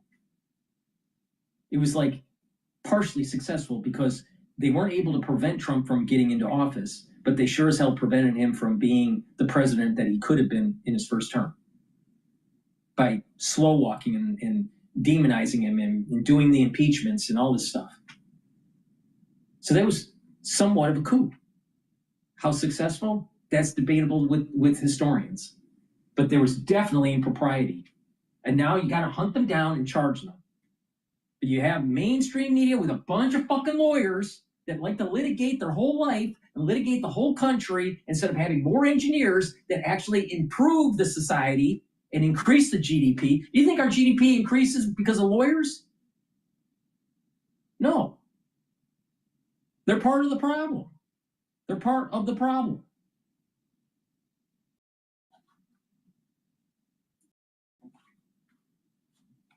And abuse Donald Trump's rights, and they're trying to sort of bring this massive case in their fantasy. And the reality is there isn't any evidence to support any of that. If there was, we would have seen it because the Trump administration has had control of the records for 9 months now. And so even the way they are distorting and bringing marginal cases. Some of the records could have been destroyed. Some of the people in the deep state are still slow walking this. Look at what's happening in the DOJ. When they wanted to prosecute someone, you have people, lawyers, that say, I'm resigning because I don't believe in Pam Bondi and what she's doing. Or retiring or quitting the force for the FBI because they don't believe in Kash Patel. So the deep state's still in action here. Now, are they as effective as what they did in the first term for Trump? No, absolutely not. They're maybe only 10% or 20% effective, while they were 90, maybe 80 or 90% effective during the first term.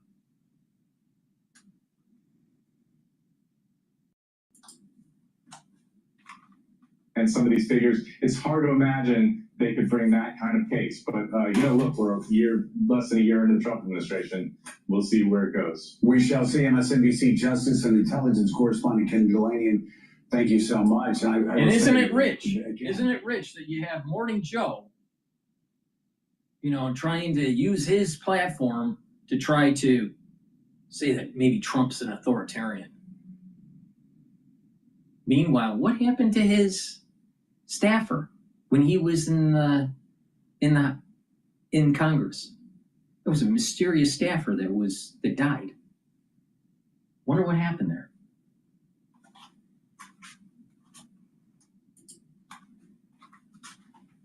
These political prosecutions are terrible. Exactly what MAGA world was being critical about in years past. As you look at Alvin Bragg and other prosecutions, I will say that you cross a line. You cross the Rubicon when you go after a sitting U.S. senator. All right. Now, what's the genesis of that term? Crossing the Rubicon or passing the Rubicon. That was when Caesar was coming from Gaul after his campaign and went back to Rome. And he passed the Rubicon, literally. So we're starting to see kind of like these little hints in our prose, little hints of our history, our modern history, our contemporary history, and how it rhymes with what was happening with the Republic of Rome in Julius Caesar. You're starting to hear the little hints of it. Now, Trump is not Caesar, and he's not going to turn into an emperor. But what we are seeing is a representative government that's not listening to the will of the people because it's paying attention to the oligarchs It's paying attention to K Street. It's paying attention to the super PACs. It's paying attention to very wealthy individuals. And that is not sustainable if we want to maintain this constitutional republic.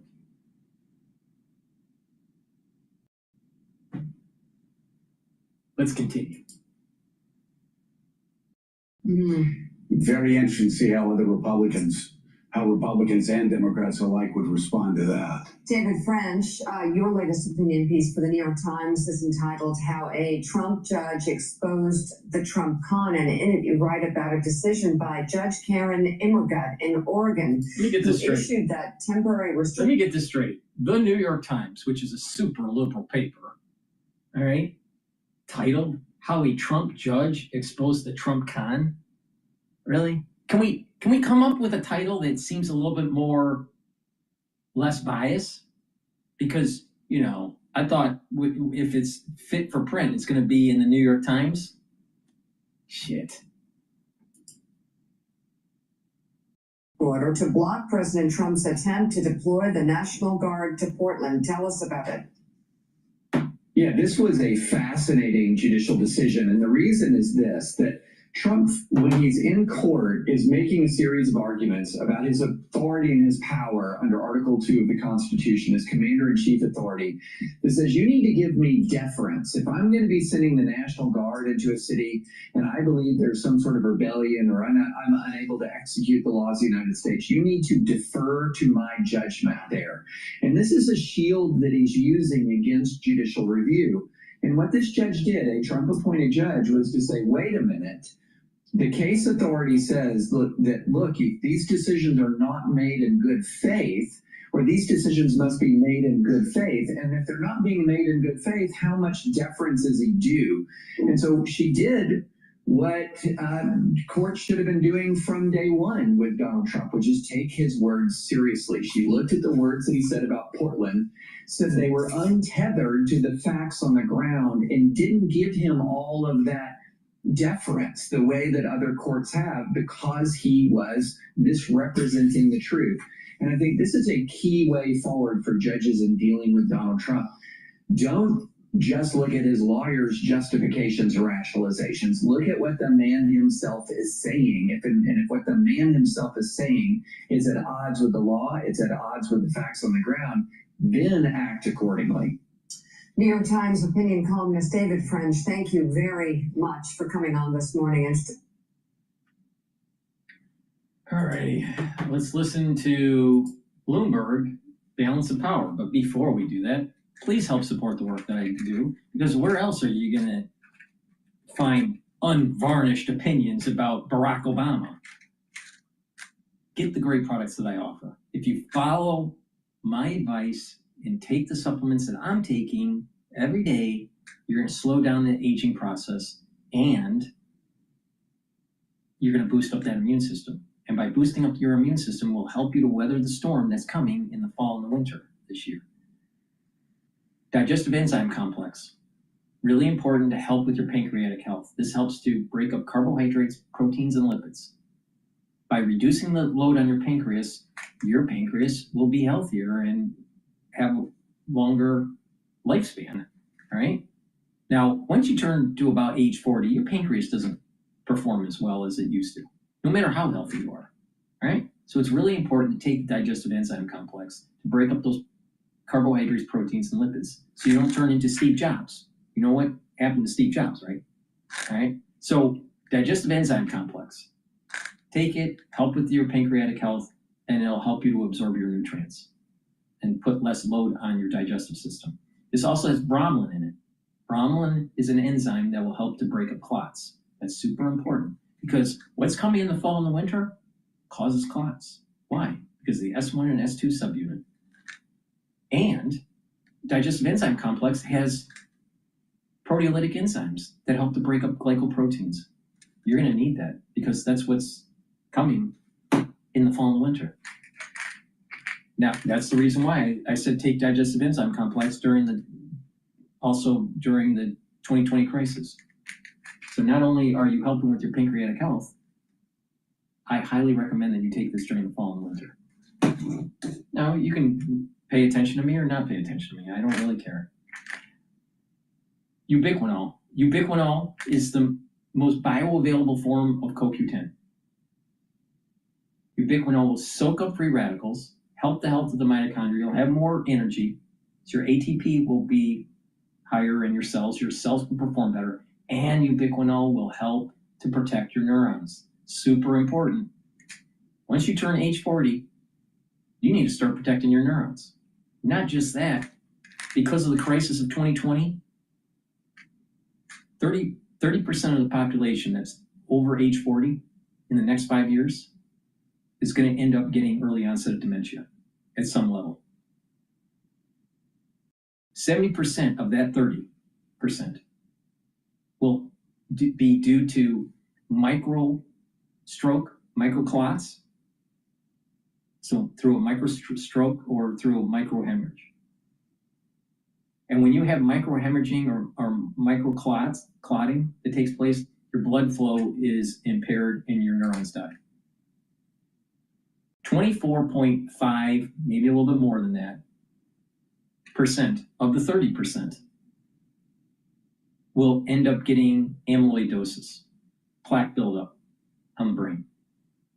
And less than 0.5%, closer to 0.1%, will be due to prion disease. Now, prion disease and amyloidosis they're similar because prion disease is a subset of amyloidosis. But both of those are due to misfolded proteins that stick together because of beta sheets. Now, it's really important to pay attention to me. If you protect your neurons with proper supplementation and getting better blood flow and creating a microenvironment, you're reducing the chances of the early onset of dementia. Now, you can pay attention to me or not, but there are a lot of adverse effects, what I call the shock wave from the 2020 crisis. Some of it's the big C. Some of it is autoimmune disorders. Some of it is a downregulation of the immune system, what I call AIDS-like syndrome. Some of it's dementia. So you better pay attention because I have not been wrong on this. Now, a lot of people want to just stick their head in the sand and pretend that things aren't happening. But guess what? Within 5 years, people that are 40 years of age or older, you're going to start seeing individuals having problems writing. You're going to start seeing people having problems reading. You're going to have people having problems speaking. You're going to notice them going, or having a hard time finding words, or they lose their thought, or they may have gait issues, or you may actually see them shaking a little bit, their hand, like a Parkinsonian shake. It's all going to happen in 5 years. 30% of the people that you know that are age 40 or older because of the crisis of 2020.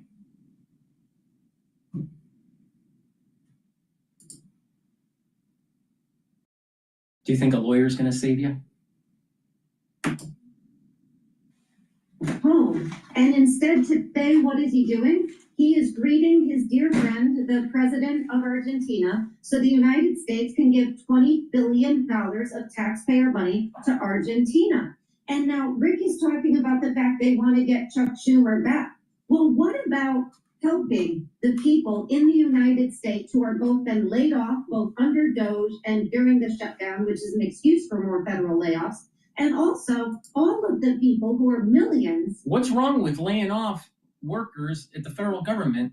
They're overtaxing us. Maybe less government is better government. You ever heard that? Why do we need government? Why do we need so much government? Now, I don't want anarchy, but the thing is that sure as hell don't need a bureaucratic state. Looking at the soybean issue, have said this is a mistake. And so I'm not sure this is about, wanting to pay the troops. I don't know anybody in the Democratic side who doesn't want to pay the troops or keep WIC going. But we should be investing in the American people. The government should be open, and they should be doing the work they have to do. Well, I'll bite on this because I've Wait.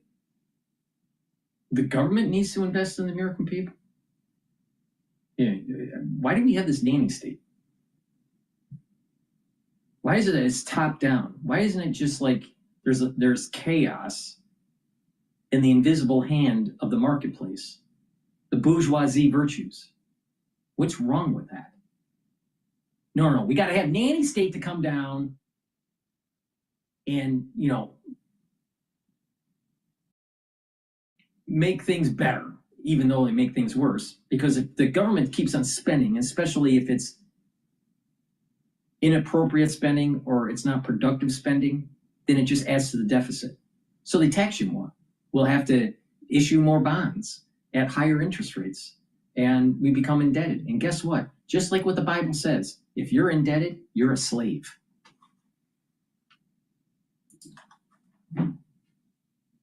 Secretary Bessent has friends who are involved in economy there, and they want to see Milei get reelected, and that's coming up. And he just got waxed in the Buenos Aires province by the Peronistas. So bad counter programming.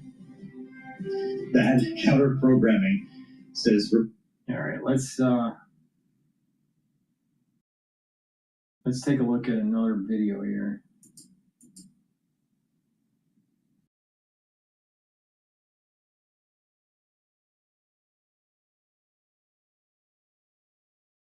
Let's listen to the Hill.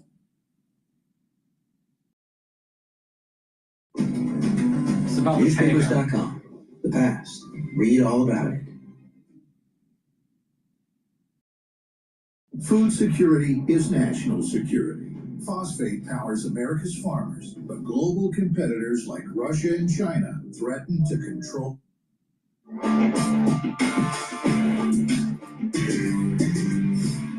Well, the Defense Department issued new rules for press in the Pentagon, and several major outlets are now saying that they're not going to sign them. These new rules bar journalists from accessing large parts of the Pentagon without an escort, and also stipulate that Secretary Hegseth can revoke reporters' credentials if they ask anyone in the department for information. Wait. Wouldn't that be stopping leaks? Wouldn't that be adding discipline to the Pentagon? What's wrong with that? What's wrong with adding discipline to the Pentagon? What's wrong with stopping leaks? Why does the press absolutely have to be in every room knowing everything? They don't. They don't need to know everything. They make their bread and butter on leaks. They make their bread and butter on leaks. Not approved for release. Now, Hegseth's team has set a deadline for today for reporters to acknowledge the policy in writing, and if they don't, they'll have to turn their badges and clear out their workspaces as soon as tomorrow. So what? In response, the New York Times, Washington Post, Atlantic, Reuters, Associated Press, CNN, and even the conservative network Newsmax have stated publicly that they will not sign on to those rules. Well, maybe they won't be there then. But think about CNN.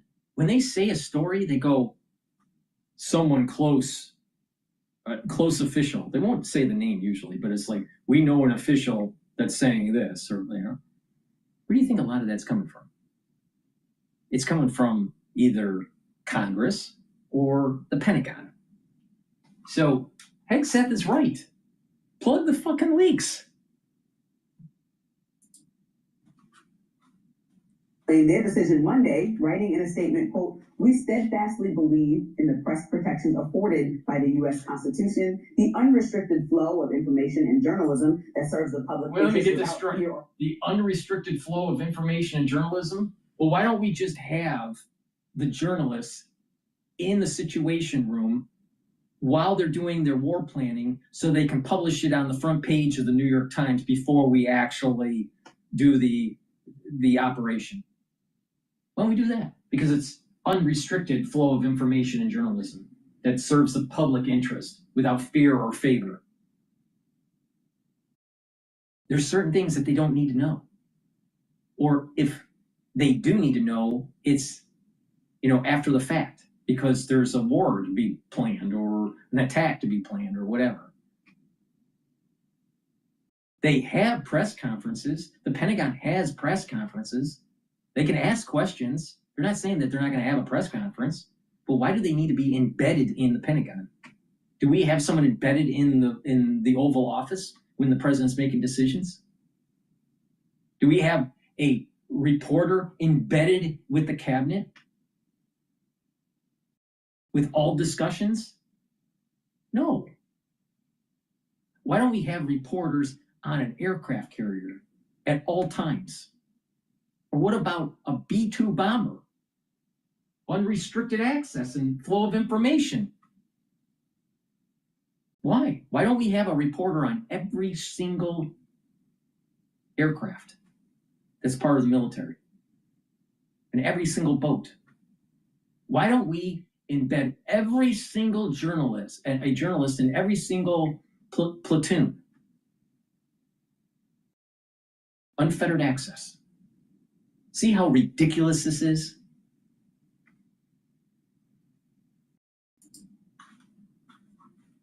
The Pentagon's new restrictions erode those fundamental values. And New York Times Washington Bureau Chief Richard Stevenson echoed Reuters' reasoning in a statement of his own words, saying, quote, journalists from the New York Times will not sign the Pentagon's revised press pass policy, which threatens to punish them for ordinary news gathering protected by the First Amendment. He continued, the public has a right to know how the government and military are operating. Meanwhile, Newsmax gave a less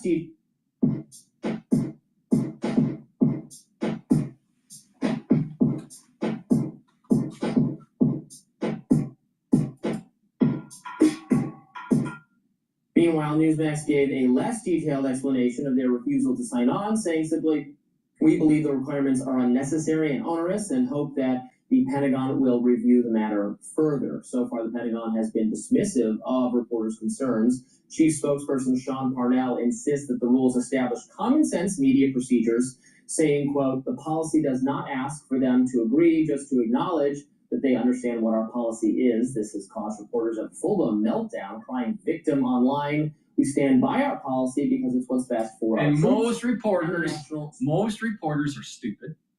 Most reporters are not intellectual. Most reporters do not have a science background. Most reporters are liberal. And they have a certain agenda to try to demonize the Republican Party and to promote the party of the Democrats. But not just that, they want to do gotcha. They want to try gotcha questions. They don't want to solve the problem. Back during FDR, which I don't think FDR was that great of a president, but his whole New Deal thing was actually illegal. But all the Democrats think that, oh, it was so great.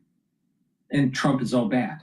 But their icon, their Lord FDR broke the law with the New Deal. All right, but put that aside.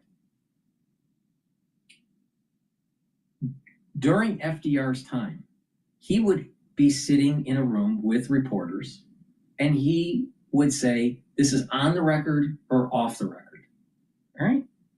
And he wanted to get the opinion of the reporters. So he would say, this is off the record. What do you think is, what do you think we should be doing in Appalachia? Or what do you think we should be doing with arming the UK to fight Germany? All right? And the different reporters would give you their opinions. That was a means to just get a pulse of the room. All right? Because these reporters knew their constituency, where they were reporting from. And then when he wanted to make a comment, he would say, this is on the record, and he would make a comment, and then they would be able to publish it. You can't do that today. Why? Because you can't trust the press corps. Because the moment you ask a question saying, this is off the record, what do you think we should be doing? They'll publish that. They'll write a book about it. Because there's no ethics. So who are they trying to kid? There's no ethics with these journalists. It's all about clicks, ad revenue, notoriety, trying to get viral.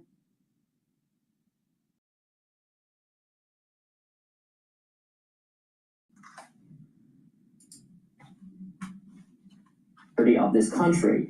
As for Secretary Hegseth, he responded to the Times statement on X with a waving emoji, which many took to mean goodbye. So there's a little bit of semantics going on. They're saying that reporters just have to acknowledge that this policy exists because the Defense Department has the right to set its own policy. It has the right to say there's going to be no press allowed, whatever, in the building. Whether that's a good idea or not is a different matter. So it's not really it's not like the First Amendment doesn't give me or journalists or anyone the right to just access the Pentagon freely. Now, do I think they should have to acknowledge that? Well, maybe they can acknowledge it, but I don't want. Bottom line is, if they obtain some information that was not been approved by the Defense Department for release, they're going to publish it, and that'd be the right thing to do. You could be in both ideological directions with that. What if they found out, what if Newsmax or Fox News or me or someone found out that they still had DEI or something going on in some aspect of the Defense Department, and that's something our viewers, readers, etc. want to care about? I'm going to write about that, even if it's embarrassing for the Pentagon and they wouldn't want conservatives to know about it. Still going to do it. So, yeah, some policy of silence that enforced by the secretary is not it's no bueno. Not going to do it. And I think what you want is accurate and impartial news, right? A journalist's job, whether it's for Newsmax or The Hill or News Nation, is to go in there and figure out what the story is through the truth. And so some people might not like how the truth turns out, right? And some part of it, charge might not, yeah. Right, some people in charge at the Pentagon might not like how the truth turns out, but by signing this document, you're agreeing that, okay, we are going to punish you if you're critical of us, basically, because it's not that you're unaware. Because before this, there would be public outcry, right? If the New York Times gets thrown out of the Pentagon because they reported a story that actually has a slew of facts around the Pentagon or something that's going on that they're not telling the American public, then the New York Times would look like they are amazing. Everybody would praise the story and be happy that they broke the news and had the whistleblower. But then now the Pentagon has the authority through signing this to say, get out, without the public having outcry because they agreed upon it, right? It's like signing a contract. And I just don't think that's how we want to run things. Obviously, I understand for national security, you don't want secrets about how we're going to,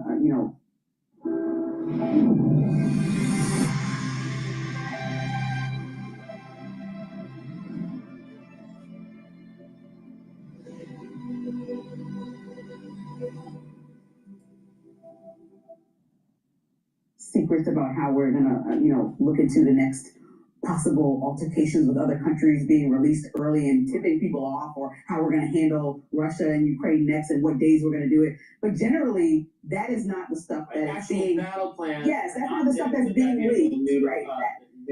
News outlets, because they understand the implications of doing something like that. Right. So I think by Hegseth and his team hiding behind the fact that they think people might release some sensitive information. No, it's only sensitive to the people that may be doing something a little bit unsavory and that America would find out about it. And I find it interesting, and I like that Newsmax has also signed on with this as much as the other outlets that you call. It could, as I said, it could affect in both directions. In any way. And there could be concerns conservatives have, even with a Republican-led Defense Department or a Democratic-led Defense Department, about how it's being operated. Again, the American people, right and left, should have access to more information. More of our government routinely keeps things secret because it wants to keep you in the dark. It wants, if it's not living up to conservative expectations, to MAGA values, well, we should be able to have that information and be able to hold them accountable. So I don't like that whole, well, it's at Pete Hegseth's discretion for what to release. Well, of course, he can operate that way, he can feel that way about it, but we should stand with news organizations on both the right and left that want to call to attention important stories, even if they're not pre-approved by the administration. And people should be aware on both sides of the aisle that this is a 4-year term. So whatever happens in the next election is going to affect the way we move forward. And if we do get someone, let's say like a Newsom, who wants to play this game that Republicans are playing right now, then what happens when Newsom, Taco Trump. So it's like, what happens when we go forward and the next person in charge is like, okay, we're going to make all these rules to affect Democrats. Like, I don't want to live in a country where we keep playing that ping pong. And I say this on so many levels. I say that they shouldn't have prosecuted Trump in the way that they did. And I think that Trump should not be going after Letitia James, Comey, everyone that he is. But this goes beyond that right now. We're talking about just simple press. Like, imagine Democrats saying, oh, we're going to kick Newsmax out of the Pentagon just because we don't like the way that they're reporting. Like, that's not the way that we want to live. We're getting closer and closer to that uncomfortable thing that I keep bringing up, which is state-run media. You don't want only positive news about either side coming out. And the fact that we have access to so many different perspectives now with YouTube and media that comes out online and the free press now doing their thing with CBS, we have unlimited information, sometimes wrong, and that's problematic, but unlimited. And so when President Trump is allowing new and young media to come into spaces while at the same time Hegseth is trying to block people from reporting anything true, these are like oxymorons. They don't make any sense. Either you're going to open it up and embrace this new media, or you're going to become antiquated and make people distrustful. Yeah, I like embracing new media, although some of the new media people they use ask very sycophantic questions, and it's not really hard-hitting journalism. Some of that is okay, because entertainment and personal flavor matter too. It's how people want to get their news, but still need a little bit of heart. Yeah, you got to actually do that. And the only part of the policy I don't have a problem with, and I don't know about this, I've not been to the Pentagon, I've not done reporting there, so I don't know. I can't imagine it's not a secure facility, but the idea of journalists just wandering, or I don't even know that takes place, but they can't just, if they can't wander through the building, do they wander through the building? I can't imagine that actually happens, but fine, they need to be escorted around. I guess pulling to the side somebody who doesn't like the current policy but works there but wants to be the whistleblower. They're not right about that. Gotta meet in gotta wear one of those overcoats and be in a parking garage. Exactly. Very deep throat type thing. I got a story for you. Coming up, House Minority Leader Hakeem Jeffries is offering some. Please go to my store, the-studio-reykjavik.com, and get the nattokinase. This is fibrinolytic. It's going to break up clots and help to control your lipid profile. This will help with your cardiovascular health. Super important to take every day. Vitamin D3 will help to absorb calcium. If you do resistance training, it'll also help to build denser bone. Vitamin D3 is a vitamin that will help with gene expression because it's a cofactor. And vitamin D3 helps to get rid of cells that need to go into apoptosis. Super important. Take vitamin D3 for the fall and the winter, and it will reduce the severity.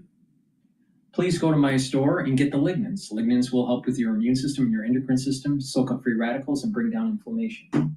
Turmeric brings down inflammation and soaks up free radicals. And ashwagandha root helps to control cortisol levels and blood glucose levels. When you stack these together, guess what? You're helping your immune system. You're helping your cardiovascular system. And by bringing down inflammation, you're helping your brain function. This is a very powerful stack that you should be doing. And this, if you take every day, will help to slow down the aging process. But you really need this during the fall and the winter to boost up that immune system. Because guess what? This fall and the winter is going to be problematic.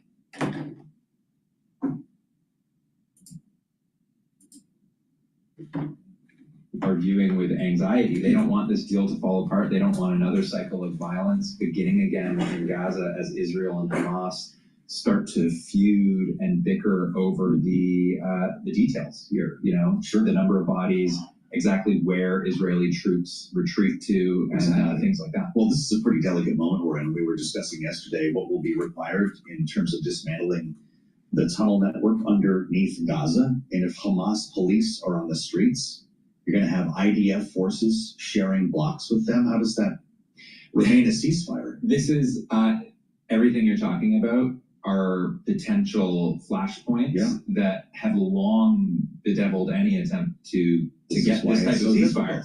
These were the deals, I think, to some degree, that the Biden administration was trying to hash out in advance. And it was so difficult to get buy-in on some of those that there was never any deal, right? And so the Trump administration has pushed forward very quickly to the hostage part, which was always the main part. But now come the details. Well, these were the things that, where there's a lot of disagreement on. As we move, assuming we move into phase two in any concerted form, there's going to be a real conversation about who governs Gaza. Now, there's this temporary authority, of course, and that has yet to be fulfilled. This board of peace has yet to be named, from what I understand. But the idea of a two-state solution is not embraced by all the parties who signed off on this, is it? No, and that's putting it mildly. I mean, the Israeli parliament condemned any attempt to go forward with this. They view it as rewarding Hamas for October 7th. But we heard El-Sisi on a microphone in front of the president endorse that idea yesterday. How do we get around that? I think that is what the region views as a solution to this. Yeah. And historically, the U.S. has also viewed that as a solution. But, historically also, the U.S. and Israel have been very fast, close allies. And so it is a difficult thing to bridge. And I think probably an attempt will be to bridge it with vague enough language, a vague enough timeline that you can appease regional actors and potentially the Palestinians with a process that moves it forward, but in Israel's view, probably doesn't move it forward enough, or moves it forward in a way where Israel can maybe pull the plug on it if they don't want it. You've been covering this for years by way of your beat on diplomacy, on the State Department. You've traveled with multiple secretaries of state into the region. Is the narrative correct that Israel's neighbors want to do business, that there's an economic incentive to normalize trade ties with Israel, that there is in fact opportunity there, or is that being overblown here in the United States? I think it's true in that there is an undercurrent of a lot of regional leaders wanting to do business with a dynamic economy, but there are these long-standing cultural issues that for them, with their own population, gets in the way of them signing those kind of deals. We need to keep talking about this with the help of Ian Marlowe. I thank you, Ian, for the insights as always. I'm Joe Matthew in Washington. Thanks for spending some time with us on the Tuesday edition. I'll meet you back here 5 p.m. Eastern for the late edition of Balance of Power. We'll see if they get in front of the cameras with President Milei. This is